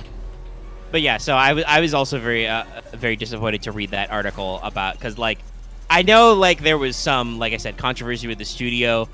That doesn't necessarily make bad games, obviously, but what does make bad games is not making a game yet. So that's kind of a bad sign. I don't know. Obviously, it means that the game isn't bad yet. The game just doesn't exist yet. So. I'm trying to figure out if I feel lied to. I'm not sure. Because it was just a cinematic trailer, but yeah. like when I saw it, I'm like, they have a vision, and this is going to be sweet. But the more I think about it, it's like, actually, no, this trailer... I mean, they at least had they had a timeline in mind, right? Like, yeah, but that's what, the more I think about it, it's like, no, it's just, they just showed me a bunch of cool stuff. They didn't actually show me anything except really cool set pieces. I'm like, God damn it. Yeah, I think the unfortunate thing is just that, you know, it's one of those... There are a lot of studios that do these things. Like, I think Blur was very famous for cinematic trailers, but, like, that was made by a third-party studio who are hired to make cinematic trailers, so it's like, ooh. It's not like being lied to, but it's definitely like... I feel like I've been slightly bamboozled. Yeah, it's definitely bamboozling. You know, it's like you show up to a friend's house for a meal, and they're like, did you cook this yourself? And they're like, yes. They did not cook it for themselves. They, you know, like, maybe they, like, finished the prep at home, but they had it, like, catered or delivered or something. It's like... So you're not lying to me, but also you're lying to me. You know, it's not like really deeply morally wrong. It's just kind of confusing. But yeah, so that was an unfortunate story, but I was like, I feel the unfortunate need to mention this to Lucky Public and to hope with everybody that it turns out okay, and maybe, like I said, maybe they do get acquired, and maybe we remove anybody who's problematic, and we can actually make a game that looks that cool as that trailer. But if not, well, whatever. Development hell. I do know that a lot of people are also a little bit upset at EA that apparently they are planning. They've told DICE to like, presumably for Battlefield 20 whatever, 40 something, 42. I think it's 42. Yes. 42, 48. It's in the 40s somewhere. DICE has basically waived off future support for Battlefront 2. Oh, jeez. Like there will be probably no more content updates or anything, no new maps or anything. It's it's complete. The game is okay. I actually sat down and watched the Russian Badger video about it that Loth always takes his clips from, the hoopla and stuff. It's very funny. You should watch it. I think it's got some merits where, like, as an arcade shooter, it's like kind of fun, but also it has problems with balance that will probably never get fixed now. Because it's still like DICE really leaned into the arcadey part of the arcade shooter, which even more so than the actual like original Battlefront games were. Because, like, yes, they were very casual Battlefield clones. You had classes, you had some special classes that had some stuff. You did have heroes, but they were also it was. I wasn't tactical, but it was definitely a lot more like down to earth. Like you had vehicles, you had different vehicle slots. Until Battlefront 2, you couldn't even actually play heroes. And yes, heroes were bullshit, but it was a slightly different point system. But there are also a lot of like really good mechanics. He talks about like the Enforcer classes, which I also enjoyed when I played it. The reason why I mostly don't play Battlefront 2 now is just because the game is fucking huge now. Like I got the like complete edition on sale with all the extra content packs and everything, but it's like 100 gigabytes, and I'm just like, damn, dude, I don't have space for this shit. I got like 4 other games I want to install and play.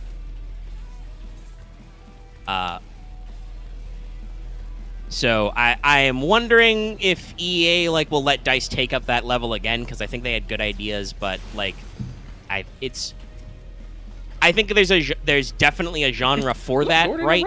Help me, Gordon. Sorry. For like Star Wars shooters, like there's always been Star Wars FPSs and stuff, Maybe we go back a little bit more to maybe more like the Dark Forces, Jedi Knight series type stuff, which is very Doom-esque. I wouldn't be shocked if maybe some people have some pitches for some, bounty hunter-y type games after the Mandalorian and stuff, some Fringer shit. And obviously, Squadrons was pretty good. Played all that on stream, a lot of fun. But yeah. So I have a brief one more subject, but I think I'm about out. Do you have anything else you want to talk about, Lucky? Not really, no. Okay.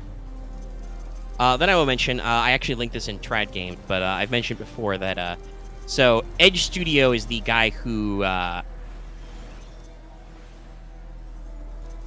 took over RPG development from Fantasy Flight Games, right? Right. And they're actually chucking out new content. And unlike Atomic Mass Games, who took over miniatures games for Fantasy Flight, Edge knows how to post news articles about products. Oh, jeez.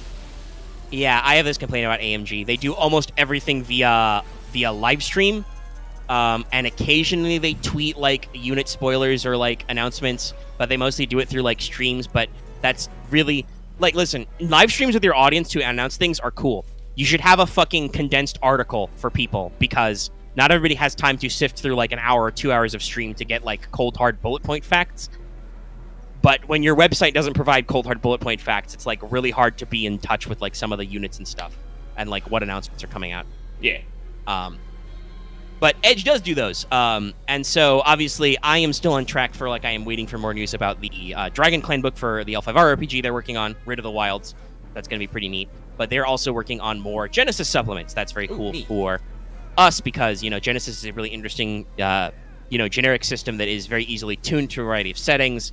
And while all of the setting books that have come out are, well, I shouldn't say all. The expanded player's guide is pretty generic, and it's a very, very good piece of expansion to like telling you how to do extra settings in the universe and like setting up more tropes and things and giving you access to like even more behind the scenes stuff like I love the adversary creation rules in the EPG. I use it for Star Wars. Like, honestly, like if I need to kit bash more generalized stat blocks for things, I just throw those out there. I use them heavily for designing the various adversaries that are so far in Gen Sakai.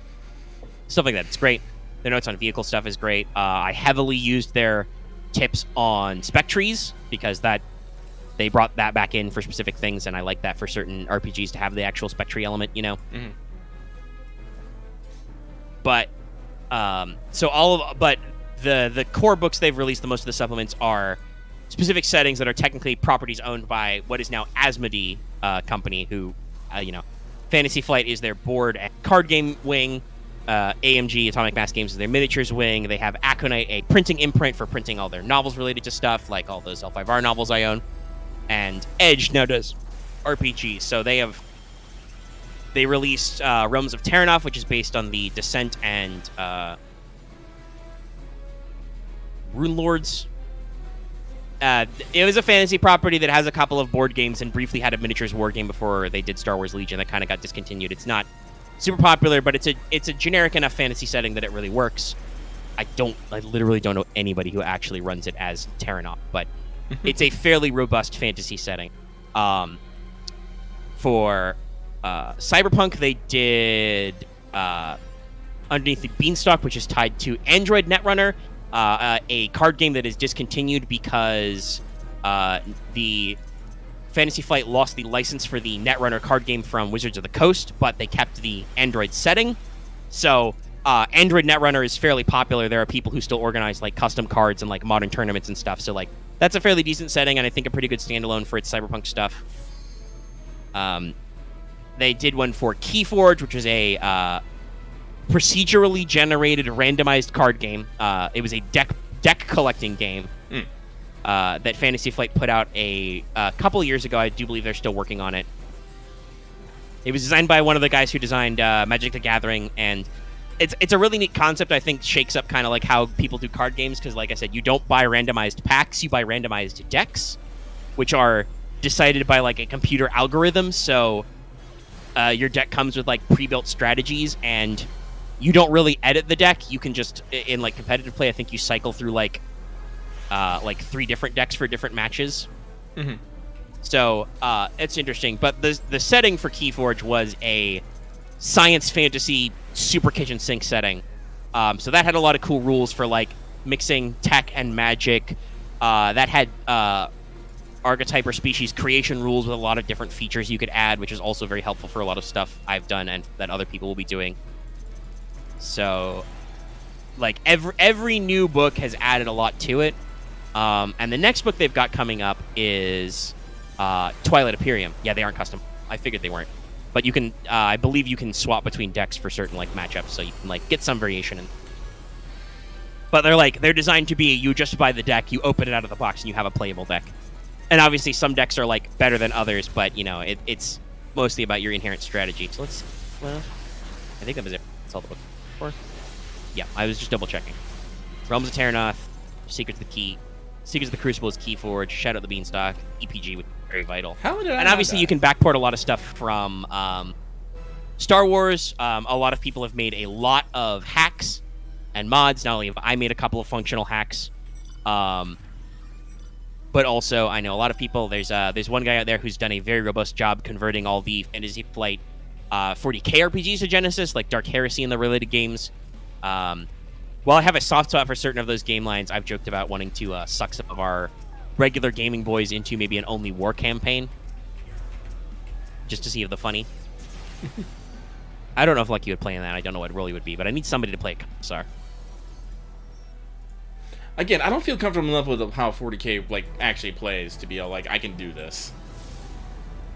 Yeah. I feel like 40K is a specific club that if you don't do it right, everyone fucking just eternally hates you. I mean, that's definitely how the greater fandom is. I don't know if anybody in our community would, because, like, I like 40K, but I also accept that the setting is dumb. Stupid. In the grim darkness of the far future, there is only war. It's not how logistics work. Eventually, you run out of war, but, you know, it's a war game, so the plot is made to make there be war. So you can have little plastic spacemen fight. Someone's having fun just spinning this elephant, by the way. Oh, they stopped. You spin me right around, baby, right around. Kojima. That's another thing, by the way. That's a fun, like, that's definitely a Hideo Kojima touch, but I wish more games did, where you could just, like, straight up play real music anywhere. Listen, like, I know a lot of games do use licensed soundtracks through, like, radio and stuff, but usually that's only through certain areas. No, again, I'm eternally upset that Death Stranding did not just have a fucking MP3 player that you could just whip out. Yeah, I don't know. Maybe he couldn't get a brand deal. Maybe. Like, usually that stuff is, like, licensed, like, for Metal Gear Solid, the Metal Gear Solid 5, it was a Sony Walkman, right? Yeah. And for Metal Gear Solid 4, it was an Apple brand iPod, which include the Metal Gear Solid Integral Podcast, a podcast about Metal Gear Solid in Metal Gear Solid. I think they had more episodes than, like, the 3 they released, but maybe not. But that was a dumb Kojima idea. Listen, I loved it. Yeah. Hey, we have the Metal Gear Solid, the podcast, on the iPod in the game Metal Gear Solid. Oh, yeah, I think I've talked about this before. The Mages of War game system is heavily influenced on hacks of the old school 40k RPGs. Like, that game that I made, it directly draws its influence from Dark Heresy, basically. Because the actual line was, I based Mages of War on a XCOM homebrew I made once, that I actually playtested. That is vaguely fleshed out. It hasn't seen the light of day in a long time, but it exists. That XCOM hack was... Actually, I think I have an AP of one of the playtests on the channel, I think, still in our early days of APing. I don't know how listenable it is because of microphones and stuff, but you can check it out. So I based Mages of War on my XCOM hack, which was based on a Halo homebrew RPG I helped playtest that was itself based on, like, Dark Heresy and Deathwatch and stuff. So there's definitely a lineage to those kinds of games through, like, several homebrew ideologies of trimming and rebalancing stuff. Mm-hmm. I don't know. I like I said, I would probably want to run only War as is because that's a very late gen game, and so it has most of the things ironed out, and I think it does some good, solid mechanics in it. But I could also, like I said, just pick up this Genesis version of it. But yeah, 40k is an interesting setting. I think mostly the thing is with depending on what game line you play, you would want people who are more invested. Like, Lucky, I wouldn't try to pull you into the RPG Deathwatch where you play Space Marines because I don't think you know enough about, like, all the weird fluff stuff about Space Marine that you would both be interested in or be able to, like, fully embody being a giant Space Marine man. You know? Yeah. And you wouldn't be interested because of it. Only War is interesting because playing Imperial Guard, depending on the stuff you do, because you get to build your own regiment, you can probably make more sci-fi references and you can kind of build your own backstory. So that might be easier. But if you're not interested in it, I might just do it with someone. I wonder if I can get Loth to play a Commissar. Commissar Loth would be hilarious. I don't think he would either blame everybody or he would blame nobody. I'm pretty sure you would blame nobody because if you blame, like, I'm assuming if you get blamed, you're done. Well, yeah. So I think it was actually called the blame rule, but it's a common meme on the internet because the Commissars in 40k are like political officers in, like, actual historical militaries. Like, the name Commissar is taken from the Soviet military, but their job is to basically be political officer and morale officer. In the tabletop, I assume the way they still work is basically you attach a Commissar to a guard squad. If your guard squad, like, loses morale and breaks, your Commissar is allowed legally and has an enforced rule on the tabletop to execute one of the fleers, which makes your squad not break because they know they're going to get shot. Like, that's the Commissar's job, is to make sure that your units are not being hierarchical. Everybody's following their ecclesiarchy approved things. They're following their, oh god, if I played this game, I couldn't be horny on main. I don't know if I can do that. I mean, you could be a little bit, but you gotta be careful about falling to the force of chaos. I don't know. I guess that could be a role-playing challenge for me. I have to be secretly horny on main. And so like commissars are also like your morale officers. Now commissars are not universally evil. Like there's some really cool commissar characters, and there's a very famous tongue-in-cheek novel series called Caiaphas Cain, Hero of the Imperium. It's about a commissar who outwardly appears very heroic, but inwardly, because it's all narrated from his point of view, he actually thinks that he's like a coward and he doesn't try very hard, but because he keeps getting into these situations where he has a reputation to maintain and he's desperately trying not to get killed, he's actually like really reasonable and sensible for... Thanks to the welcome to the membership. Membership. Is it me? I need to change that. I need to make some sort of weird, funny name for that. Yeah, I think membership was our punniest name when we came up with it, but that was several months. That was someone else's joke. We just stole it, but also I think we may have just started saying it because we have awful diction and may have actually said it membership sometime. I think I did. I think that was. Yes. And knowing us, that's how we operate. Somebody says something funny, like even as a mistake, and we're like, we'll run with that. Because we are awful at speaking and typing. But so like the Caiaphas Cain novels are really funny to read because like it's basically he's like a reasonable commissar. He really doesn't want to shoot anybody because that makes, you know, units get pissed off at you, and he doesn't want to be in dangerous situations, unlike a lot of like Imperial Guard commanders who are very, you know, glory seeking. There's that classic meme of the guy in the tank, drive me closer, I want to hit them with my sword. Which some Imperial Guard commanders will be like that. They'll be like, well, I have a chainsword and I have a tank. So, tank driver, put me closer, I wish to hit them with my sword. Glorious melee. So, like, it's an interesting role. So, like, you don't have to just be constantly be, like, you know, dogging on your own guys and shooting them, but I think it would be interesting. Like I said, Loth would either be the most laid-back commissar ever, or he would just be like, I'm tired of your disingenuous assertions. Blam. Bolt pistol. Also, yes, Aaron Troll said this in the chat. No, I believe the way in Only War, the commissar has a special ability where...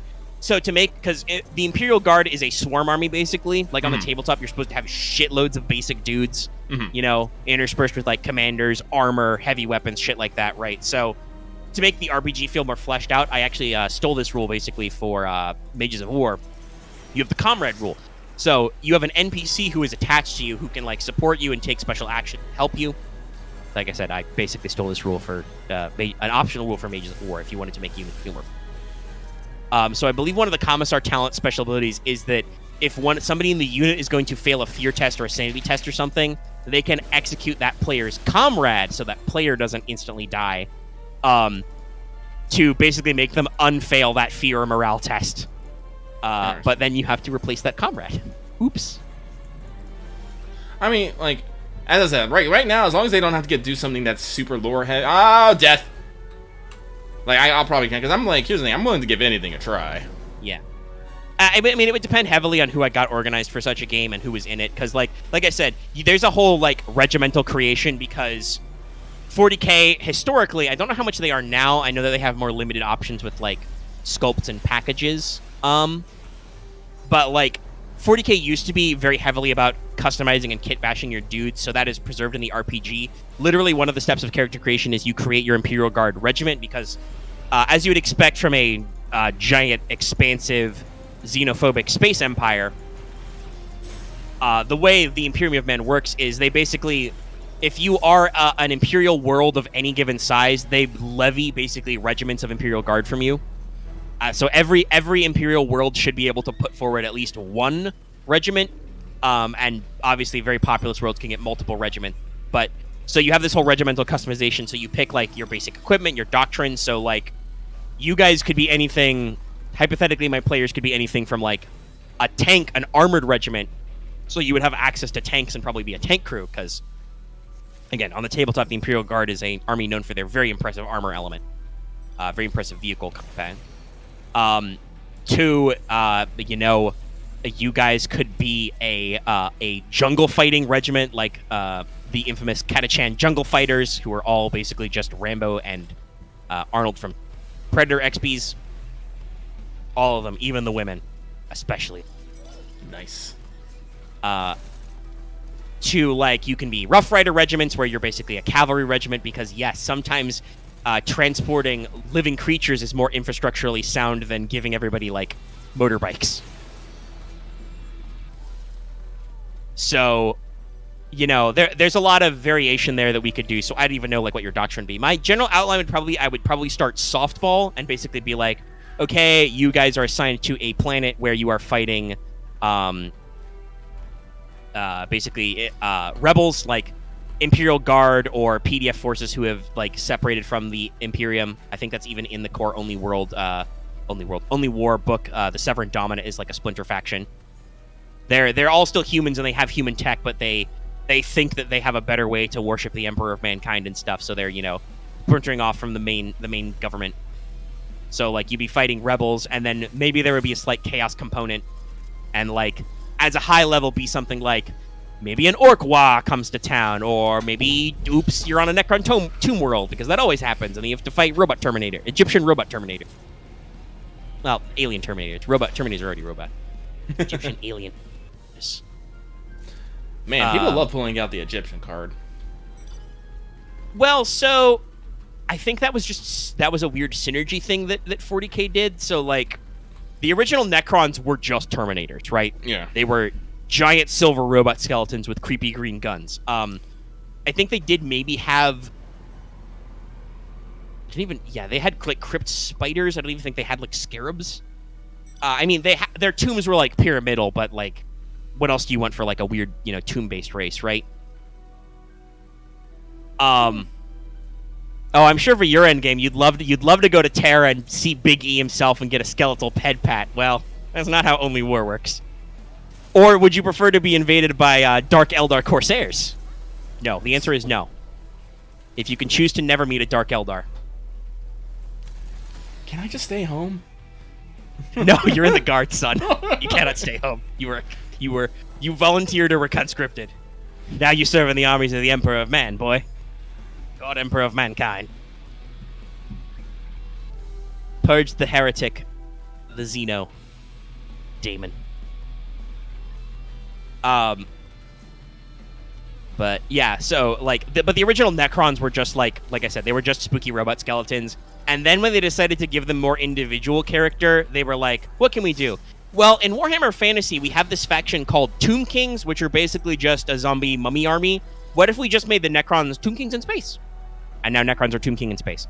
They have a weird Egyptian motif, despite the fact that they are really fucking old. Yes, the Tyranid ain't your home. I could also do Tyranid Invasion, but I feel like that's better for Spellsmerns.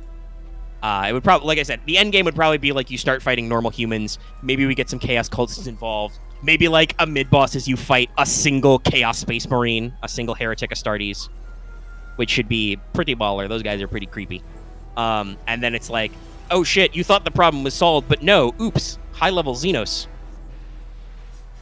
Maybe we do the classic thing they do in, like, Dawn of War, where, like, some Eldar show up to be like, hey, Monkai, we're not here to bail you out, but if these aliens defeat you, then our entire plan we've foreseen with our psychic powers will go to waste. So we're gonna like help you, but we're not helping you. So shut the fuck up and don't talk to me, human. Okay. And then like 50% of the time, the Imperial Guard go, shut up, Falzino witch, blam. And the Eldar are like, I don't know what I expected. But honestly, like running into like. While Necrons are really scary, I think they are much more, like, easy to wrap your brain around. They're robot skeletons who like to reanimate and shoot horrifying, flesh-melting disintegrator guns at you. As opposed to, oh, God, there's a meme I love from the now discontinued, unfortunately, Emperor's text-to-speech device. Because Games Workshop has some backwards-ass Nintendo tier free use ideas. No fan animations, fan games, or fan comics. Everybody watch our premium streaming service. All your Warhammer content from us. Games Workshop. We know what we're doing. Games Workshop probably did not know what they were doing. But there's a joke where they literally read a list of all the Dark Eldar weapons from like an older codex, Horrifexes, Terrafexes, Dead Man's Hands, Masks of the Demon, I think they have weapons called penetrate. Like, it's gross. You don't want to meet any Dark Eldar. They're horrible little semi-immortal. I mean, they're basically dark elves in space. So take everything you know about the fucked up drow shit from like D&D, and then also put it in space. So they have, guns that look like penises, which shoot poison pain needles that like melt your blood. Why would you do this? Well, so the Dark Eldar, I think I've talked about this before. The Dark Eldar kind of this problem where their species created Slaanesh, the demonic god of excess, of pain and pleasure. So basically, to constantly keep Slaanesh from eating all their souls, they basically cause as much pain and suffering for other people as they can, just to keep Slaanesh sated, so Slaanesh doesn't decide to just drink their milkshake. Whereas the Craftworld Eldari, as they change the term to make it more copyrightable, and Dark Elves are Drukhari. Again, speaking of Games Workshop business practice, the Craftworld Eldari are just like, no, we're gonna live like weird, aesthetic space Amish lives and like meditate on soul stones and make sure our souls go in shiny rocks that we keep rather than get eaten by She Who Thirsts.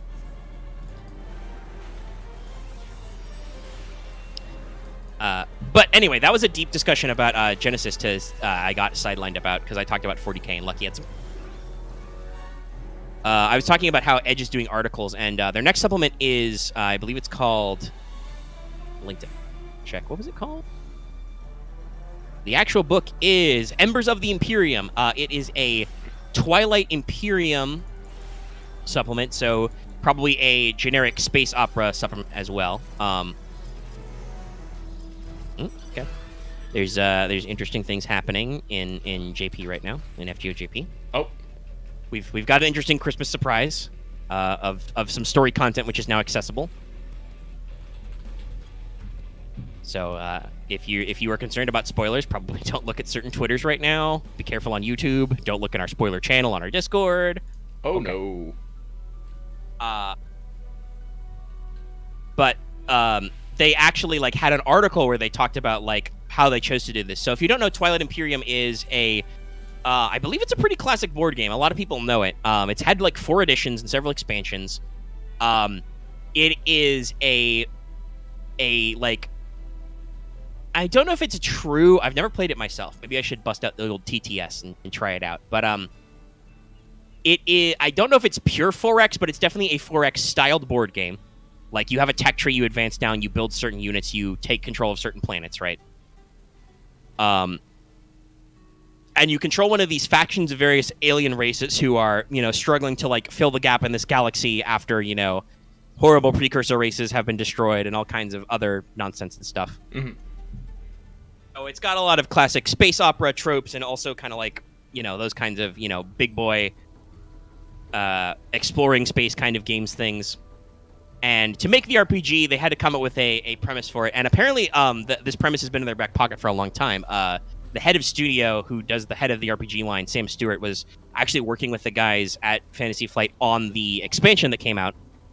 I think it's Prophecy of Kings. And like the guy who was like FFG's head of Twilight Imperium, the board game, was like, man, I hope you get to do an RPG someday. And Sam Stewart was like, yeah, it's neat. How do we do that, though? Because like the game is based on being like each player controls an individual alien faction that compete with each other. Yeah, it's a big one. It's a long one. That's probably why I haven't tried to play it before. But I believe it's pretty well known.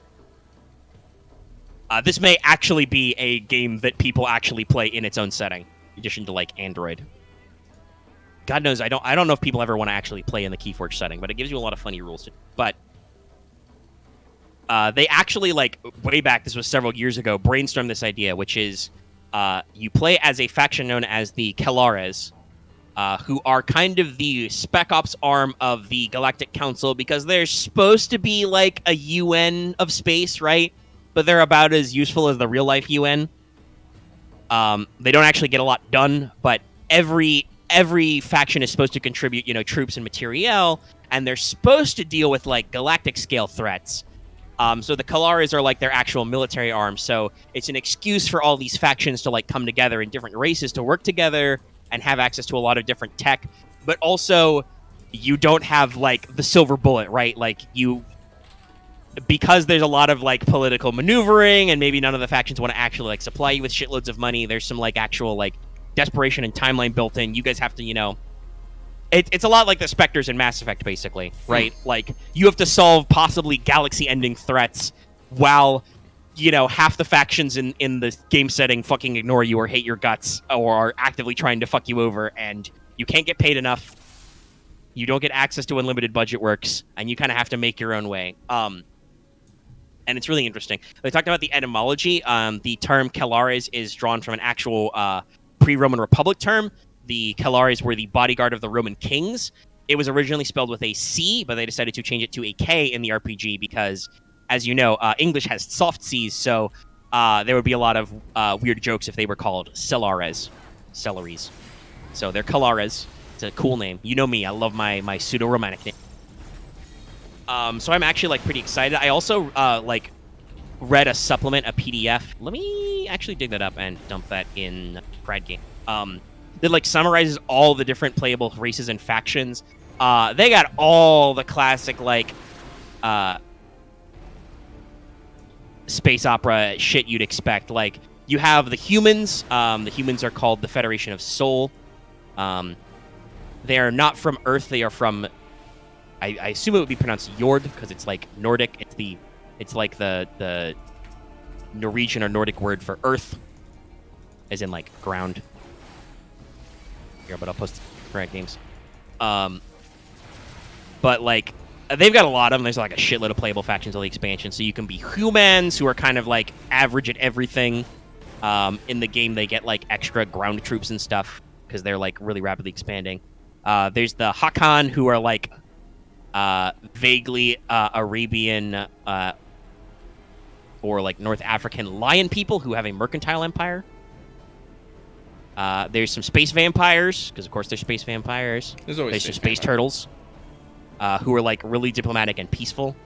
There's some science fish guys who like live in exosuits. They're like amphibians. There's an empire that's just bug guys.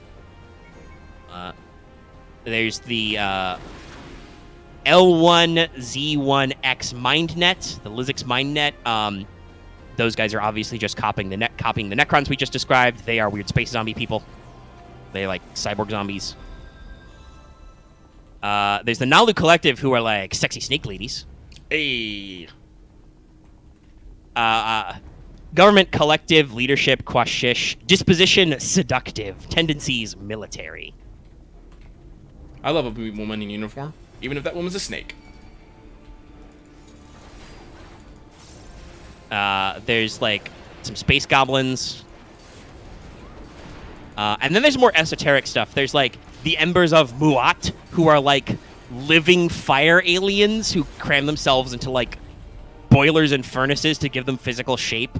There are aliens who are pure energy, the Ghosts of Kress.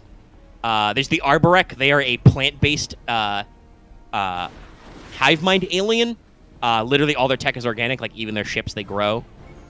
There's the Necrovirus, which is also a space zombie plague.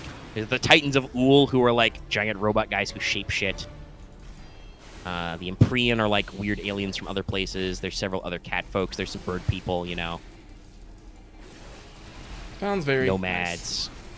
Nice. One of the like I think like more dangerous factions, like the old, like they're supposed to be like the precursor rates are the Mahakt Gene Sorcerers. It's a great name, right? Gene Sorcerers with a hyphen. So like I'm actually like reading how much thought they've put into making this an RPG and reading some of this background stuff. I'm actually like pretty hyped to see this like body of work because obviously I've talked about this before. I want to do my own Mass Effect hack using these rules because I think it would actually fit really well. Like I said, while Twilight Imperium predates this and obviously they've had this idea for the Kellares for a long time, it really does feel like how Spectres are described in Mass Effect. You run around and do rando shit and solve problems possibly for not a budget. So that's pretty cool. But also, like, actually, honestly, like, just generic, like, cheesy space opera tropes are, like, really cool, and I'm very excited to see what kind of mechanics they do. And usually every supplement comes with some toolbox stuff, right? Right. And I'm very curious how, because the actual board game they're drawing from has a very heavy emphasis, like I said, on tech advancement. Like, you have a tech tree, you upgrade your tech, you even have species-exclusive techs you can get access to. And on the space angle, like, a lot of you have ground forces, obviously, but those are mostly just, like, infantry guys or big stompy robots. Like, you don't have a huge selection. More of what you have access to is, like, different spaceships, like, through the, your classic classes. Like, you can build destroyers, cruisers, everything too. Those Embers of Mahat guys I mentioned have access to something called the War Sun. It's a Death Star. It blows up planets. But, like, so I'm very curious if maybe they will have even more, like, vehicle combat stuff. Obviously, they'll probably have some kind of, like, hyperspace navigation rules, which aren't really got in there. Yeah, new spaceship rules is probably what I'm thinking. Like, they're going to have probably some more expansive stuff. They might even have, like, because vehicle attachments are not in yet. Those aren't represented in Genesis itself.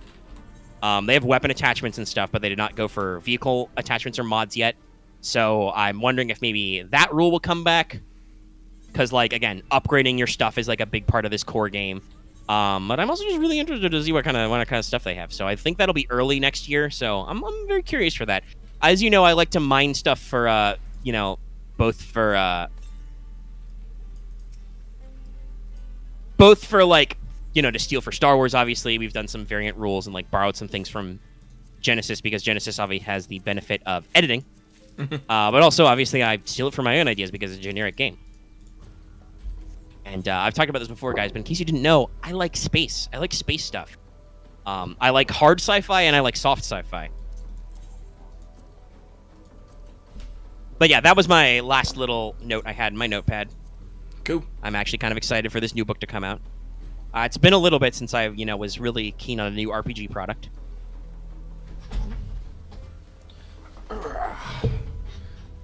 Because I think part of it's because of the COVID. Slowed down a lot of these things.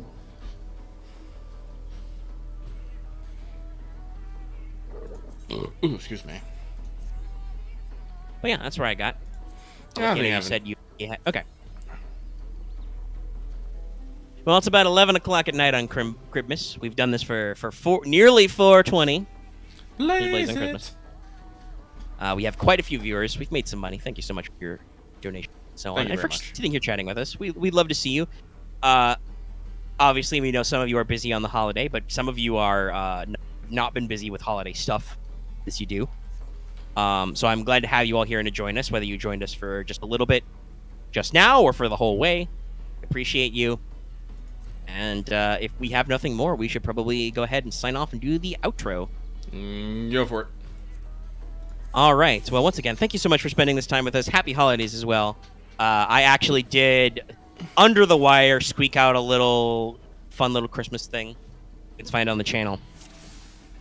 I completed that immediately after we finished recording Let's Talk FGO and got it uploaded at about 30 minutes before it was Christmas, so it was a little under the wire, but I'm a huge fan of that poem, and it seemed that people appreciated a little bit of extra spirit, so check it out if you haven't already. It's 'Twas the Night Before Christmas. Check out Let's Talk FGO. That went live today as usual.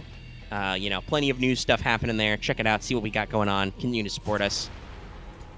I would like to remind everybody, as I said at the beginning of the show, next weekend, I am blocked out. So first it will be my birthday, so there will be no new progression next week. We might actually take a 2-week break so we can get Robin, because otherwise we're skipping him. And so there'll be no new prog next week.